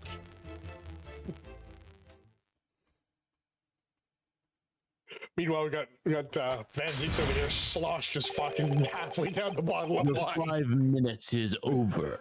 Did My she wine make bottle the is empty. peephole, Bork? Oh my god, that's genius. Ludi?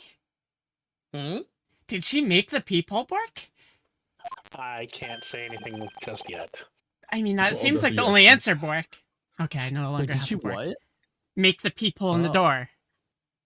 Oh, interesting. We're out of time already?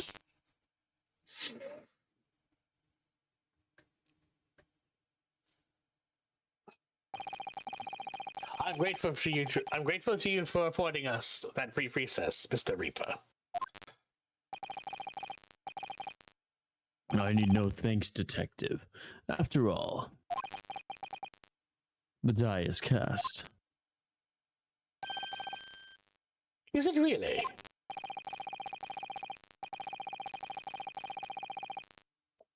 Jurors are unanimous in their leanings. No doubt my learned friend will consider a summation examination. But any attempt to alter the verdict now would be utterly futile. Oh, fuck it, why not do it then? I wonder. Mr. Naruhodo, Yes. do you love me? Sometimes. No! The rest is down to you, dear fellow. What is your plan? The rest is down to me. I need to be careful here. If I make the wrong move, the trial will end. My lord, the defense requests You want further cross-examination? further cross-examination. Further cross-examination!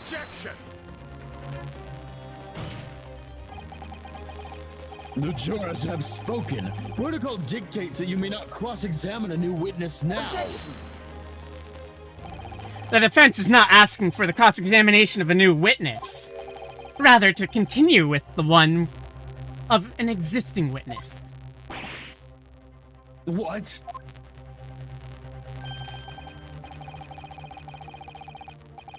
It would appear that a rather important detail has escaped your attention, Mr. Reaper.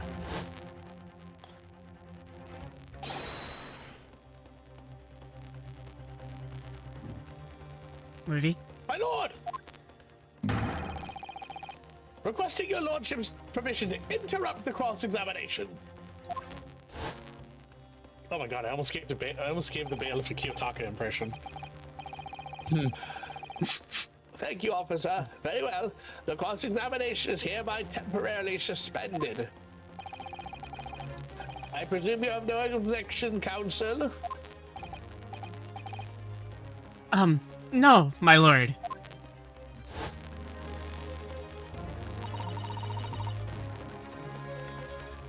So nobody can say anything then. If we're asked to resume his cross-examination of Mr. Graydon, The court is obliged to allow it.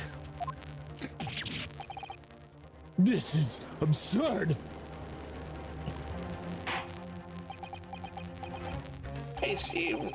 I would remind those present that this is my courtroom. I concur that the defense is entirely within its right to request a continuation of the cross-examination. However, I would not permit an unremitting protraction of these proceedings. Therefore, I have decided to afford the defense one final opportunity in concluding the cross-examination. Counsel, you must choose but one statement from the witness's testimony, and but one piece of evidence to present in support of your argument against it. A single chance to present evidence. Now, if following that the situation remains unchanged, I shall move to adjudication. Is that clear, counsels? Do not press the witness any further. My lord. Yes, my lord. A single statement and a single piece of evidence. Most generous. I don't need to examine it more, do I? No. Okay. No. Jesus! This thing looks terrifying. How's it gonna cut the hole if it doesn't? That's The chain saw blades. Yep. Oh! This was not designed for human use. Amazing. What's that meme? The design is like very human or something like Yeah, that? it's very Design is human. very human. Yeah. Well then, Mr. Nahudo, it's high time I fell in a dead faint. The design is very feline. I leave this in your capable hands. Huh. Oh, damn. Mitz! Mr. Sholmes!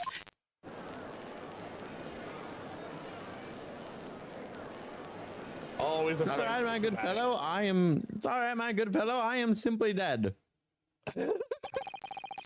Tis but a flesh wound. To stand so insouciantly in a court in a state of such high fever. Either the man has extraordinary strength of mind, or an extraordinary lack of feeling. It could be both. I imagine he's feeling very little now. The detective is sleeping soundly in one of the antechambers. Strike a man when he's down, why don't you?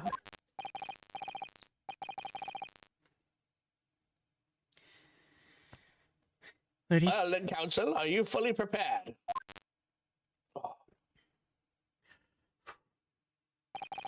Yes. One statement, one piece of evidence. I won't let Mr. Sholmes down, or Iris. And I won't waste this final chance that Susato-san has given me. Alright. This is going to decide the entire outcome of the trial.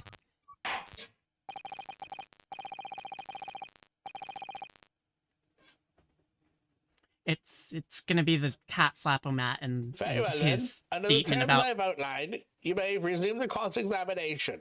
and his statement of looking through the peephole, isn't it? Maybe. Fuck around and find out. It's the only one that's obvious like that. There's actually. I love this theme so much. Yeah, that's Ooh. pretty good.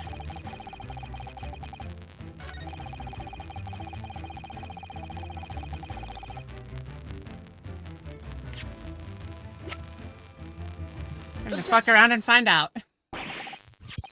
What on earth is that eccentric contraption, counsel? Oh, it's my cat Flapomat, my lord. It makes a way for cats to get in and out of a room. It can cut through any door you can think of and make a new little door in the middle of it. That's right, my lord. It's a device for creating so-called cat flats.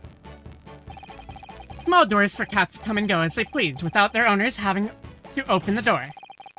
I'm sure we can all work that out for ourselves. Huh? But that cat lover's contrivance has no possible relevance to this case. Oh, really? Of course it doesn't. To start with, there's no cat flap in the pawnbroker's door.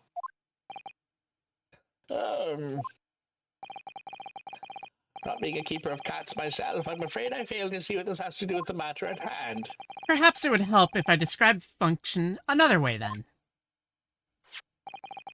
This contraption is able to create a peephole in any door you can imagine in practically no time at all.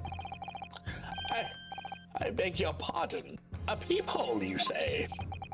2 nights ago, we arrived at the scene only minutes after the murder of Mr. Windybank had taken place. That's right. According to the paperwork at the yard, it was you, your Japanese assistant, and Sholmes. Yes, the 3 of us were together, and it's recently come to my attention that my assistant made use of this device at the time. Your assistant did what? There was a peephole in the storeroom door. I can attest to that. Because I looked through the peephole myself in order to see inside the locked storeroom. This is ludicrous. What are you trying to say? Of course there's a peephole in the door. I said as much as my testimony. How else could I have witnessed the crime, for pity's sake?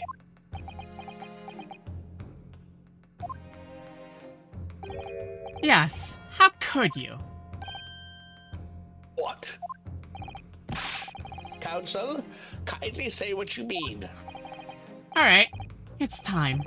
Time to strike the final blow. What I mean is, my lord. My assistant made up the peephole in the storeroom door, and until such time as she did, the door had no hole in it to look through. Whoa, no! Objection! This is a farce. Are you really suggesting the peephole in the door was... Yes, it was created only after the incident had taken place by my judicial assistant using this device. This instance tampered with the crime scene, whilst being fully aware of the gravity of her actions. This is the most serious act of vandalism. For which I humbly apologize, my lord. I think it's more destruction of property, but... It was in the few minutes that I left the scene in order to pursue the Skulkin brothers and alert the police. Nevertheless, in the light of this new information, it becomes apparent that Mr. Graydon's testimony is riddled with holes. Well, a hole, it's just like him. He should be. Explain yourself, counsel. The majority of Mr. Graydon's testimony that appears to incriminate the defendant. Sorry, Blitzy. No, that's fine. I was just. Can we use the chat for informatic to do what? To fill him full of holes. Please fill Mr. Graydon full of holes. He's got capital punishment on the way for killing a man and high treason. No, I just put the cat flap on him. No, we have to kill him twice. Got it. Is based upon the witness through the peephole in the storeroom. Yes, that filthy girl shooting the man in the back. How could you see it then? However, if at the time of the incident, that peephole did not yet exist in the door, there's no possible way that you could have seen what you claim to have seen. I wonder if you can see it in one of the earlier pictures. No. I'm curious. Oh no, there is no people. Yeah, there's no people there. So they could claim it's being covered by the curtain. Well, I mean, no, because half the door's open. In short, your entire testimony is a pack of lies.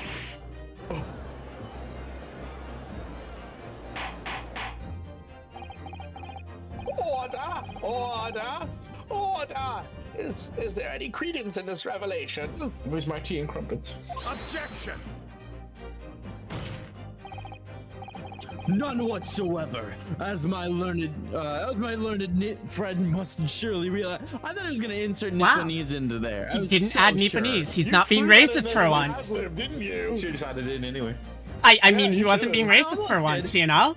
I almost did, and then I was like, wait, hold on. This isn't reading the way I thought it was gonna read. That was a great ad lib either way. What would have been what? Great That ad would've lib, been great ad-lib, adding just throwing the Nipponese. Throwing the Nipponese in there. Yeah. Exactly. This is some cheap trick designed to discredit me. I'm afraid not, sir. Of course it is. Do you seriously expect people to believe that that plaything can cut through a solid wooden door? Let's try it now. There's a door behind you. Oh yeah, it's designed to be very powerful. It can cut through even the toughest of doors. Like this courtroom door. That's absurd. I don't believe it for a second. Let's test it on you then. Oh my god. Let's try it on you then, damn. Let's Is go. she just gonna drill through the desk? Just Oh. I had a feeling you'd say that. What? Waggy, Cooey, time for dinner. She preemptively cut a door? What the fuck?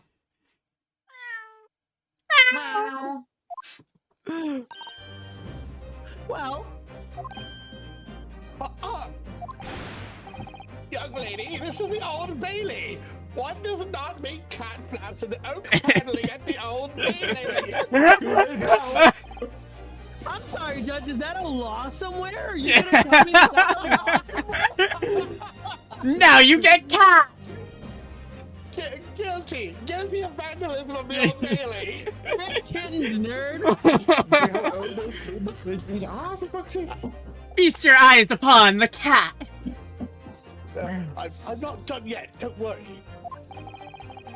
This doesn't mean that the peephole of the storeroom at the door of Windy Banks was made by your machine. And there's no way that you can prove it that it was. Time to show the photo. Look at its photograph. No, but it's easy. Oh my god. What? Cat Boss and my cat flopping mat crates are all of a fixed size. And the dimensions of the people at Winnie Banks are an exact match. Ugh.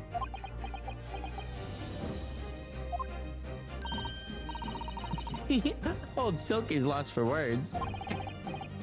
Excellent work, Iris. Thank you. And now it's my learned student's friend turn to be lost for words, I feel.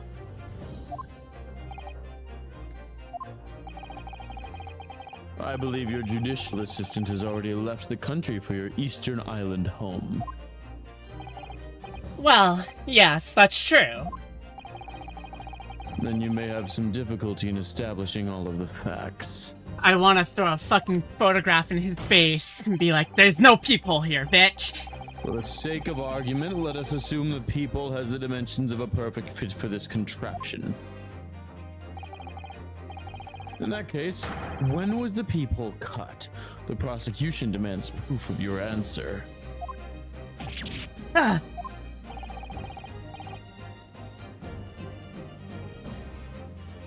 Lady, Inosuke, can you stop being stupid for like 2 seconds? can this whole court stop being stupid for like 2 seconds? No. Lady! No, I guess Louis is gone. Yep, What is the yep. purpose of this line of inquiry, Lord Von Zeeks? It's very simple, my lord. The defense argues that the peephole was created after the incident using this device. But now that the perpetrator has returned to her native land, she cannot testify to the fact. There is no proof. And for as long as the defense remains unable to prove when the peephole was made, my learned friend's claim amounts to nothing more than a baseless accusation. What? Indeed, that is so, Lord Van der Zeeks. Well, counsel.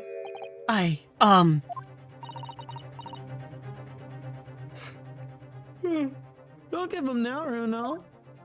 We're almost there. This is the time. This is the time to create your own opening and force your way through. I don't know if I can do this, but I do know one thing. Susato-san is the greatest judicial assistant in the world. Very well, then, counsel. For the defense, will present evidence to support the claim made. Oh, Analog, you're such a good girl. That the peephole in the door of Windy Bank storeroom was created after the evidence, but not before. Oh, and sorry, wait. Imagine a photo would probably do, wouldn't it? Oh, 1:30 wait, there. okay, so the shooting photograph has it, but the other one the doesn't. Gina photo doesn't. Yeah. Take that! So that one then. What are you?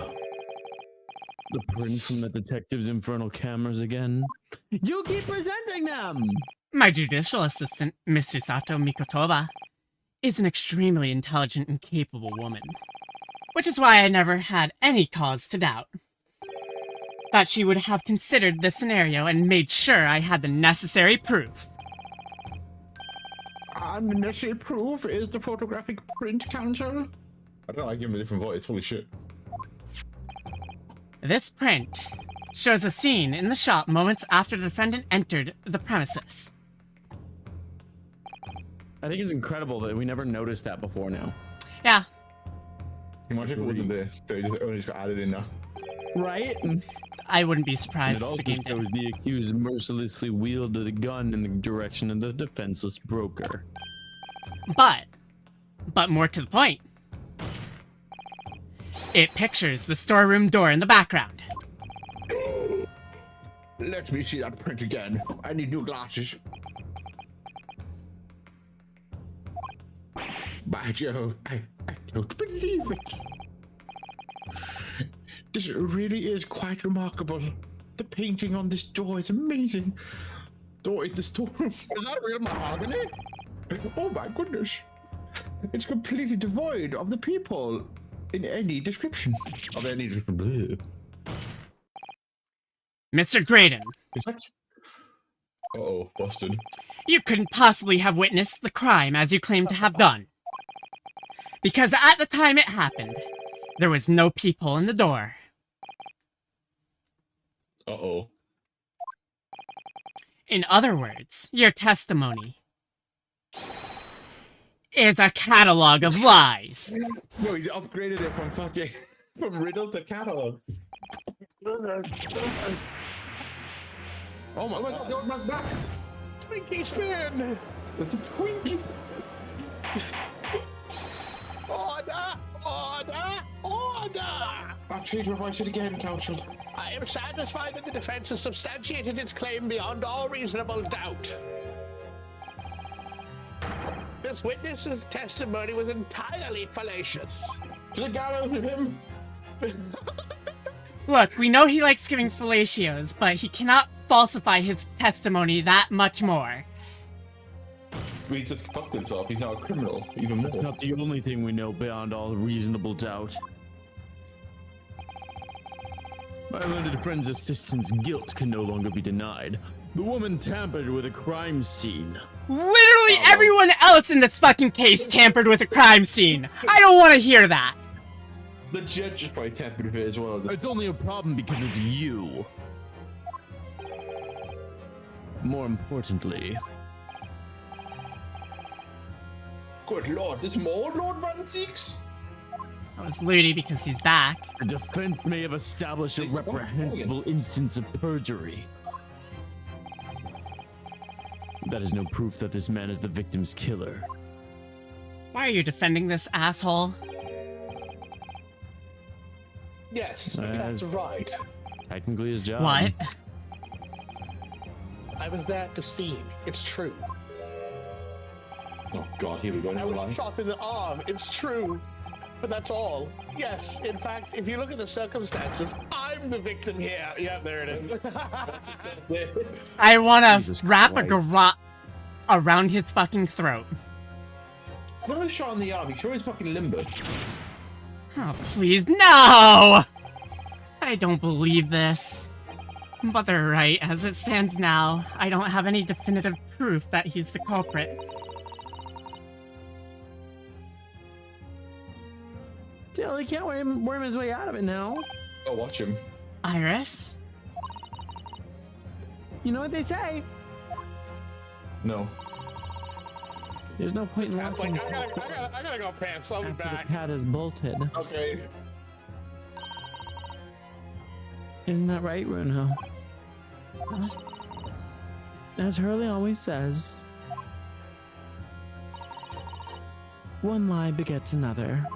Oh. No, wait, that might have been a line I wrote for him in one of my stories. Wait, why shouldn't she be the detective here? She's clearly more smarter than us. Well, no matter who said it first, you're right.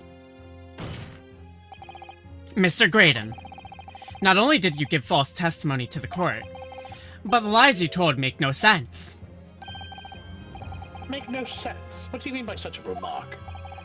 What you said in your testimony reveals that you know something you shouldn't have known. In other words, there's a fundamental inconsistency in your statements. What? Objection! Oh, sweet Christ, here we go again. This is provocative talk, counsel. Won't you enlighten the court? Explain this alleged inconsistency. No, Iris no, is like, right. Nah, I don't think I One will. lie begets another. No. This room is full of fucking idiot people. The inconsistency is revealed by the lies in the witnesses' statements. They show that Mr. Graydon had knowledge of something he shouldn't have known anything about, namely, The third, the third gun? I mean, technically, most Yeah, 'cause- People with bloodstains on the coats. Definitely not the third gun. no, Yeah. it'd be the people, wouldn't it? Either or. It's you can either choose 2 or 3. 3 makes the most sense to go with.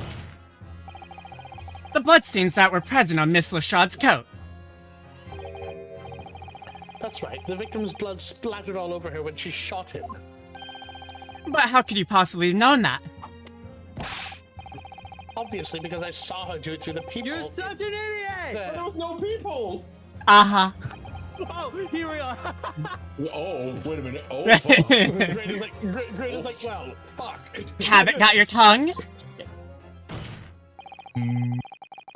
The point is, not that you lied in your testimony, Mr. Graydon. It's the nature that the lie you concocted that is so revealing. You're not making any sense. You sound like Sherlock Holmes. Then let me ask you a simple question. How is it, Mr. Graydon, that you knew of the existence of the peephole in the storeroom door? What? Well, obviously Oh shit. What? Fuck. Oh no. I've been a blunder. Has the cat got your tongue? With Nah, this? say it right. Has the Cabbit got your tongue? Even the judge is like, nah, I'm done with this fucker. The peephole in the door was made after the incident occurred. And once I returned to the shop, having failed to catch the 2 burglars. Scotland Yard's investigators arrived immediately. Since that time, the police have been at Windybanks constantly carrying out their investigation. Isn't that right, Inspector Gregson? Well, yes, of course. The place is chock full of pawn articles, and my lads have to thoroughly examine them all. We're trying not selling them on the black market. That's cute.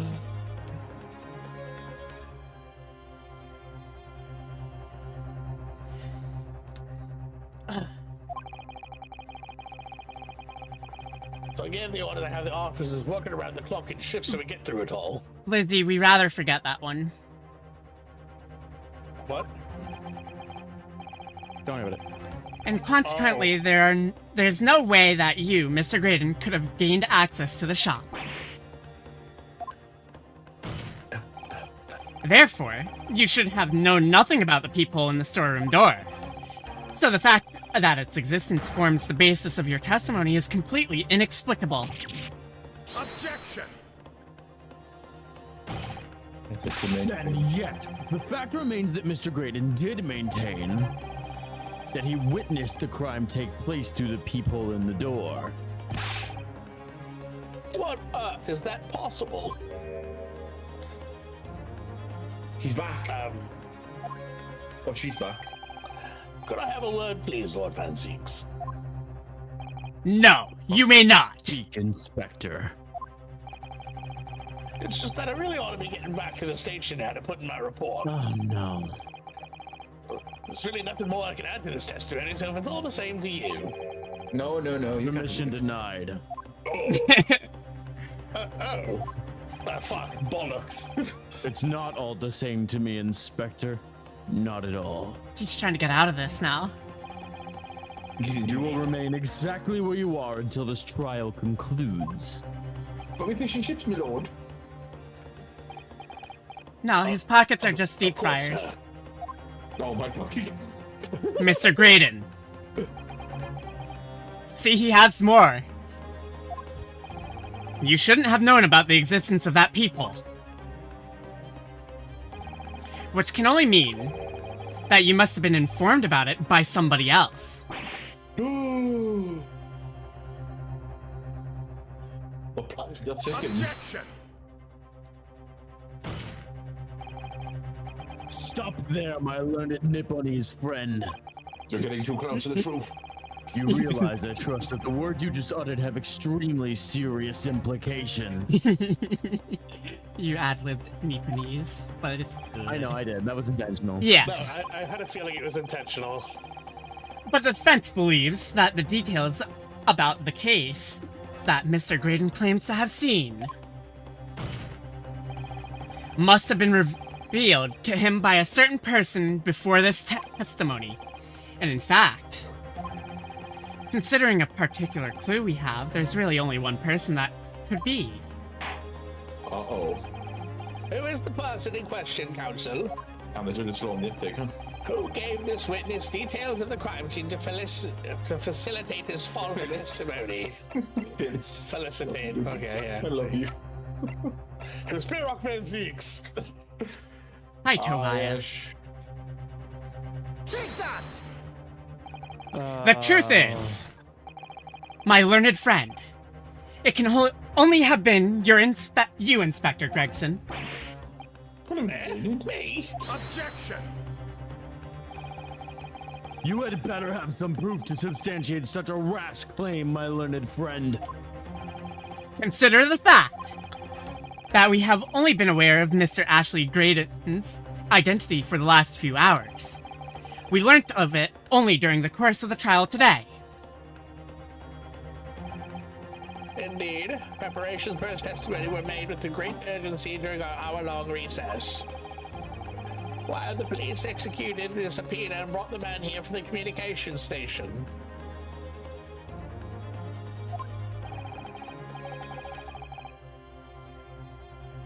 And until that time, Mr. Graydon would have had no idea.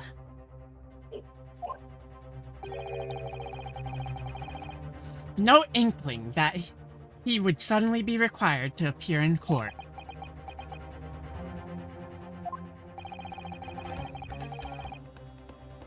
A moment here. Are you suggesting that until such a time as he was summoned? Yes, my lord. Until then, it's reasonable to assume that he knew nothing of the people. Hey, Tic Tac, how you doing? It was only once Mr. Graydon was in the stand that he realized his position. That he would have to defend himself against the accusation that he was the third intruder. You're suggesting to the court that it was while this trial was in progress that he received the information so that he could commit perjury in order to save his skin? Exactly. And the only person with knowledge of the investigation that had any contact with is you, Inspector Gregson. This is a brutal outrage. Why would I be giving away details of our investigations to this fella, eh? It's when they were whispering earlier. I'm sleepy. I was summoned to his lordship's chambers during the racist Hermione case. Had you forgotten that? Quite true. I had a number of questions regarding the events that transpired at the pawnbrokery. Which means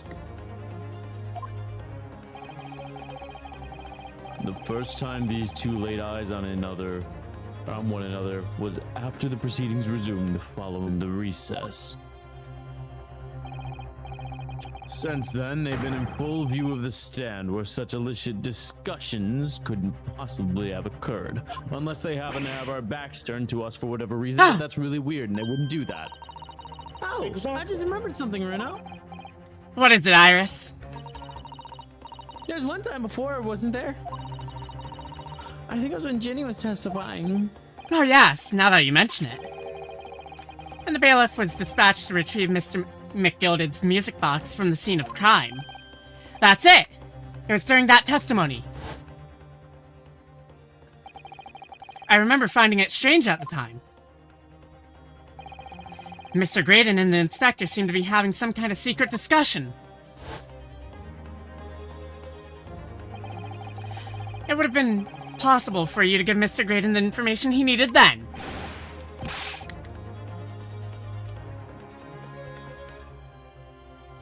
You Liddy? little toe rat. You're making all this up. I'm a respectable Scotland Yard. I'm a respectable Scotland Yard inspector, for crying out loud. Why would I do something like that? Why would I be giving away confidential details to the likes of this bloke?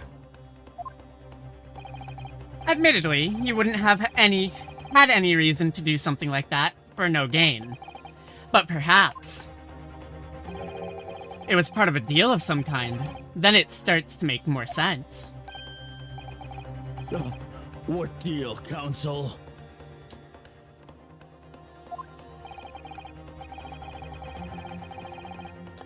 I wonder if perhaps in exchange for details about the people at the crime scene, Mr. Graydon agreed to give a certain something to the inspector.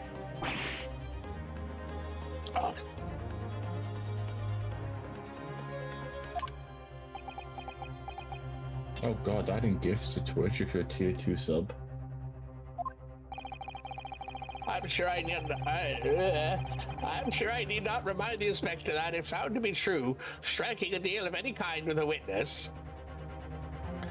is grounds for death. Would be considered a gross case of malfeasance, punishable by death. And you hung by your pee-pee. What? Oh, skipping robot. Oh, What about robot? Uh-oh. Hang on. Uh-oh. Music. Uh-oh. Skippy?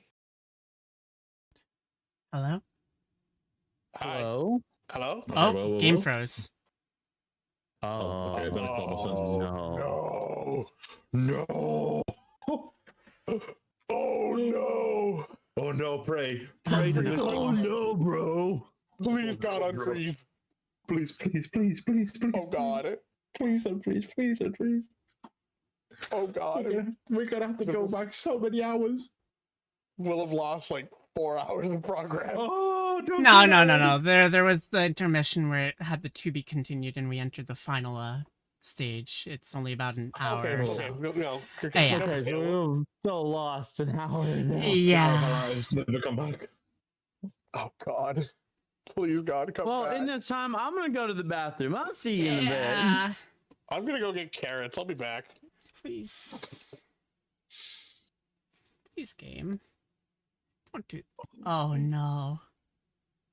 It still says it's going. So just give a second, Task give it a bit of manager. time. No. This could potentially mean everything you've done. You got that from the door, right? Yeah. Which could potentially mean. Well. Oh, God. That.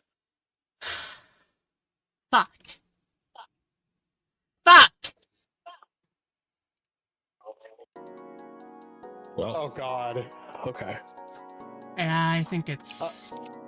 You think it's foobarred? I think it's No. foobarred. Okay.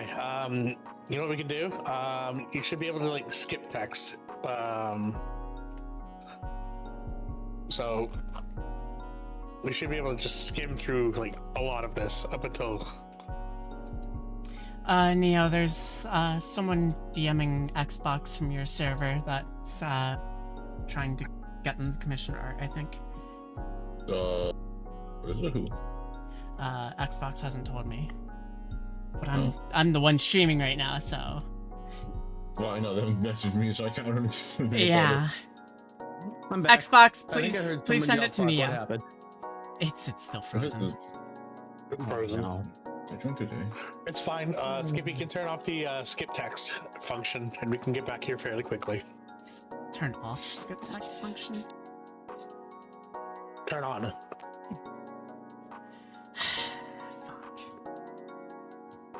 Fuck. Fuck me. Dude, Xbox, send it to Neo. I am the Yeah, one just hang on, streaming sorry. right now. Please.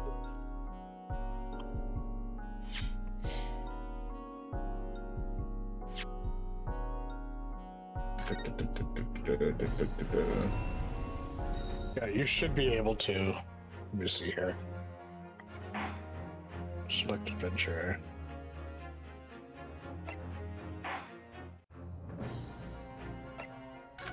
You said select adventure. I'm not gonna risk select adventure.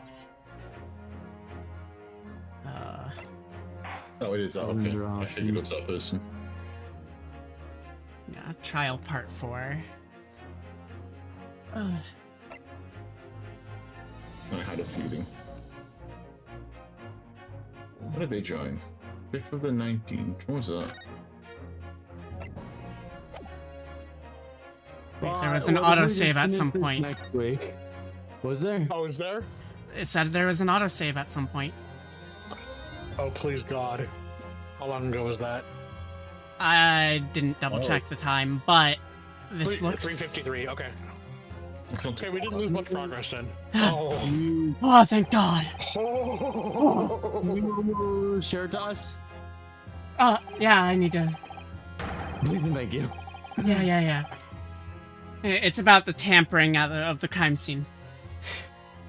Oh, thank fuck. Oh, holy shit. Okay, Ah. let's skip all this.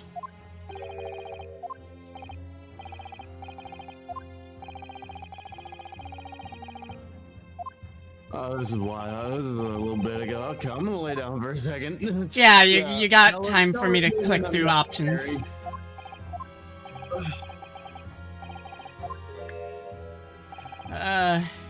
Where's the skip text option?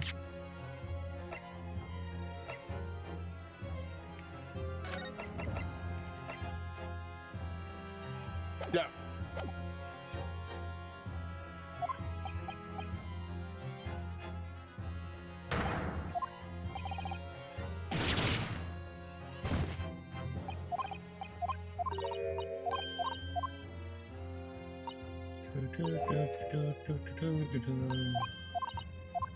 There the cat goes.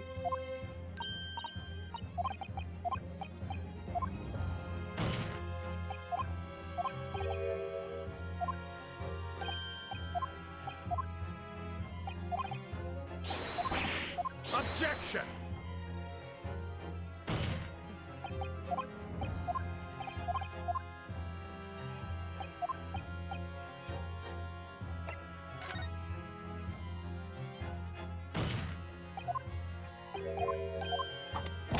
Oh, I can just hold the button. Mm-hmm.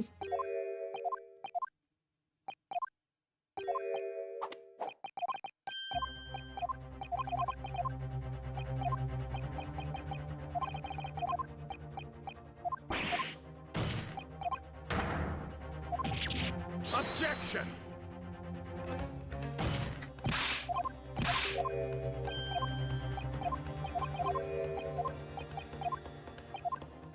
I think we're catching up now. Yeah, we're almost there.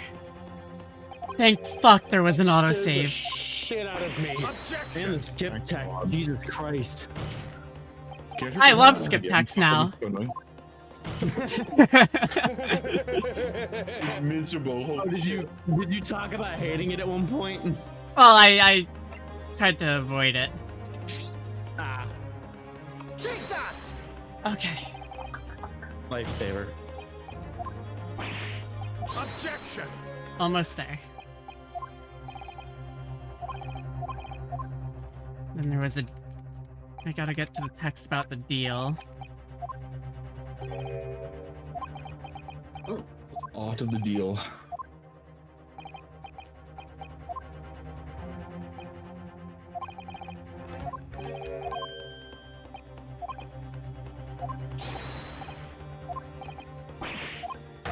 It was after Iris gives us the flashback.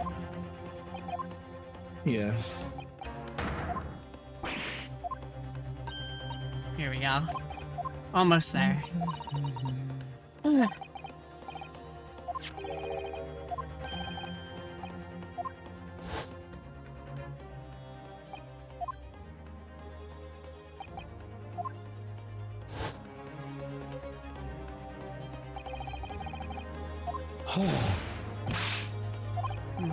Correct.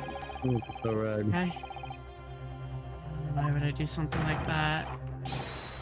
Almost there. We're almost there. Oh my god. Okay.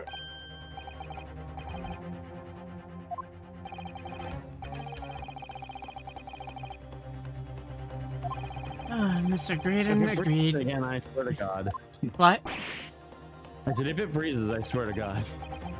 I will There's nothing crash this out. fucking file. I will be so upset. Yeah. Oh. I think it's because I had to reset my audio interface. Mm, Oh, that could be it. it could be. Yeah. Okay, yeah. We'll Malfeasance. consider growth gains and malfeasance. Yeah, okay, cool. Well, okay. Objection! Go. Yes! It's becoming clear that jumping in with accusations is this Nipponese student's specialty. I'm gonna turn off the text skip now, just so I don't accidentally press it. Also save. Just in case.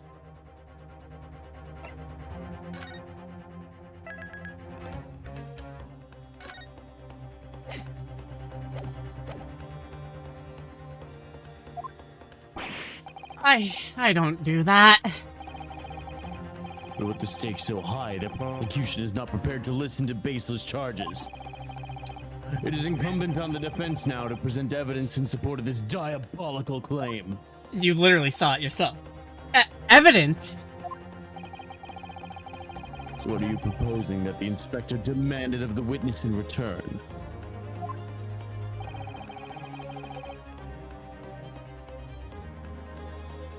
Van Zeeks. Oh fuck! I thought it was what this was. Yeah. Okay. Yeah. The court must see proof of this alleged deal. Yeah, I thought it was Grayson. Yeah. Great. Not great. What's his face? Gregson. Gregson.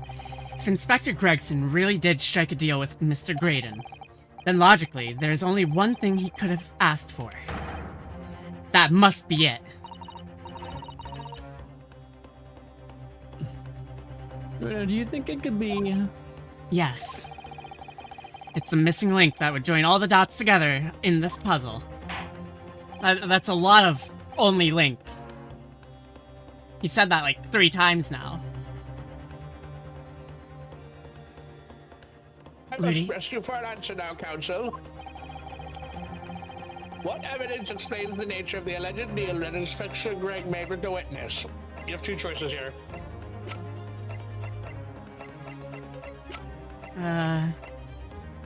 You can either present the box or the disc.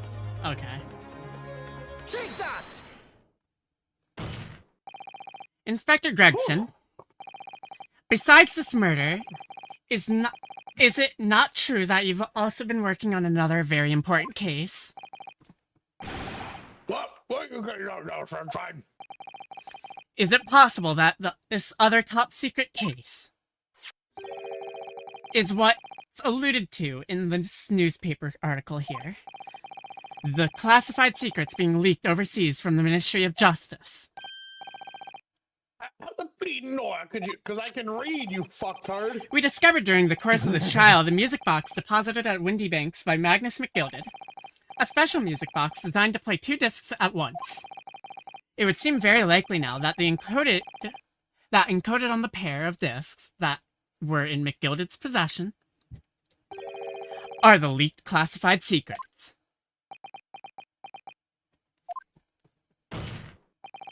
So, I put it to you, Inspector, in order to recover the second of the discs containing those secrets, you covertly made a deal with Mr. Graydon in which you exchanged the disc for the details of the case. You little liar. Damn, the inspector's a criminal too now. Order! Order! Order! On the day of the incident, when we met you at Windy Banks, you said this.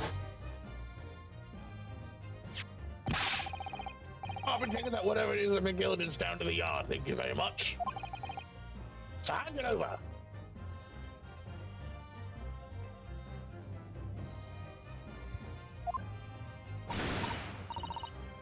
Don't give it to him. It's mine. He's mine.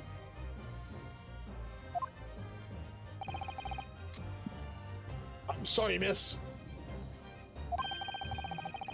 Anything belonging to McGill has to be taken in as evidence now.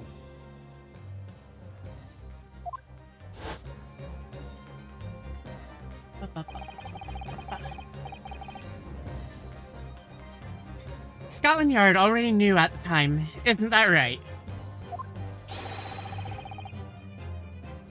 That Magnus McGilded was involved in the stealing of government secrets.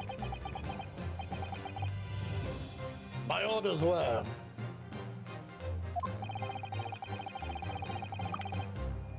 Recover the medium used to convey the secrets leaked from the ministry. And do it on the QT. Strictly hush-hush. You weren't doing it on me. You don't get the joke, but my presented the evidence to the court. my Twitch used to be Skippy QT. You objected so heavily, I presume? Because you knew that it contained highly confidential information. But not likely. I mean, I wasn't sure of it myself. I realized there was a possibility, that's all.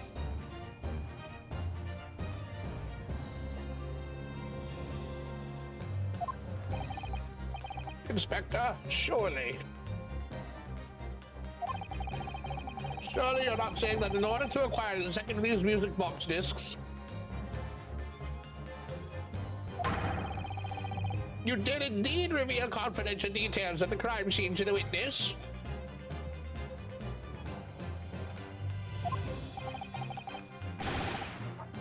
To aid and abet this man in giving false testimony? Hey Ash, can I get a shout out for Ash? Hey Owie, happy birthday! Happy birthday, Owie! There's no other way that Mr. Graydon could have known the existence of the people. That's the only explanation a deal was struck between these two men. No! I can't do both of those at once. Objection! I love this theme right And here. I stress if this sobering assertion turns out to be founded in truth. Bless me. It would mean that the second disc is, as we speak, here in this very courtroom. Wait, what? In this room? How could you possibly make a claim like that? Because Inspector Gregson is a Scotland Yard detective. What? That's supposed to mean, eh? As a seasoned policeman, the inspector will have approached this alleged deal with caution. Certainly, he would not have accepted a gentleman's agreement in this matter. No, he would have insisted on having the article agreed upon in the palm of his hand. Good gracious, you mean to say?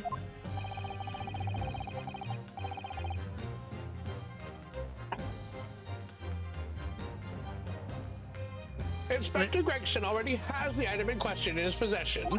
Oops, sorry, I didn't realize that was the judge's line. He has the second disc actually on his person. Yes! Yes! The defense demands that the inspector is searched at once. Definitely. They could have only struck a deal with each other when Ginny was testifying before. And Gregsy hasn't moved from the witness stand since. My lord, please, order an examination of his personal effects immediately. Well, Inspector, He's gonna try and refuse, isn't he?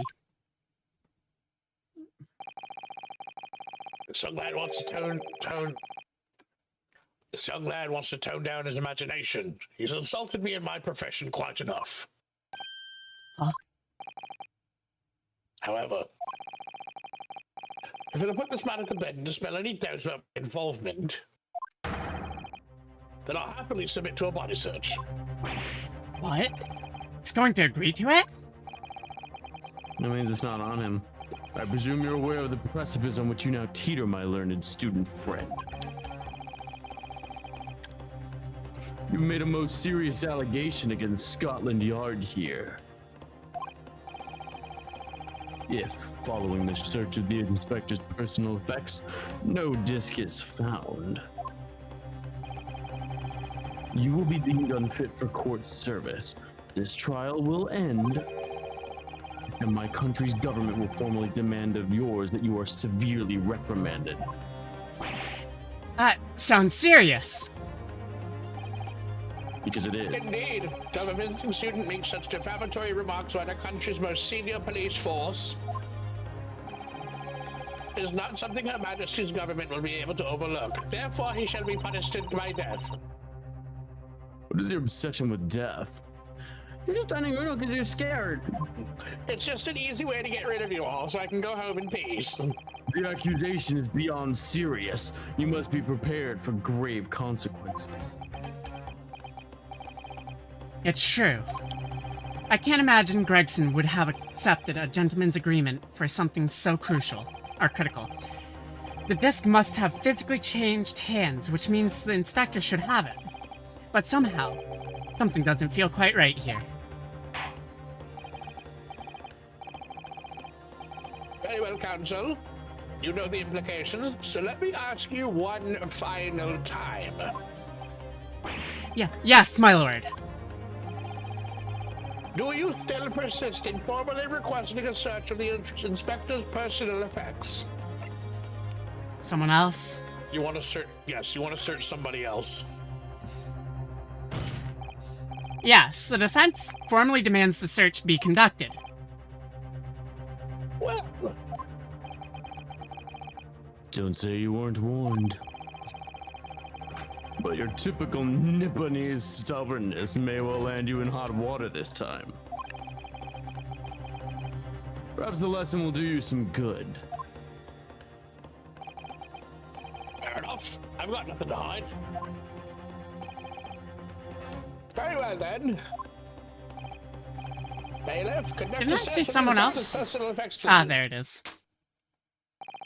The defense demands a search, but not of Inspector Gregson. What? Now what's all this? I'm the one you're accusing, aren't I? I thought you wanted to search me. No. Inspector, not you. Somebody else. What's the meaning of all this, eh? Lost it at last, have you, sunshine?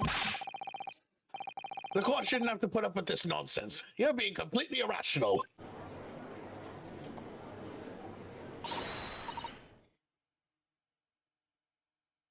I think that's the judge. Who is that? Be He quiet, all of you. Oh? No? Oh shit! It was Iris! Shit. I was doing what you all told him to do and having the courage of his convictions. I forgot this was Iris. So you should respect that and listen to what he has to say in good faith. Because that's the British way. Oh, bullshit. Ah, Debatable. debatable. Well said, young lady. Indeed, this court is in awe of the defense counsel's conviction and eagerly awaits his next words. What? No, don't be hasty. No, don't be hasty, my lord. If I'm not mistaken about the things I've seen in court today, I'm fairly sure I know who has the disc at the moment. There's only one person it can be. Counsel, of whom do you request this search now? This fucker. Nope. No? Just not Ashley Graydon. It's the dude in the green. And Mario. Or no, is it? It's No, Luigi. it's not. It's Luigi. Luigi. Dash Skullman. Yeah. Yep. I read the wrong. Of my lord, Skulkin Mr. brother. Nash Skulkin. Well, I never. So apologies. Yeah, me. The banter. I was trying to fix my headphones at the time. Oh, really? Yeah, my right cup has like the wires split heading into the earphone piece from the top. yeah. So I spent like the past like 5 minutes or so taping it up with electrical tape. Oh, the tape came off? No, I never had tape on it. I was just too worried about it, so I found and then started taping up with electrical tape while I had it on my mind. Yeah. All right. Very well then, bailiff. Strip him. Whack his pee-pee. Restrain the witness and whack his pee-pee. Restrain the witness and conduct a thorough wink-wonk search of his personal effects. And then put his pee-pee in a pee-pee crusher. Please, my lord. Inspector, this better be good. Oh, yeah, because he Stop, grabbed and shook to Nash. the search. Objection! Wait, what about Nash? Remember when he grabbed and shook Nash? That's when he put it on Nash, Skulkin. Unfortunately for you, Inspector, your objections carry no weight here. In this courtroom, only the prosecution and the defense have the authority to object. But Lord Van Zeeks. I have no idea what forces are in play that might influence your actions. But personally, I have no intention of obstructing the course of this trial. My man. Hell yeah! Bailiff, finger his butthole. Grab his testicles. Grab him With now. them. With him. Oh, no more. Nothing about the disc. He's kind of covering his butt. So, Oh, they gave him thousands of pain. Oh, my lord. It was in his prostate. It was in his prison pocket, you know? Yeah. That's a metal disc. That'd fucking hurt no matter how you put it in. I found this in his butthole. Christ. Good lord, Oh. it smells terrible. Another music box disc. Oh my. I don't know nothing about that. Nothing. Yeah, Gregson? Yeah, Graydon? Criminals, a lot of you. That is the second music box disc left behind by Magnus McGilded. Is it not, Inspector Gregson?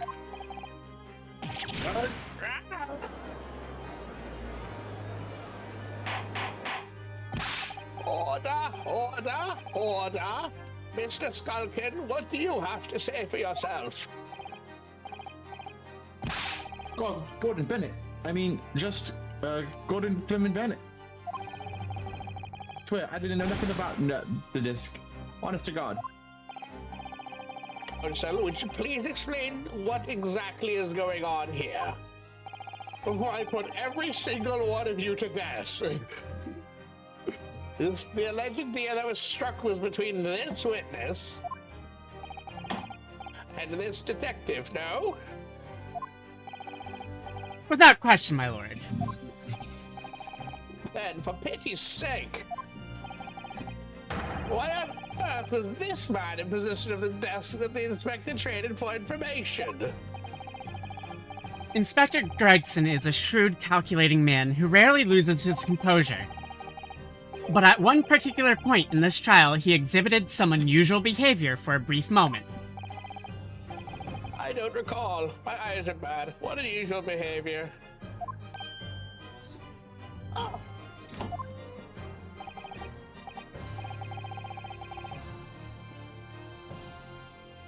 It was, yes, during my cross-examination of Mr. Graydon.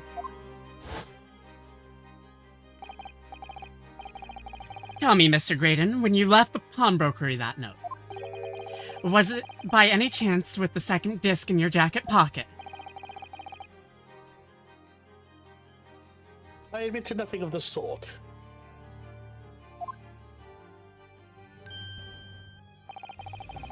While Mr. Graydon answered my questions, the inspector appeared to have grabbed Nash Skulkin by his coat and was shaking him violently. To shove something up his butthole. It's an impressive magic trick. Neo? Yeah, me did and all. Though me noggin was gonna fall clean off, I did. Oh, pull my noggin. Behind your ear? No, it's up your ass. I was wishing I'd been born as me brother as was. And what exactly happened to make that detective attack you like that? I ain't got no clue. He just suddenly turned and grabbed me whilst. Oh. Okay. Why the blazes did you mention the third gun when we got you down down the station? That's what he said. Yelled it right down my ear hole. He did. Me and Me head's still throbbing. Me head's still throbbing now. The way the detective behaved was extremely out of character. But looking back now, it must have been that then that he did it. That was the opportunity Inspector Gregson created for himself in order to hide the disc. Well, bless my wig, he hid it. You. Sodding codger. I'm afraid I fail to comprehend the motive here. If the detective had required the disc he was after, why on earth would he then proceed to hide it in another man's pocket? This is a court of law. He could have submitted the item as evidence. Because he made a stupid deal. It would appear, my lord, that the inspector was not at liberty to do that.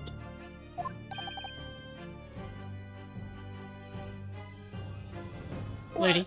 Whatever not. As the man himself revealed earlier, his current assignment has some special conditions.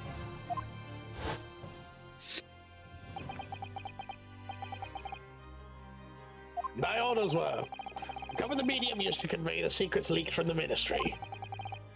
And do it on the QT, strictly hush-hush. Again, didn't do it on me. That's a lie. Yeah. Hush-hush, a top secret assignment, is it? My voice is going. As far as we're aware, the information stolen comes from a confidential government communications.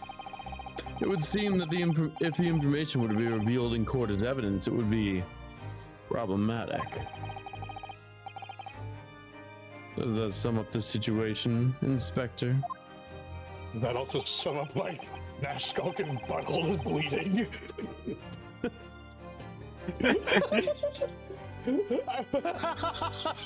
Christ. Oh my god. Ads are starting in a minute. From the ministry. I'm afraid that I'm not at liberty to answer that question. So, realizing there was a chance that you may be searched here in court, you took steps to hide the disc you'd acquired from the witness. Does this mean? He only pretended to attack Mr. Skulkin in order to get close enough to him, and slipped the second disc into his prison pocket. So it was on a pretense, a little bit of foreplay before the bedroom.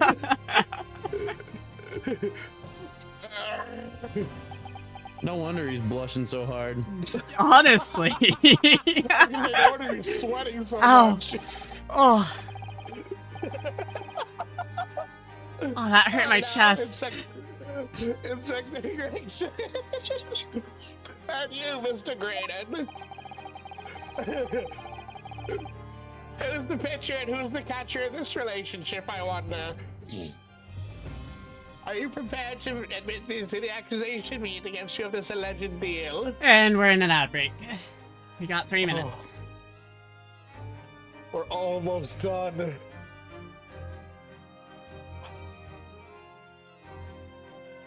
Holy fucking shit. I forgot just how long it was. Like just how much they dragged this out for. It's so haggard. Like I love Ace Attorney with all my heart, but like dog, there was no need to drag this out.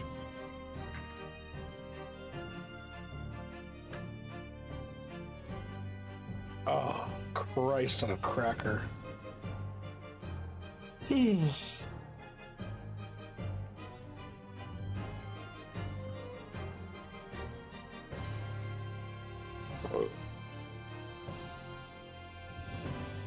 Oh.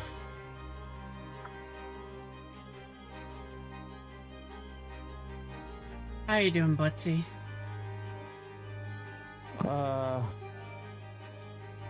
Is that energy drink Tired. coding up for you? I'm exhausted. No, I finished it hours ago and I haven't had a replacement. So I've been exhausted. Okay. Well, after this is done, we're getting off this game at least until next week, and then we're starting the second game. Yeah, look, there's still a whole bunch of like post-trial preamble and stuff. But I can take over the voices for that. Mm.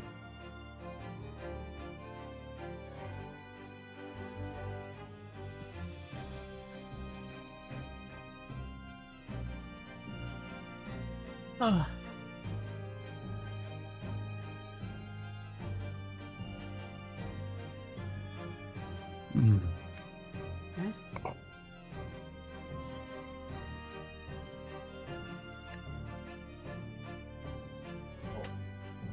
Just reminded me, I have to go through the episodes 4 and 5 of the second game again because I need to know how long that's gonna take. I swear 'Cause to if I God. remember correctly, with a spoiler-free walkthrough, that took both of those cases took me about 60 hours. Christ. Yeah, it's a long game. Are we out of Alright. bed break yet? 5. 4. Yeah.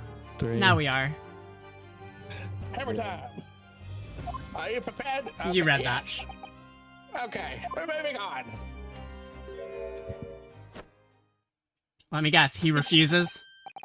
Admit to it, yours truly, please. Mr. Graydon! Clearly, our Eastern visitor has an uncommonly active imagination. However, there's no proof that I passed that disc to the inspector. Objection! But then, how do you explain the reason why you knew about the peephole? I'm under no obligation to explain. What?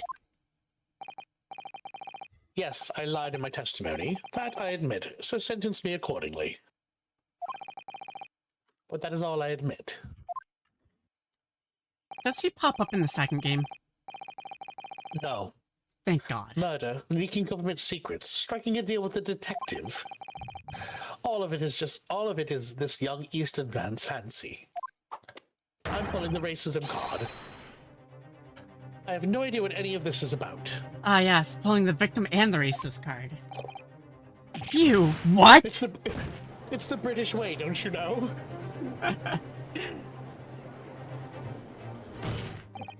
Well, what about you then, Inspector Gregson? Do you admit to making a deal with Mr. Graydon in order to acquire the disc? Ladies and gents of the jury. Nah, don't you start that shit! As a Scotland Yard inspector, I will declare this and nothing more. I am acting in the best interests of the country. Whatever I have done, it's been in the name of justice. So, as members of the public of this fine country, I'd like to think that justice will be your guiding light when you're making your decisions.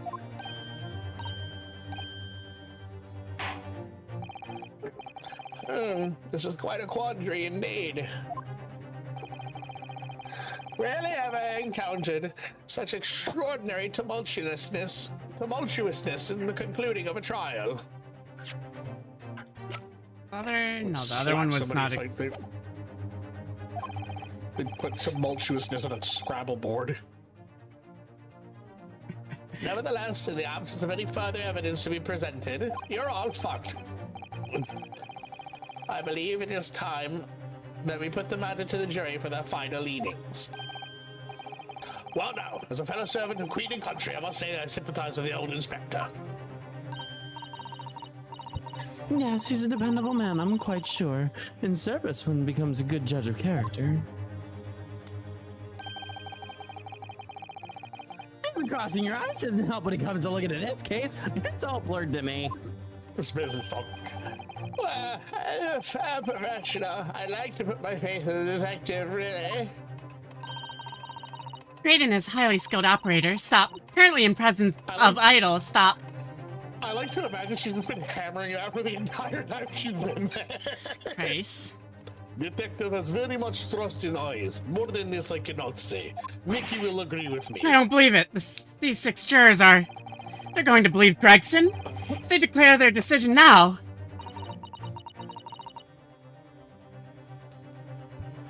Is Ginny gonna be found guilty? If I don't manage to pursue some definitive evidence right now, then we're going to lose. Either some proof that Grayson killed Mr. Windybank or stole those government secrets. Or some evidence to force Gregson into admitting that he struck a deal with the witness. Well, in counsel. I wish they added the second music disc to the evidence. That would force Gregson to talk. Well, it's not in your possession. It's still in, it's in the bailiff's possession, but yeah. That should be admitted into evidence at this point. I see what you're getting at. Yeah, that's a silly on Capcom's part. I think it's time I impose on the jurors to declare their final decisions. No, I'm tired and I want to go to bed.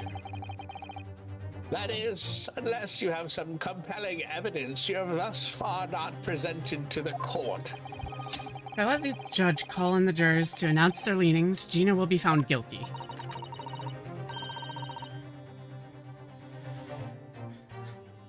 So there's no choice then, Runa. You have to throw some more evidence at them.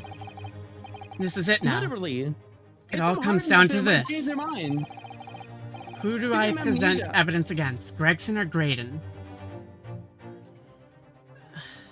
Who? You can choose either one, Gregson or Graydon. I'd say Gregson. Gregson. Just because we want him to talk. Inspector Gregson, there is one final piece of evidence I would like you to see. Hey, what's that then? If you refuse to acknowledge that you did in fact strike a deal with the witness here today, then you leave us no choice but to examine this piece of evidence thoroughly. Well, go on. This is my last chance. It looks like I'm gonna have to force his hand here. One final piece of evidence to get this detective to admit to the deal he clearly struck with Graydon. I usually just hit him with the music box. Yeah, I was figuring that. Music box. Is that Mr. McGilden's peculiar music box, counsel? Yes, with a disc already in place, ready to play. I think perhaps now would be a good time to listen to sound produced by the music box again. Only this time,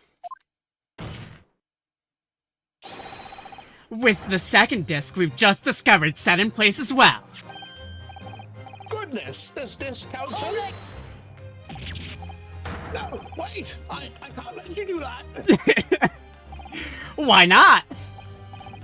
Because, well, because it's got nothing to do with this case. That's why. Objection! Not true, Inspector. Eh? The defense has already proposed that the sound heard by the court earlier from this music box were part of a Morse code message. We know that Morse code comprises of 2 distinct tones. The defense believes that the second disc contains the second tone needed to complete the message. And now we have a chance to confirm that theory. For crying out loud, down, sunshine. We're talking about state secrets here. If you're going in the whole courtroom here, confidential information like that, it's treason. And then do you admit the charge?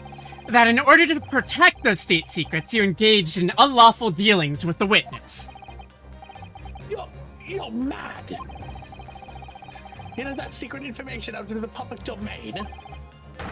You'll be making an enemy of the entire British government, you idiot! Objection! Let's not forget, Inspector, that you, a Scotland Yard officer, leaked confidential case details to a witness. That you continue to lie to the court, and all because, by a fair means or foul, you determined to do your duty. Well, by fair means or foul, I'm prepared to do mine. You dare. I will stop at nothing to protect my client. I do not care who I make an enemy of. That's crazy.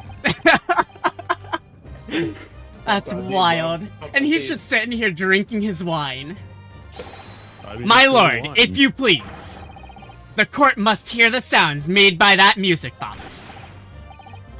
Come on, Van Zeeks. For Pete's sake, stop him. Objection! Hell yeah. Inspector, you should know my methods by now. Drink first, ask questions later. I am a prosecutor. I'm no Scotland Yard puppet. Hell yeah, that's my man. That's our boy. In this courtroom, my duty is to the law. So let me propose a toast to uncovering the truth by fair means or foul.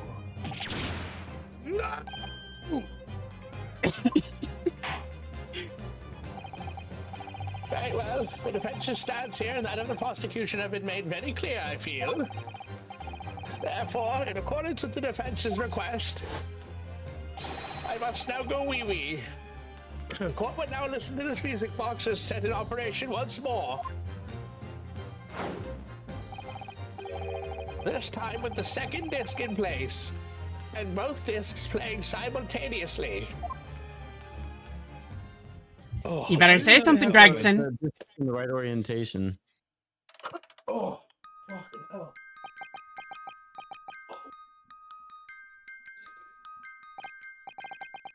Oh, listen to that. It's unmistakable now. It's Morse code.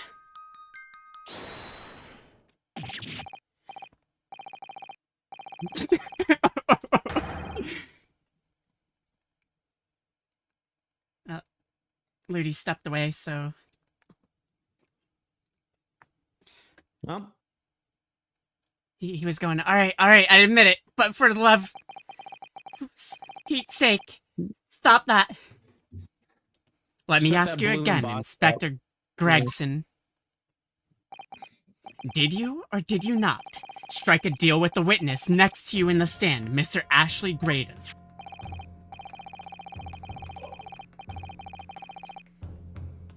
Specifically, did you furnish the witness with confidential case details in exchange for this music box disc? Did you reveal the existence of the peephole in the pawnbroker store door, Inspector? is he back? Yeah, Oh, sounds did like You he's back. reveal the existence of the peephole in the pawnbroker storeroom door, Inspector. I've only got like 5 minutes left, so you know, Neo, you want to take over? Because I gotta make dinner. Sure. All right.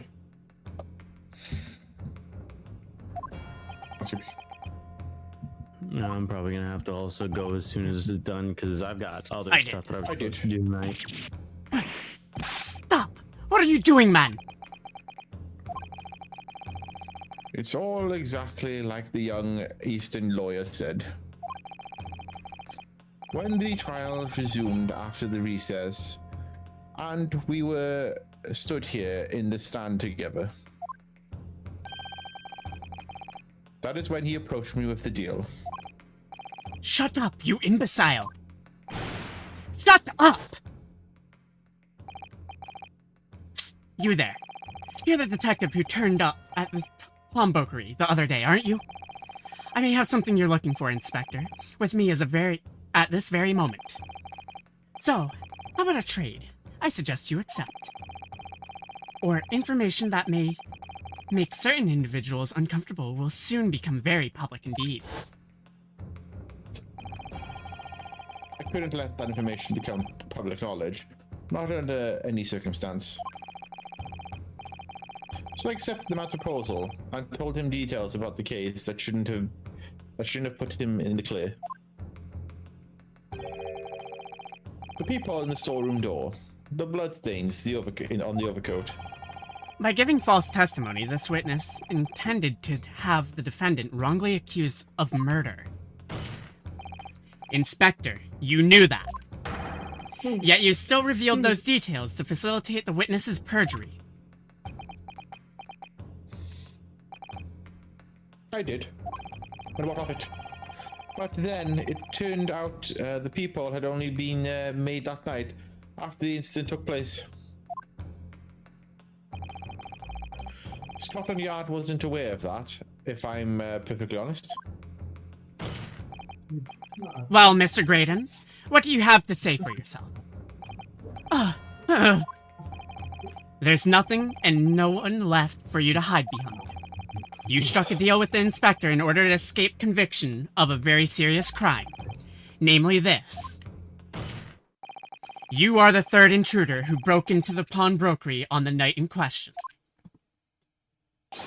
And you perpetrated the murder of the proprietor of Mr. Pup Windybank.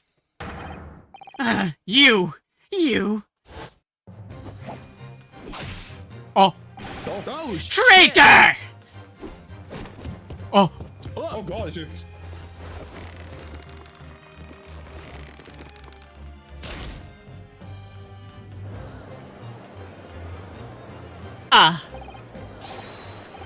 Bailiff!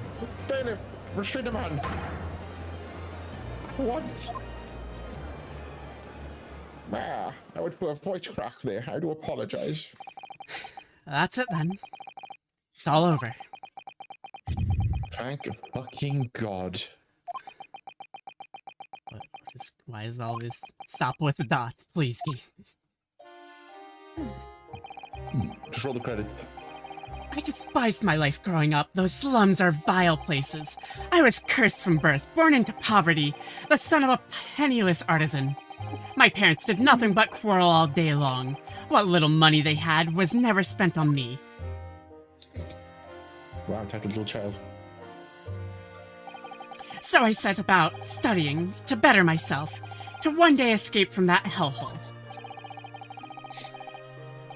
And you eventually became a communication officer. I admire your determination. But then you decided to try sell government secrets? Why?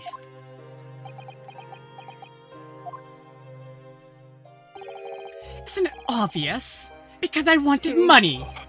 Even now, years later, the nightmares of my life in the slums wake me in the small hours. I wanted to drown them out with more money than anyone who lived in the squalor could ever imagine. Then one day, I met him. Mr. Magnus McGilded. You're a fiend with a queer talent, or so you are. Queer, isn't it? Queer Queer. talent. Queer talent. Give us queer. That's You're queer. a fiend with a queer talent, say I. I'm money to throw your way if you're interested. Thank you. All you need to do is go along with me and with a little plan now. I don't do an Irish accent very good. I was to steal the ministry's telegraphic message logs, and McGilded would buy them for a handsome sum. As I was responsible for inspections of the ministry's communications office, it was a simple enough task. The lure of the devil's offerings.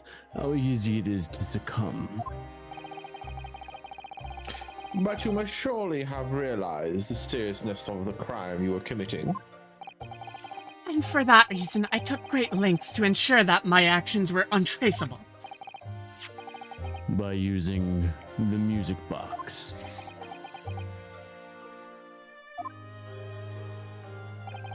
My father was a brickmaker, though my mother divorced him when I was still a child.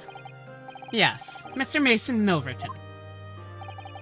That's right, he was very skilled with his hands. He once been a music box maker's apprentice. I imagined his skills would be sufficient to create a machine that could generate Morse code. So I sought out my father again to employ his services. It was the first time I'd seen him since I left the slums 10 years earlier. Lizard, lizard, lizard, lizard, lizard. Look lizard, at you, lizard, Ashley. lizard, What a fine lizard. young gent you've become, eh? He was a different man to the one in my memory, a thin, frail old man.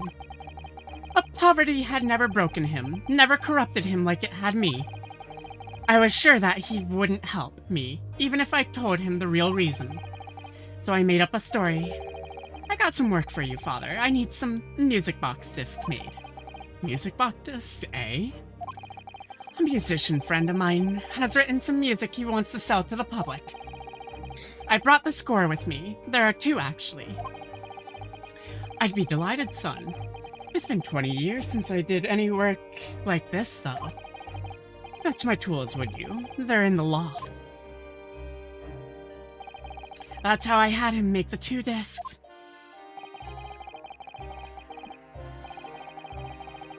By splitting the information in 2, you were taking considerable precautions indeed. It was protect myself as much as anything. It meant that I could deal with McGilded in 2 separate transactions.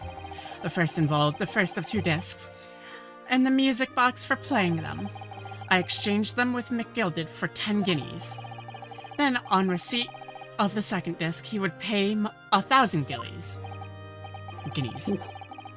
So what happened on the omnibus 2 months ago was the second part of the deal, the exchange of the second disc. Yes. I sold the man information that way a number of times already, but it seems he became reluctant to part with his money. Shocking. But that doesn't quite make sense, Mr. Graydon. For why was it that on that omnibus 2 months ago, your father, Mr. Oh my god. Milverton. Milverton was the one dealing with Mr. McLeady, and not yourself. Gilded. Gilded, fuck, I'm tired. Holy shit. When I received the 1,000 guineas after my first completed dealings with McGilded, I decided to give 200 to my father for his troubles. But my father realized something was amiss. In time, he worked out that I must be involved in something dubious. And when he did, he said to me, "Next time there's an exchange, you'll get your old man to do it, understand? Otherwise, I won't take your money anymore."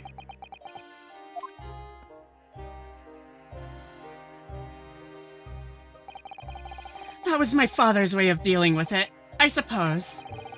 Climb into the omnibus, hand over the second disc, and take the money from McGilded. That's it. He had no idea he was actually on...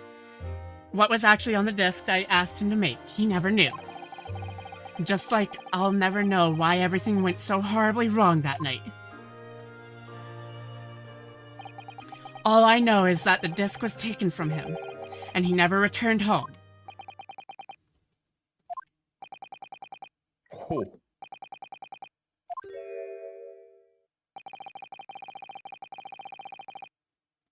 It was only then that I found out what sort of monster McGilded really was.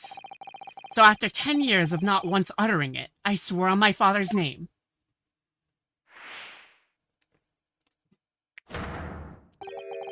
To exact revenge.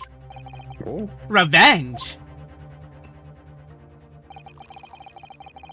As anyone with even the remotest knowledge of the man will no doubt be able to imagine, McGilded brought all of his wealth and influence to bear in the most despicable of ways. Jesus Christ. To crush any semblance of justice in his trial. The crime scene was tampered with, evidence was fixed, and witnesses were bribed. That trial 2 months ago was a farce from the start to finish. My feet had barely touched British soil back then, and I walked into that hornet's nest completely unaware of the sinister background to it all. I made plenty of money of my dealings with McGilded by then, so I spared nothing in my arrangements 2 months ago. I knew exactly who to hire. If you're willing to pay the price, there are people in this city willing to do anything you ask. McGilded himself had shown me that. Are you saying that? I think you have the picture now. After he twisted everything to his favor in this courtroom to ensure that he walked free. I took matters into my own hands and delivered the justice the monster deserved. Damn. That tragic accident following the trial 2 months ago was planned and executed by yours truly. McGilded's death that day was caused by this man.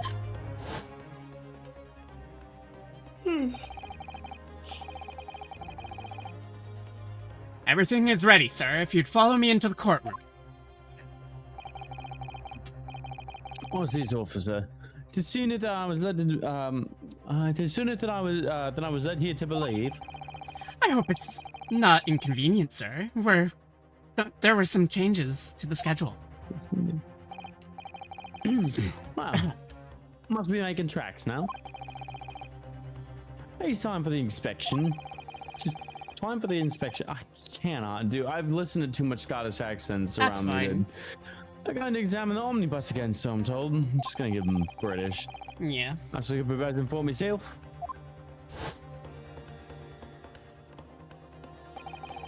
So that policeman who came to tell McGilded he could examine the omnibus again. That's right, an imposter hired by me.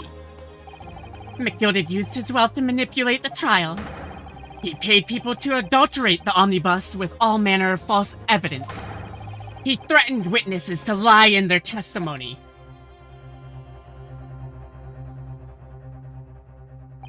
So I gave the man a taste of his own medicine. Ugh. Once, yeah. Once the omnibus was doused in paraffin. Paraffin. Yeah. One of my sham policemen ushered McGilded inside and sent him on a one-way journey to hell. Damn. You credit. An eye for an eye. Yeah, that makes the whole world go blind, you fucking moron. That's how I avenged my father's death. A spine-chilling account indeed. But that wasn't the end of it for me. There was a loose end, you God. see. A loose end? Yes. I should think it's obvious. The second disc, which my father had taken to exchange with McGilded. Ah, yes. There was indeed no mention of it in the man's trial 2 months ago.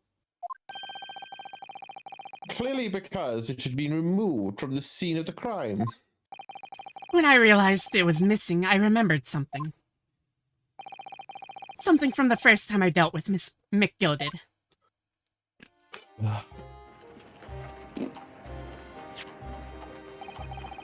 This is the first of 2 discs, and the music box you need to play them. Oh, look at that now. What an ingenious little invention. So then, as promised, 10 guineas for a young man. What's this? Windy Bank's Pawnbrokery? Aye, this is a pawnbroker's ticket, so it is. You can use it to redeem an article I deposited there for you. There's no need to give me a name. To give a name, just hand over the ticket and tell the fiend the watchword. I put the jewel in pawn for you. That's a good 10 guinea if you sell it, so it will. I've never heard of a pawnbrokery being used in quite that way before. Have you not, Mr. Graydon? London's pawnbrokers are very useful places, you know. This one is like an extremely secure vault.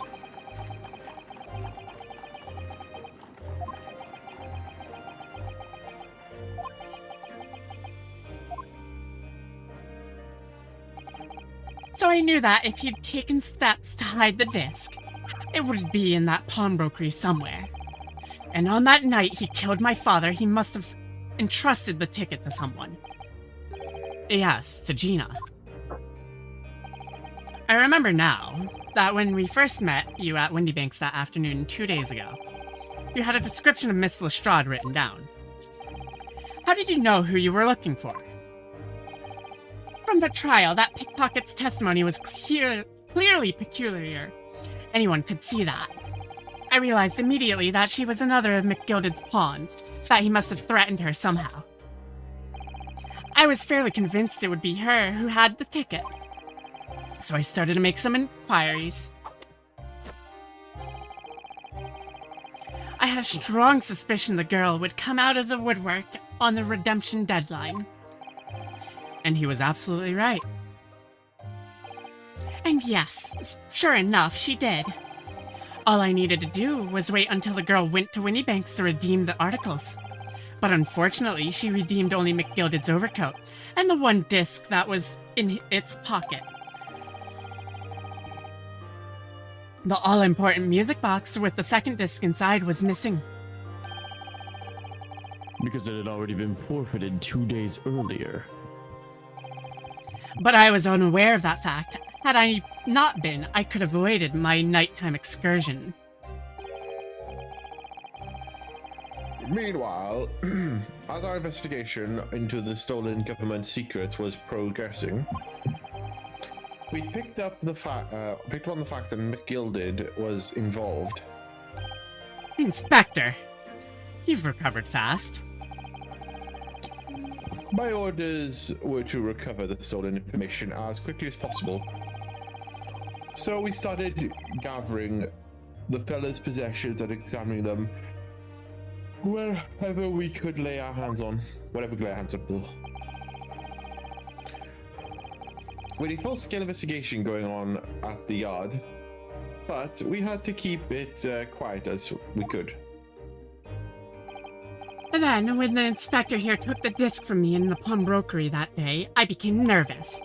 I was sure the music box and the second disc were still there in the shop somewhere. So I knew that it was a race against time. I had to find those articles before the police did. So that's what prompted you to break in the place the same night. With the help of your old friends, the Skulkin brothers.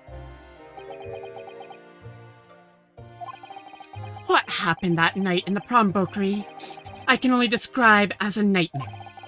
While Nash and Ringo were searching the counter, I'd located the music box I sold to McGilded on the shelves or for forfeited articles. And the second disc was inside? Yes, I slipped it into my pocket with a very deep sigh of relief. But then, something entirely unexpected happened. What are you doing in my shop?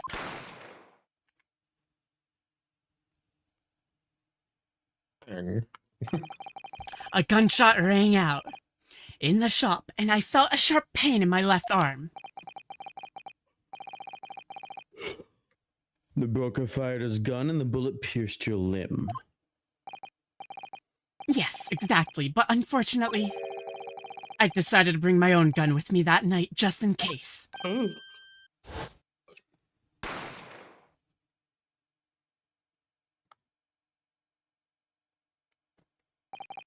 Before I knew what was happening, I'd fired back. The man had already turned to flee. I hadn't intended to fire in his direction, much less kill him. But unfortunately for both of us, the bullet hit home. Struck him in the middle of his back as he fled through the storeroom door for refuge.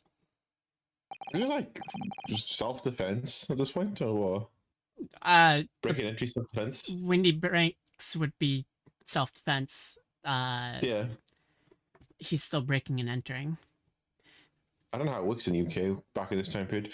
Oh, sorry, Tail. It all took place in the blink of an eye. I don't imagine Nash and Ringo even realized what had happened at first. I was terrified, so I fled. And that's the whole story. That's everything that happened at Windybanks on that wretched night. This all could have been avoided if they didn't bring a gun. Yeah, basically.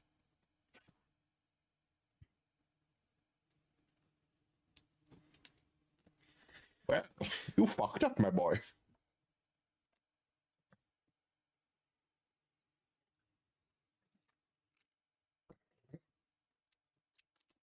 Why is it just silence? I don't know. Please get me out of the Dramatic silence. tension. Earlier, you called Mr. McGilded a monster. A man who used his wealth and influence to distort the facts and escape justice for the crime of murder. What tragic irony. I was gonna say that. But what you have done is exactly the same.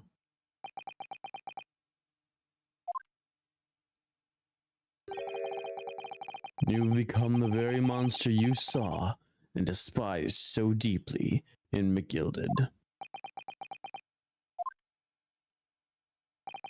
Yes, I think I have. Please be old. Please free me. Well, this has been a long and exhausting trial. Yes, it has. Telling me Someone understands it. Holy shit. 12 hours? It would seem that Basically. at last we have arrived at the truth. Inspector Gregson, what of Mr. Ashley Graydon? Oh my fucking god. He's being restrained, my lord, and is being escorted to the yard. He'll be charged with murder of Mr. Mr. Windy Bank. Oh my god. As the murder of And Mr. the- Willy-nilly. And the stealing of government secrets. God. Very good. And you, Inspector, get the fuck out of my chambers. Regrettably, you'll have to face charges yourself.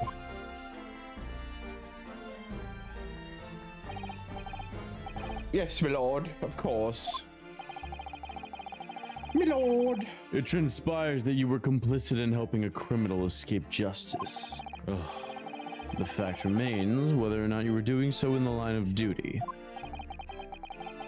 The crime is a serious one, Inspector, and inexcusable. No, it's not. Scotland will let him off pretty fucking easy. Now to the defendant, Miss Gina Lestrade. Yeah? It is time for your final adjudication. Wow. Yeah, Fuck right? you. So, no, so I was actually thinking the same thing. I was surprised. Might be. No, you're It not. is not derogatory. Legitimately, like, I've seen you struggle with some words and you picked Yeah. that one up immediately. So, You like, got that one real really fast. good I was job. actually I'm becoming tired Impressed as I by get you. tired, as I get tired. Is the jury ready for Mr. Foreman? Yes, sir. Garrett Squadron standing by, sir. This is really it now. The last push, the final call, the finishing whistle. My men are ready to deliver their verdicts. I can't wait for it to be gone. Fuck my life. Yeah, thank you, Mr. Foreman. Now fuck off. Very well, ladies and gentlemen of the jury. You will now declare your final decision of the court and get the fuck out of here. Not guilty. Not guilty. Not guilty. Not guilty. Not guilty. Not guilty. I just said guilty. I would have fucking strangled someone. It's like, not what do you mean not guilty? Oh my god, finally. That's a stop him off the hook. Finally, Bruno, you managed to do it. Yeah, no, Finally is the word. I was really wasn't sure if we'd come out on top for a while there. Dude, that's right. You're the best lawyer in the world. No, let's not go that far. Mr. Lestrade. Miss Lestrade. Miss Lestrade. Oh my god, why did I give a PPO voice? Miss Lestrade, I am not finished with you yet. What are you looking at me for like that for? before you start enjoying your freedom, there's a certain other crime to consider. Eh? 2 months ago, in this courtroom, no less, you gave false testimony, did you not? Under like my life, yeah. And in relation to this trial today, not only did you unlawfully enter Windy Bank's pawnbrokery, you also attempted to abscond with Mr. Mr. Gilded's... McGilded. McGilded's property. I could say big words, but She was given the ticket. That's not illegal. What? Yeah. Property, it seems. She was given the ticket. I feel like this is an unnecessary, like. Yeah, it is overextension of the just law. unnecessary. I never done nothing of the sort. Of course not. It's not likely you were gleefully wearing McGilded's coat in your cell yesterday or anything. Aw, just when I was getting excited about throwing a party for Jenny this evening. I'm turning our attention to the defense. Uh-oh. Determining that when played together, the music box disc combined contained a message in Morse code was, well, it was certainly the most unexpected revelation, Counsel. But you did reveal government secrets, so death penalty. Death by so, my PP. lord. Well, the prosecution was caught entirely off guard. In fact, I think we should applaud my learned friend's courage here today. I propose a toast. You gonna break it again? To demanding that government secrets be disseminated before the entire courtroom. Yes. Very sorry about that. It was the only way that I could get Inspector Gregson to admit what he'd done, so... Wait, who's this? Is this the judge or? I'll may say something on that point. Isn't that... It's, no, it's about the certified. sounds produced by the music box before. I do wonder if that was really Morse code at all. What? Oh God! What are you saying, madam? This he made? Oh, well, it's just, I'm really rather fanatical when it comes to Morse code, you see. So much so that the whole world seems to be covered in dots and dashes to me, in fact. Oh, she's, Oh, Jesus. She's one of those. Goodness. Madam, an unhealthy level of obsession one feels. But I must say, in my opinion, the sounds produced by those two discs It's just music. were nothing more than that. Meaningless series of two different tones. What? It was just music. What? Can that really be? It wasn't Morse code after all? We probably had the Oh my discs in the God. wrong sections. They were Imagine probably in the wrong he's fu- slots. I mean, he gets us off scot-free. My lord, the defense would like to listen to Music Box again. Are you nuts? Are you nuts? What? How many times do I have to tell you? Those discs contain ministry secrets, sunshine. Blimey. This courtroom is not an appropriate forum to discuss the nature of the government communications. We know McGilded conspired to trade national secrets with our enemies, secrets acquired from Mr. Graydon. Now that the man has admitted to his crimes, we have no need to pursue the matter further. But it's really going to bother me.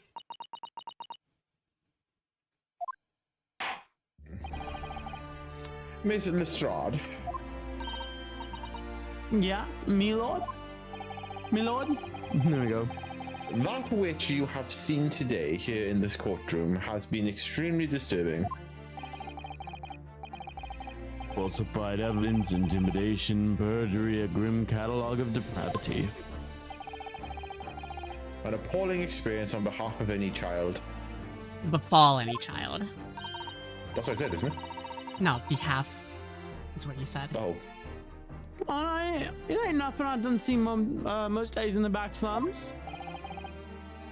I beg your pardon? If you're weak, you pay for it. That's just how life goes. Gina. But look, I reckon I'll work something out today. Well, it ain't fair, but if you want it to change, you've got to start at home. You've got to change how you are yourself.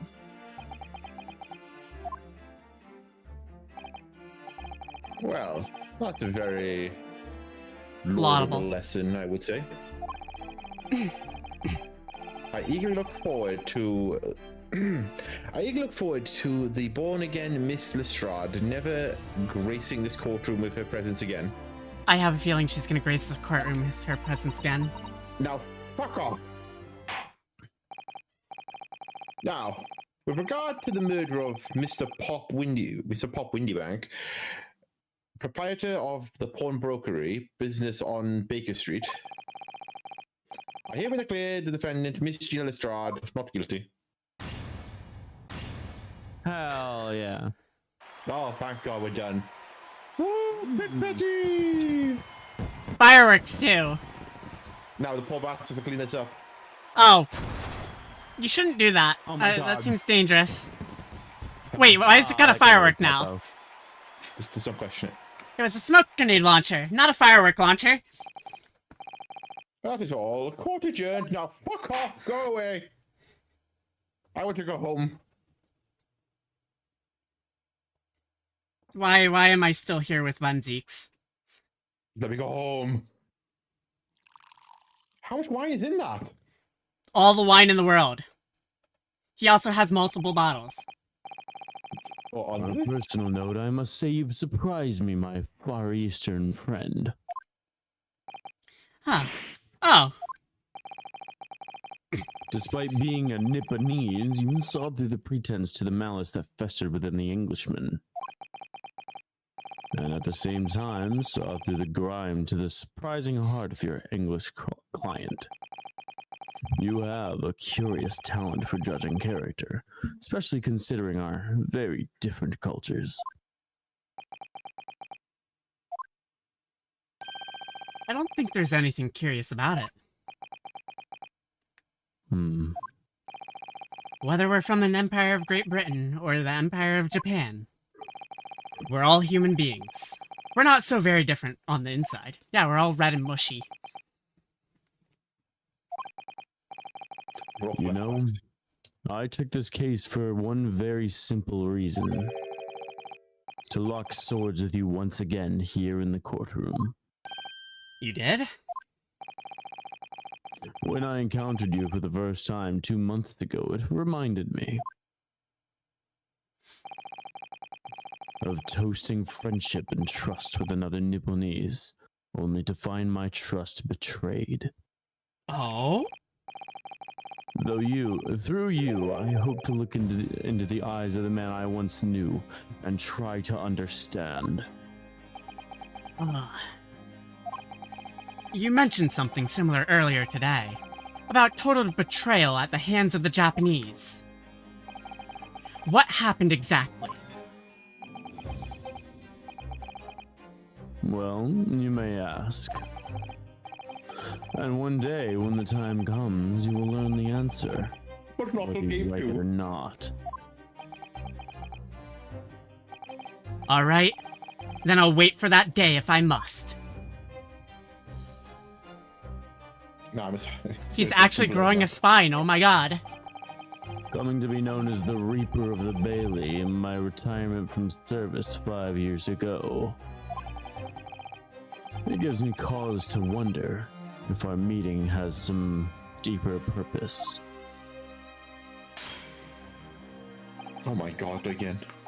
So, farewell, my learned Nipponese fellow, until we meet again. Now let's go suck the blood of a fair maiden. No, he's German. He's not Romanian. He looks like a vampire. 17th April, 5:24 p.m. The Old Bailey, Defendant's Antechamber. Oh god, we're not done yet. It's done. It's over at last. But I'm going home. Fuck this. Where's Iris disappeared to? Ah, congratulations, Gina. I knew it all along. I knew that you were innocent. And a grateful bitch.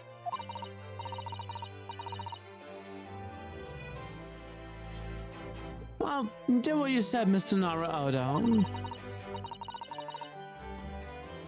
You believed in me right up to the end. Your result is your name. What's odd about it? I told you I had faith in you, didn't I? I told you I saw everything.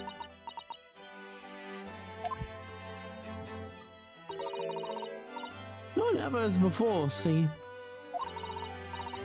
Kept a promise, I mean, properly.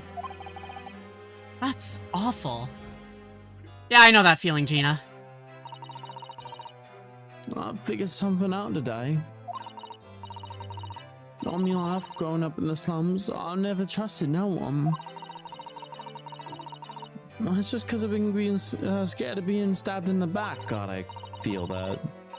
God, I know The more that. you trust someone, the more it hurts when they let you down. God, I know that. Mm-hmm. Yeah, I think I can understand that. I know I can understand. After all, I had a taste of it in the trial 2 months ago. I chose to trust someone and paid for it. That betrayal left a big scar. I know you though, Gina. I worked something out quite recently too. Trusting someone else is really an exercise in learning to trust yourself. And when your gut tells you it's the right thing to do, and your trust is rewarded, there's no better feeling in the world. I think I have you to thank for reminding me that valuable lesson. You didn't say it out loud, you himbo. Well, if you say so. Don't make a fat lot of sense to me, though. I'm trying to say that putting my faith in you, Gina, has been a real pleasure.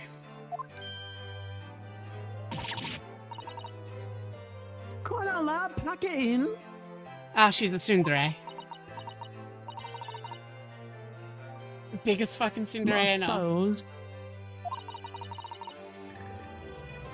I sort of feel the same way.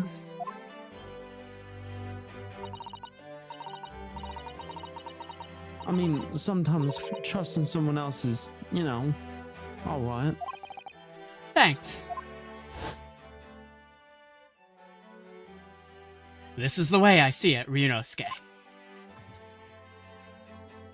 A defense lawyer is only as good as his faith in his client. I'll bring him back. And that comes down to how much faith he has in himself. Could he not be the main character? Fuck. After this experience, I'm starting to feel like I understand what you mean, Kazuma.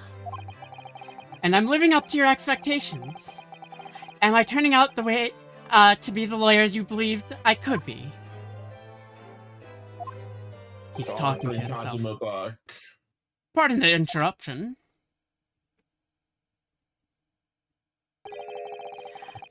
But what the deuce does a man have to be noticed around here, my dear fellow? Oh no. That voice! Oh no.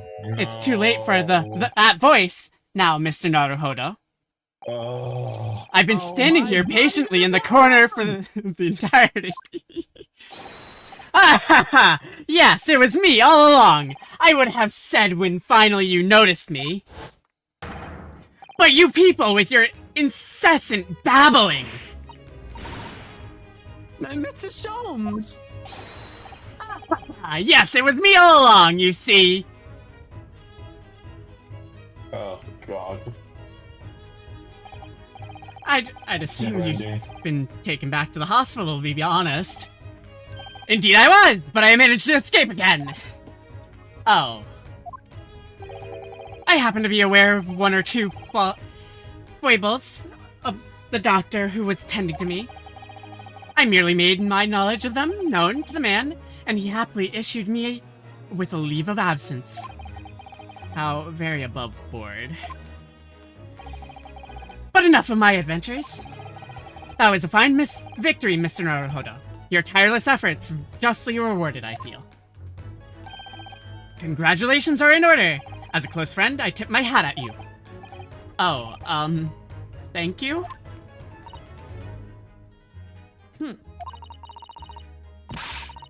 Some great detective you are. Great being cold as ice, maybe. Have I irked you in some way, Miss Lestrade? Well, you've been having a snooze in a soft bed, or some of us have been fighting for our lives. Ah, well, that bullet did cause me to lose a substantial amount of blood, it's true. And so I've indeed been feeling somewhat cold, not perhaps as cold as ice, but well, some of a feel. Could you take your hands off my neck, please, Mr. Sholmes? And in some way, I suppose, congratulations are in order for you too, Miss Lestrade. I suppose that's supposed to mean. What's up, I did? Well, naturally, it isn't my intention to alarm you, but an acquittal in a trial with that particular prosecutor is perhaps a little precarious.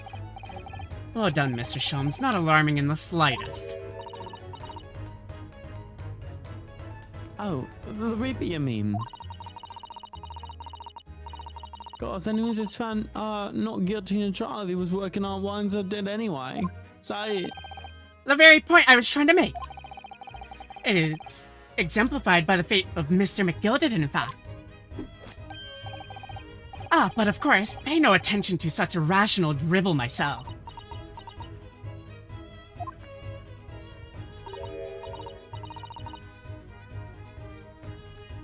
Ah, well, don't bother me. Oh, really?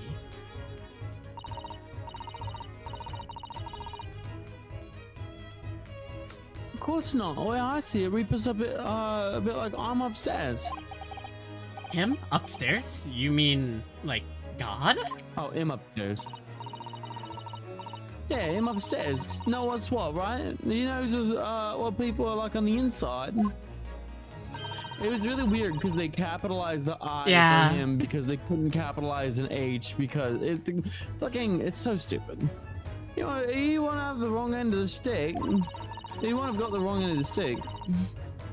There's some goes bog troll what are written rotten to the core. At the end of the day, almost him upset makes sure they get what they deserve. I suppose that's one way of looking at it. Divine justice is one thing, though. The Reaper taking matters into his own hands and claiming lives is another. I'm a guilty to this world, so I ain't got, scared. I got principles, see?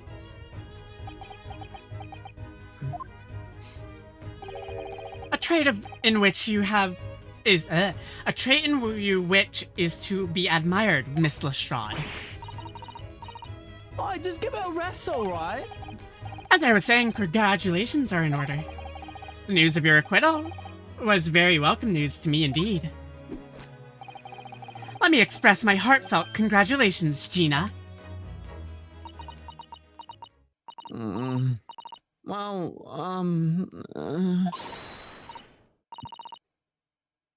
Iris. How long have you been here?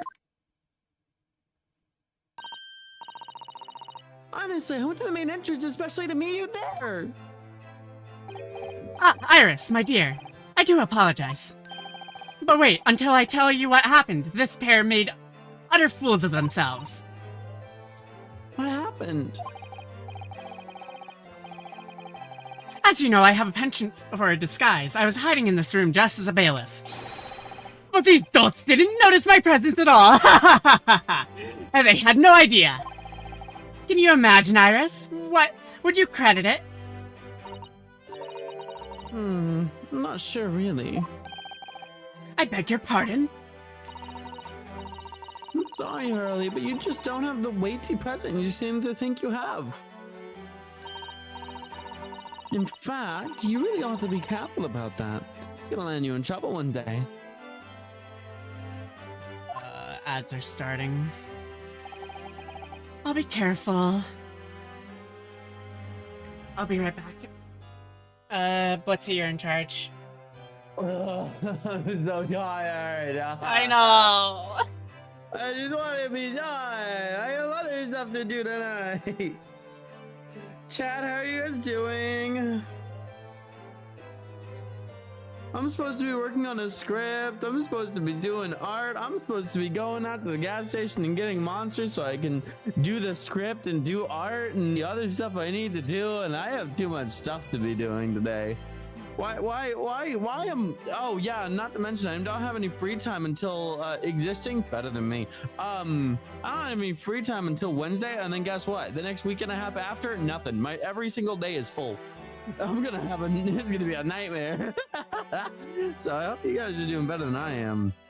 I mean, I'm doing great. I'm actually like enjoying my, you know, everything going on. It just feels like exhausting not actually having a moment to spare, you know? I don't know.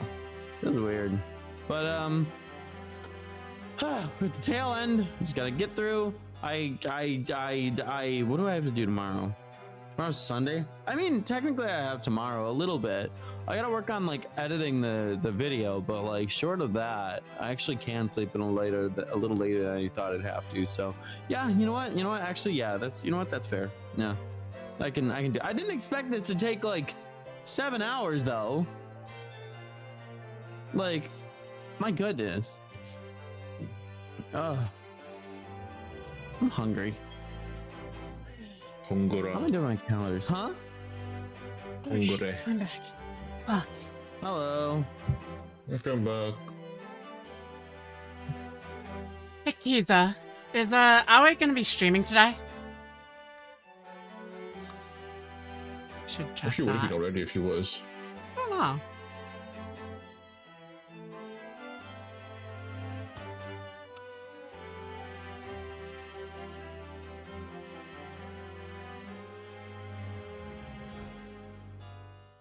She was considering it? Damn,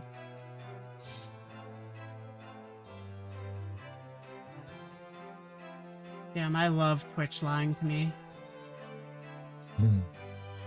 Christ. Oh. Okay.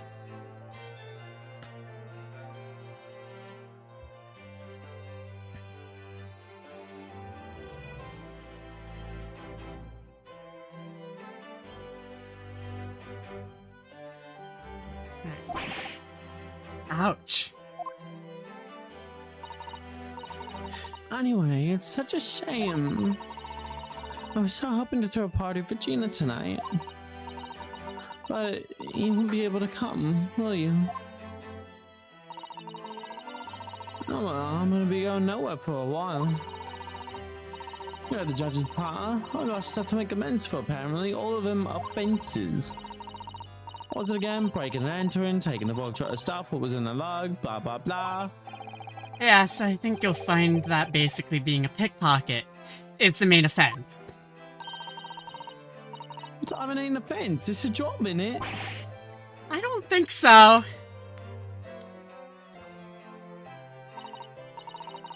Still, that's got me thinking all this. Oh, you're gonna be streaming, Maybe I should Aoi? start looking for another line of work. Okay. I mean, you didn't start off as a lawyer, did you, Odo? Well, no, but I was never a pickpocket. Well, anyway, I reckon I can make a change. I'll do something for them, like me from the slum. What the fuck? For all them like me from what the fuck? Oh, all them like me from the slums. Something that makes a difference for them. Okay. It's a wonderful idea, Jenny. I'm sure you can do it. Alright. What is it?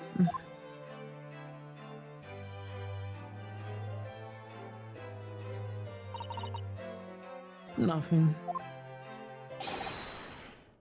Miss Gina Lestrade. The prison carriage has arrived, man. Come with me to the rear gate at once. Right, well, looks like I'm off him. Yes, goodbye, Gina, and good luck.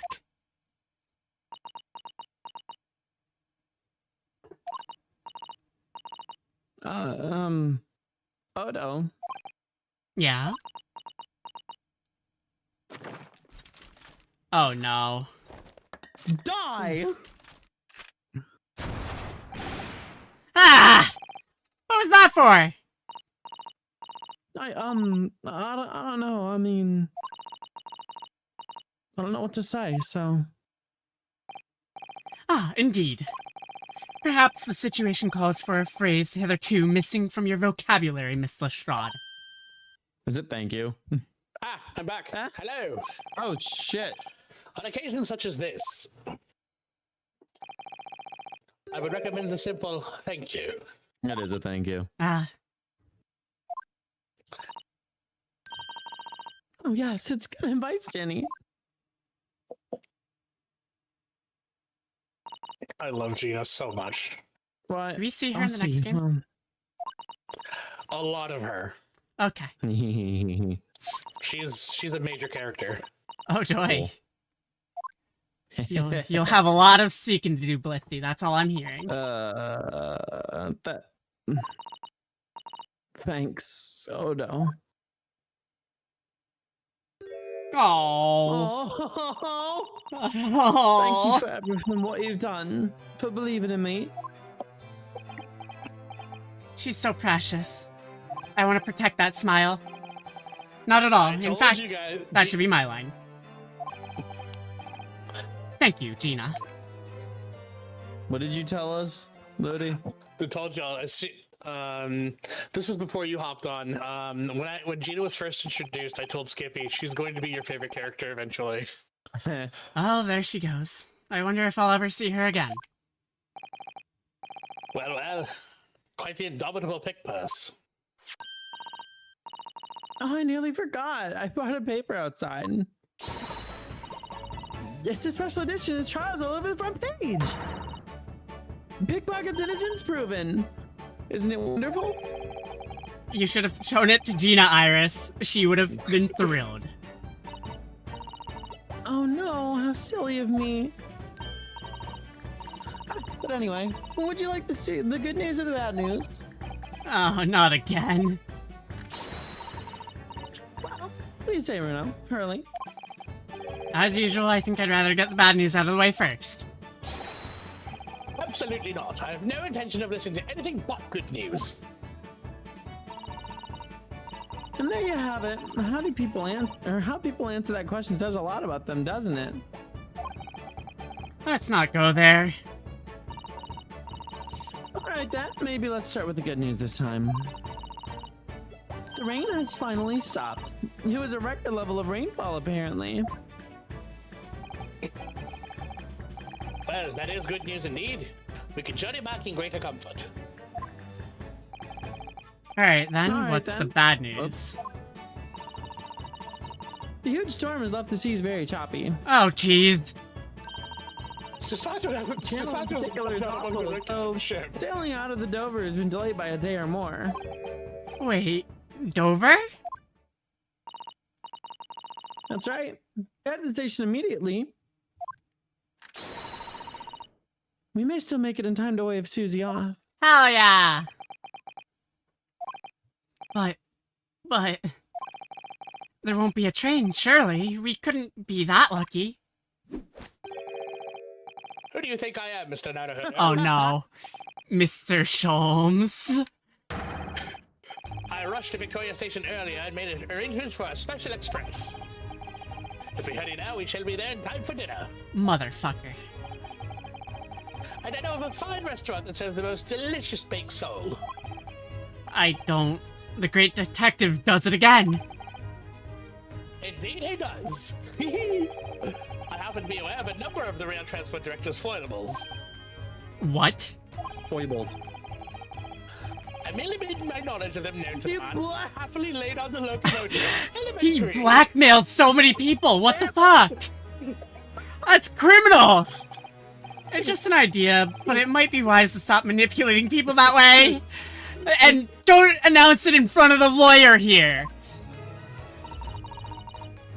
What are you waiting for then? To London, Victoria. I love her lock so much. This man is just a walking power move. 18th April, 5:32 a.m., Port of Dover. Quayside. Yeah, that's pronounced Quayside, by the way. Quayside. Quayside? Oh. I only know that from Final Fantasy 15. Funny enough, I there's only an know area that called 'cause of- Golden Key. I only know that because of my workplace. Hmm. That took somewhat longer than I anticipated, but with all the blackmailing. Well, because I've also seen Quay This spelled that must be way. about to leave now. Mr. Sato, where are you? Oh. Over there, look! It looks like she's reading something.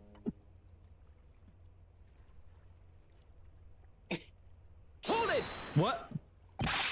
Mr. Sato, wait! What are you doing? She's about to throw the book at you. No, she's about to throw me in the water. Mr. Naruhodo, what are you doing here? We came as soon as we could after the trial, I mean. We heard that sailings were being delayed due to the bad weather, you see. Oh, I see. Then tell me, how did Gina's trial go? It went well. She was acquitted. I'm joking. She's being hanged as we speak. Oh, blimey, that's awful. No one told me that. That's really wonderful. Hey, Aoi, you take care of yourself. Oh, happy birthday, Owie. Happy birthday again.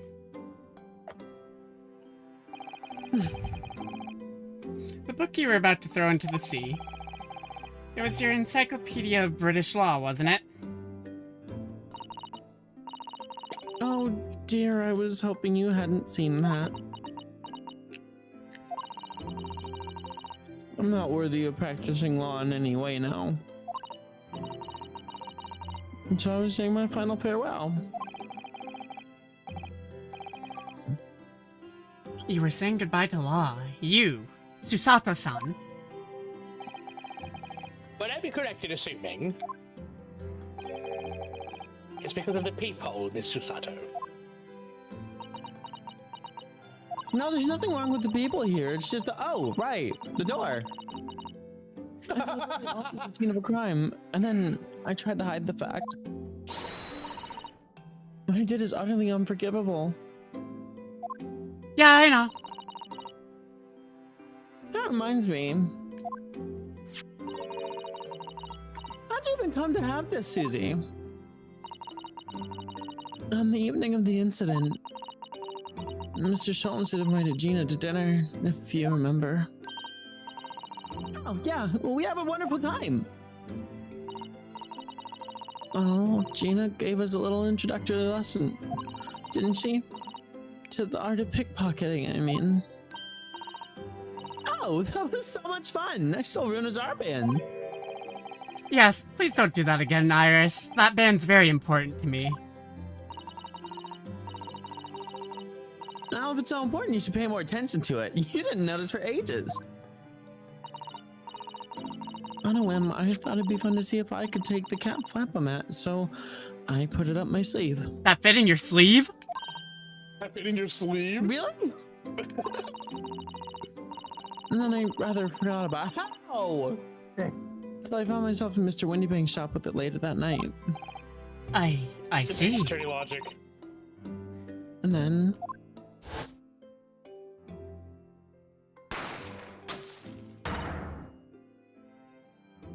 Oh my god, my voice. Yeah. Mr. Shams, Mr. Shams. Leave me be, leave me, Mr. Naruhodo. Right. Soon. After Mr. Naruhodo left the shop, I started to think that door started to play on my mind. The storeroom door, you mean? Yes. If Gina was anywhere in the shop, I realized it could only be behind that door. Hi, wife. And at that moment, the little device I had in my sleeve sprang to mind. I was so worried about Gina. I simply had to know. So you used the cat flap-o-mat to make the peephole in the door.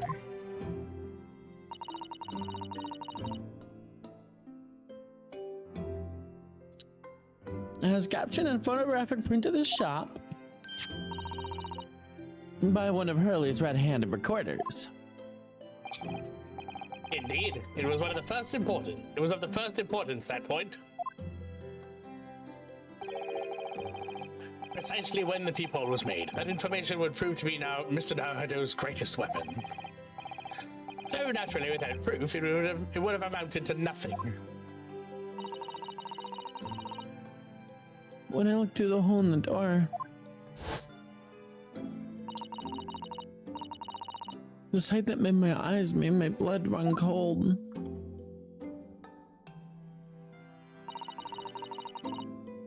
Thoughts started to run through my mind. I remember that trial 2 months earlier. The trial of Magnus McGilded.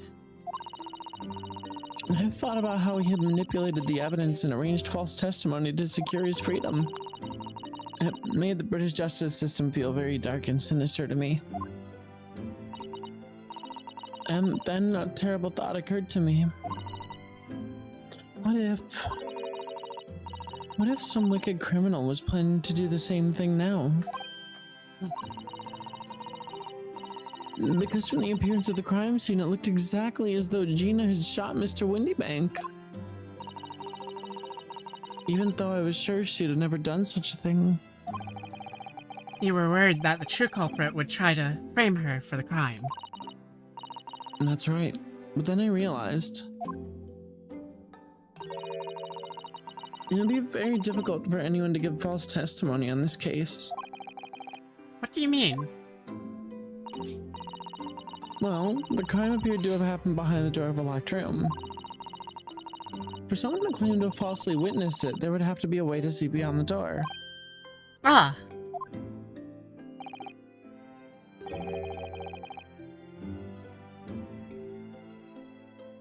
Oh, but which a peephole would be the very thing. Well, the people I made wasn't actually there until after the crime had been committed, of course. And the criminal would know that, so it wouldn't make any difference.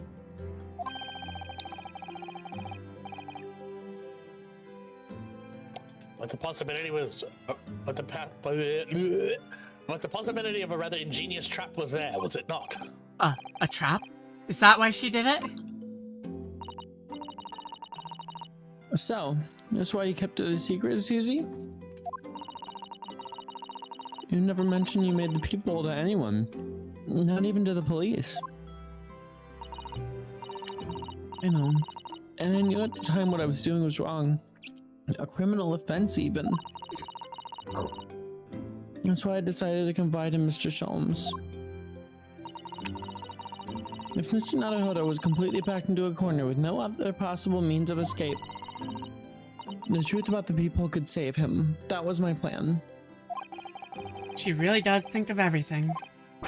But then, why didn't you just tell me everything before the trial began? My dear fellow, this is an ace attorney game. That would have made everything way too simple. Well, yes, of course I'm not thinking straight. I'm fucking gay. If she had done that, it would have rendered you complicit in the whole escapade. Ah. Disbarred if you'd been seen to have knowingly tampered with the crime scene. So Mr. Sato decided to shoulder the burden of responsibility alone. For your sake, and Miss Lestrande's. Mr. Sato. Like the absolute gangster she is. The truth is, when it happened, I did it because I'd lost a little of my faith in the law. Oh. I was worried that the right person wouldn't be convicted of the crime. But the moment I allowed myself to think that is the moment I lost my right to call myself a judicial assistant. What did you... Isn't comparable with what he did. Graydon is the one who lied in the witness stand using that people as a way to implicate Gina. And besides, the people inconsistencies hadn't existed. I'm not at all sure she would have been acquitted in the end. Mr. Sato, what you did saved Gina's life.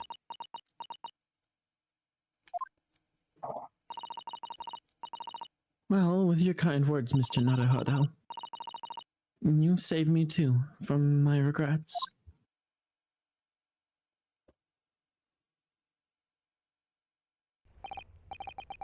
Well, we must all be thankful that Miss Lestrande's freedom has been assured. Yes, exactly. Although some of the loose ends in that trial would continue to play on my mind, I'm sure. But the revelation of the music box just contains secret messages, Mr. Naruhodo. Wait, How do you Susato, know that? how do you know that? We didn't tell you that. What a triumph to work that out. I'm full of admiration. Again, how do you know that? Well, actually, that argument wasn't quite as compelling as I thought it was. There was a little jump there, so maybe they filled her in on the Maybe? case. Oh, it wasn't? There was a communications officer among the jury members, you see, a telegraph operator. And she said that the majority of the sounds on the disc were just meaningless tones. Yeah, it was probably encoded or they had it in the wrong slots. That's what one would expect. After all, we are talking about secret government communications. No doubt they were written in cipher to avoid being readily understood should they have been intercepted. A cipher? I see. So then we could never hope to understand the message anyways. Nonsense, my dear fellow. It's quite a zero-type problem, I assure you. To that extent, I have made copies of the music discs. Sounds about right for him.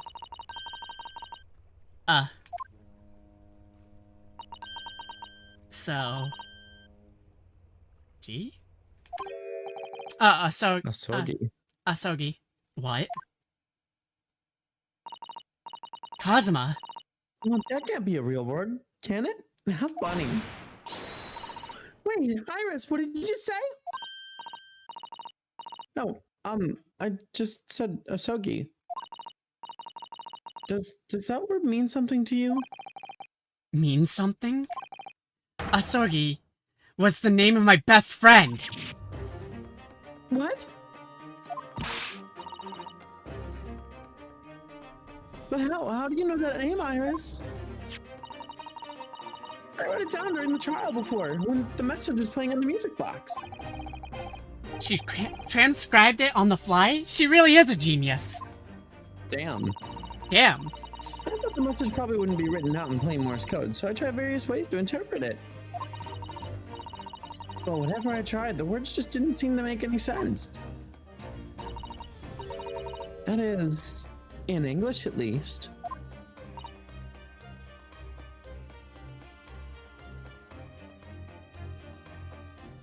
Oh! It suddenly occurred to me, you see. There's more than one Morse code, not just the English variety. Various countries around the world have altered and added Morse code to use it in their own languages. I don't believe it. Are you saying? That's right. I've only actually seen a chart of Japanese Morse code once before. But I think it's based on the Iroha pentagram, isn't it? She has eclectic memory? He does. And you mean to say that in Japanese Morse code, the message says Asogi?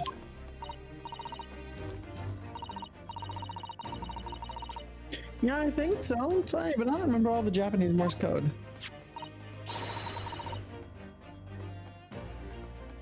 Iris, did you let me see that? Mr. Sato, do you know it? Do you know Japanese Morse code? Yes, I spent some time studying it. Is there nothing this woman hasn't studied? Apparently. If only she was there with us at the trial. I'm quite sure Morse code will become ever more important for international communications. Then might I recommend, my dear madam, that you focus your efforts on the English version. Be that as it may. Oh, wait. Yeah, Iris, show me the message, please. Of course.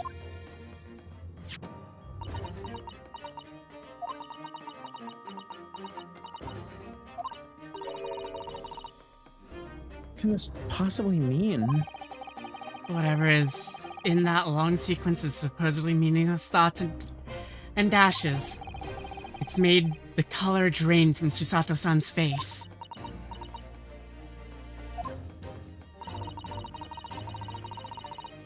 There's no doubt this message is written in Japanese Morse code. So the British Empire has been using Japanese for its secret communications.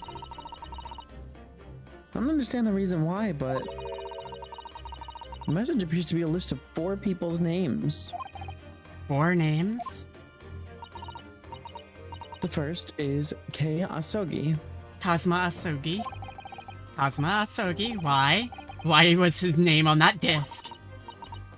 The second is A Shin. Shin. I don't recognize that name. The third is T Gregusan. Gregson? Gregusan! Tobias Gregson. It would seem Tobias Gregson is the third man on the list. Okay. And what's his name doing in a secret government communication as well? And the last name Is her father's.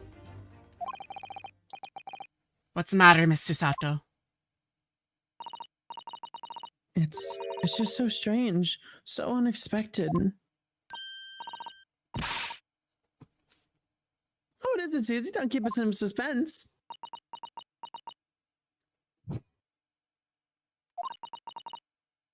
Last name is Oh? J. Wilson. Huh.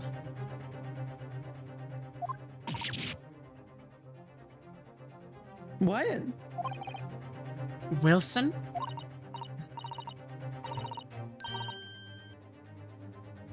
Oh shit, John H. Wilson, you mean Daddy?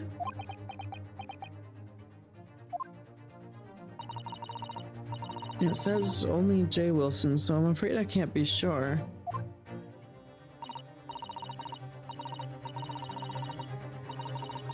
After the 4 names, it reads, if I translate from Japanese, that is all 4. And that's the end of the message, or rather, the end of what you noted down, Iris. 2 of them are dead. I just can't believe it. Who would ever have thought that those discs contained Japanese Morse code? Not to mention a strange list of some disturbingly familiar names.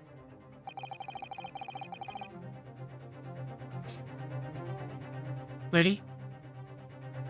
It would appear that this particular message is a communication of some kind between Great Britain and the Empire of Japan.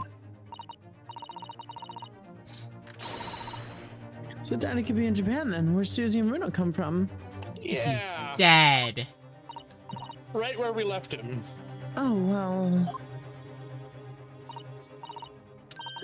No, it's not very likely, really, is it?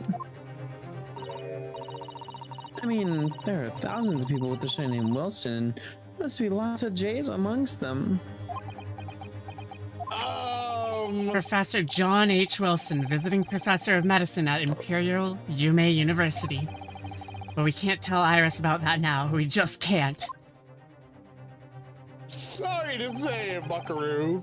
This is so strange. Somehow, in solving the case of Mr. Windybank's murder today, I feel like we've rolled back a boulder at the mouth of a very dark cave.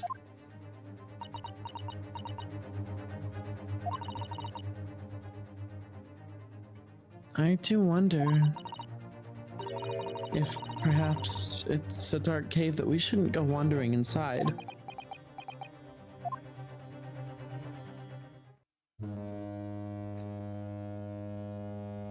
Not now, boat! Oh dear, the ship is gonna set sail soon. Yes, it seems so. I'll sail on a steamship first to the port of Dunkirk in France. Then I'll change into a larger passenger vessel bound for Japan. You're really going then, Susie. We wish you a safe passage, Miss Susato.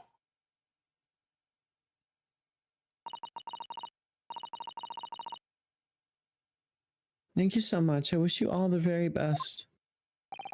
Mr. Sato, I had hoped to have you always by my side to guide me and support me. Mr. Naruhodo. Please, come back soon. As far as I'm concerned, you really are the very best judicial assistant in the world. Oh, That's cute. is she gonna flip us upside down? I'm quite sure. I'll be back before you know it. Really, Susie? Oh, no, don't forget, Iris. I made you a promise I've yet to fulfill. Oh, yes, that's right. About your manuscript. Ah, Oh yes, the Hound of Baskervilles.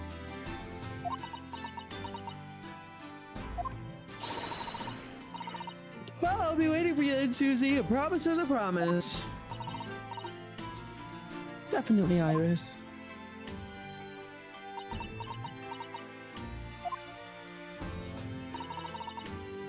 Mr. Naruhodo, Yes. do you remember the first time we met? Yes, of course. On the SS Burya when I was dragged out from that wardrobe still half asleep. If I remember rightly, you threw me halfway across the cabin with the Sutato takedown. You know very well I'm talking about after that.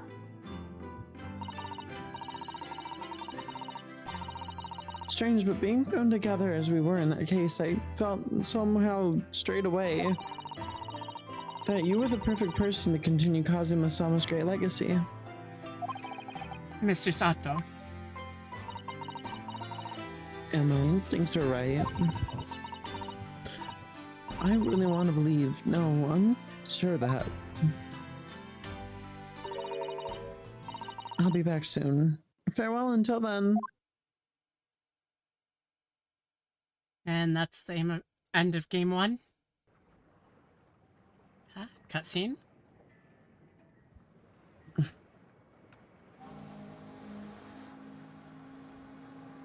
Somehow we seem to have come to the end of the adventures of Ryunosuke Naruhodo. Or the first volume, at least.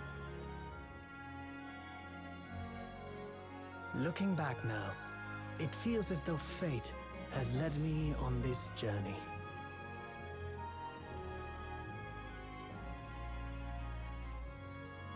That cat is totally treat coded. Fate led me to becoming a lawyer, to traveling halfway around the world, to meeting the great detective.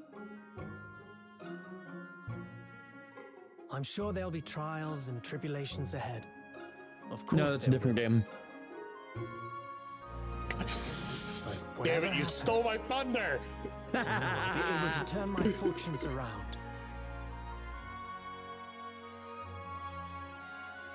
Why does he have such a British accent? He's After all. Japanese. I have the greatest friends in the world on my side. Oh, Jesus.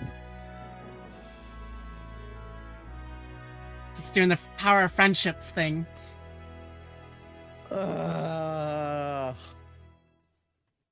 Don't worry. This is what friends are for.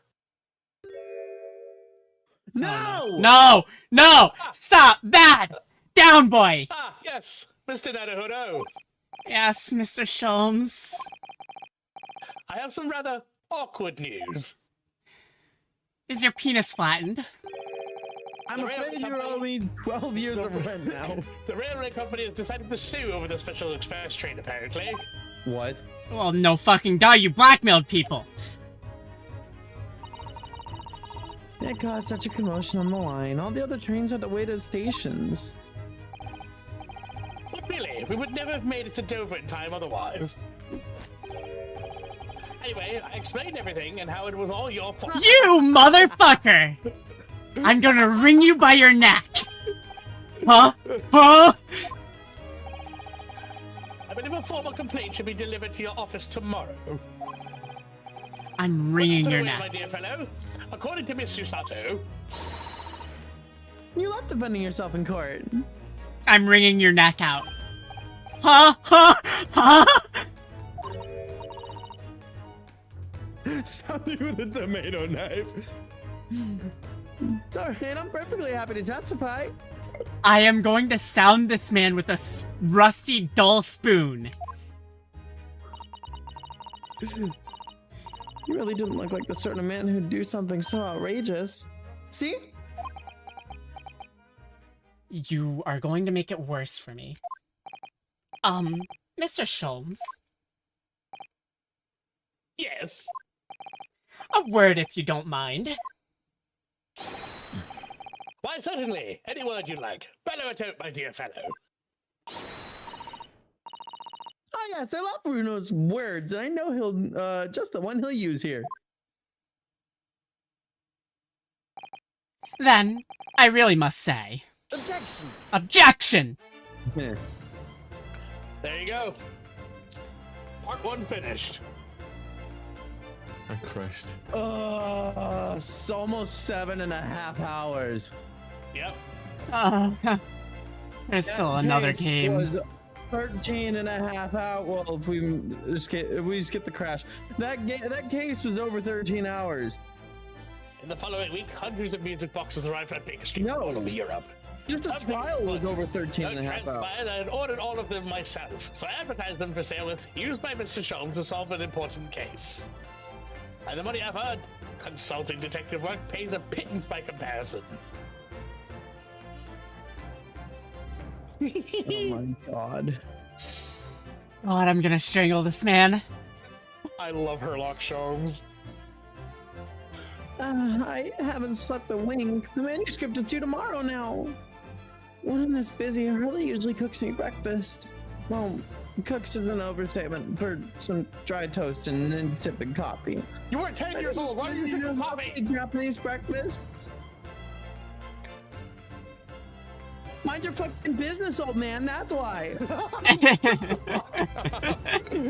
Oh, this fucker. Oh, yeah. Witness, your testimony is riddled with contradictions. You gotta give him a squeakier voice.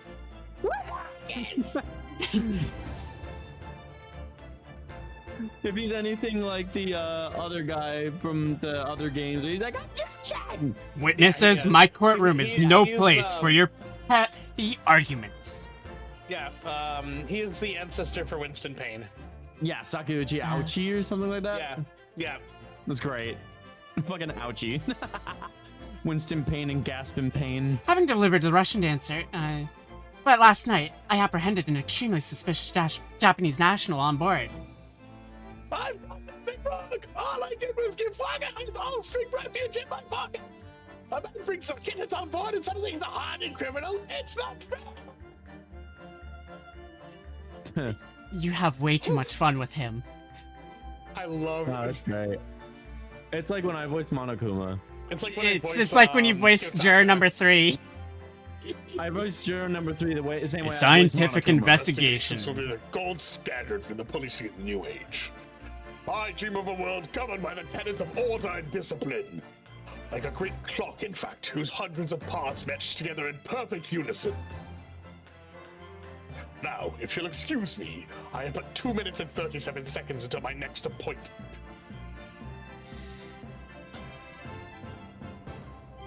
Oh. I fucking love Ace Attorney so much. Latest rounds of magazines out, and I'm in it again.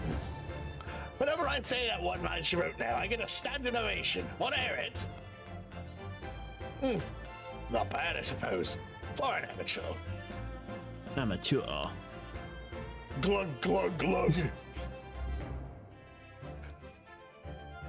Her ladyship puts me to shame. You should be You know, shamed. humiliation king.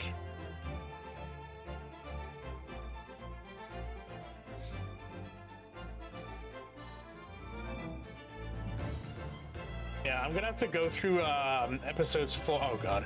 Been visiting the old girl on a daily basis, of course. Showing you my old jailbird. Must say, battling with those bally stairs every day has done wonders for the dicky peg. Managing well rather than the housework too. Got this maid business topped up, I suppose. Hope the gossiping neighbors don't realize the man of the house is his own maid. Best That's right. Yeah, she was formally arrested and charged with the assault of that girl. Yeah. Hmm.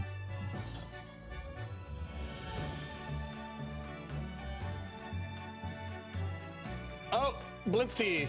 My brother's back on the beat again, thanks to the. I don't remember what it said. There's nothing I enjoy more these days than hunting out. I'm a better Bobby now, looking up for Londoners, the drop happenings, and my lovely wife. It's Hey Pennies, by the way. Oh, Pat. Oh, Raleigh. Raleigh. I don't fucking remember the voice I gave them. It was somewhat close to what you had now. Yeah. I'm usually pretty good at trying to, but I don't have an exact. Yeah. Yeah. Hi, Gina. Here you go. Look, so I'm gonna be doing time for a bit now. Well, Iris comes every day for a natter, so it ain't too boring. She's always going on about them cases what Sholmes is looking into. Criminal investigations are kind of interesting when you get into them. No, that was easy. Oh yeah, you've been doing her for like 13 fucking hours. No, her sentence is Oh wait, sorry. butchered here. 20 hours. Jesus. Yes, sir, that's my upbringing and shows a life of sophisticated crime. But regrets, please. I took over for him. I gave him a very I got any time to think fair to come back of Milton and Skulkin's milk run. The three musket Watsits. Milk in the neighborhood. Always laugh. I love it.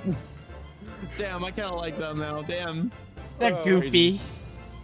They're so When they're all goofy. doing the moves, it makes more sense. Yeah. I liked the whole Big Brother sulky. Yeah. This past 6 months has been a time I shall remember. Painful goodbyes and wonderful encounters. I've come to realize that's what life is all about.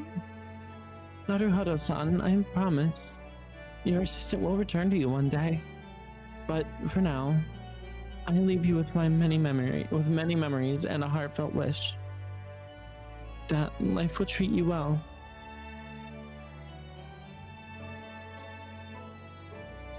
God, I need to finish episode Overall, 5. even though it's very bogged down, good game. It's beautiful. I love Look at this this story. picture, so much. nerds. Oh my God, I'm a he's bit hot. concerned for when I have to play it because I don't think I can do 6-7 hour stints like this. Oh well. Yeah. Yeah, you're also We not only gonna go have for a like small 6 cast hours. here. Yeah, I know. We usually go for like 4 hours. So it's gonna take twice the amount of time. Yeah, like Blitzy, we're gonna be in our early 40s by the time we finish. Don't worry. this. I'll remember all the dialogue for you and just speed read it. Skippy will be 35. It's 11:30 p.m. I have other shit that I have to Yes. do that I should have started an hour and a half ago. So, You take care of Thank you for that. having Thank me. you for Bye, coming Blitzy. by. I'll see See you I'll next see you week. tomorrow, buddy. Bye. Bye-bye. Oh. Surely I can skip this now, yeah? Yeah.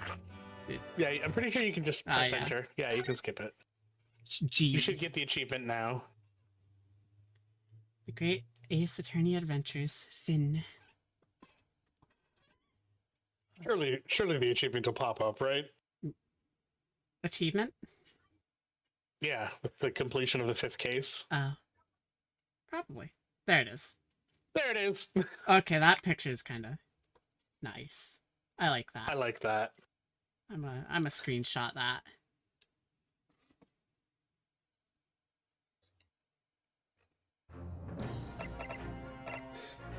Freedom. There you have it. One game down. That took us how long? That took us, what, 2 4 months. No, 2 months. Exactly 2 months. Exactly the same time frame that the game took place in. Yeah.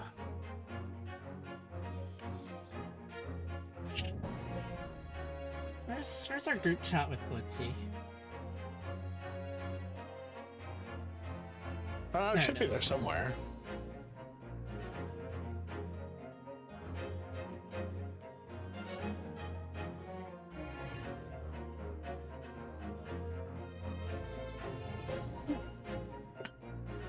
God. I think I've done about, what, 7, 8 hours almost? Yeah. Already? Damn. Well, you had the brownout, so we're gonna go by how long we've been in call together. Well, no. It wasn't the brownout that took me out. It was the game, Locking up. Yeah. Oh, no, what? No, game so crashing. when I say brownout, I mean your stream started twice, so we can't really accurately say. Yeah. So yeah, we've been going for 7.5 hours, roughly. Yeah. Well, it's like 2.5 when that one ended. Or that one got interrupted. Okay, so who's live? Who is live? The only person that I know, there's Kazi and Scale, Tabby, Celeru. There's Xbox doing Assassin's Creed. Annie, Relic, Vampire. My friend Relic. I might raid your friend Relic. Actually, no, they're doing Victoria. I'd like to grab someone who's doing something like more similar in content. See who's doing a Great Ace Attorney. See if we can find a VTuber or something. Same category. There is only 3 other streams. Bruh. And one of them is on the case we just finished. Really? Yeah. How far in are they? They're examining one of the tickets. Okay, are they in the trial right now? I don't believe they're in the trial. Okay. The other 2 that are doing it are flesh tubers. Okay, you know what, let's rate, how many viewers does the VTuber have? 12. Okay, 34 more. Sure. Alright, I don't think I got raided. Well, I did get raided by Neo earlier, but I can't Already here. Yeah, it didn't do the count. shout out for it again. Don't shout me out. Oh, no, yeah, it doesn't count. Anyways, I will be Raid. back tomorrow, where we are grabbing Jonah, and we are doing something or other after Gundam. Probably Windrose. We've been having fun with that. I think Raku's kidnapping us tonight. Tonight? He said he's doing Risk of Rain tonight. Okay. Just need to make sure I copied and pasted properly. Yes, I did. Anyways, I will be back. You have been warned. Bye-bye. Bye. Get my music started. Hey. Oh, it's down here. Oh, makes me so happy that my friends are playing Ace Attorney.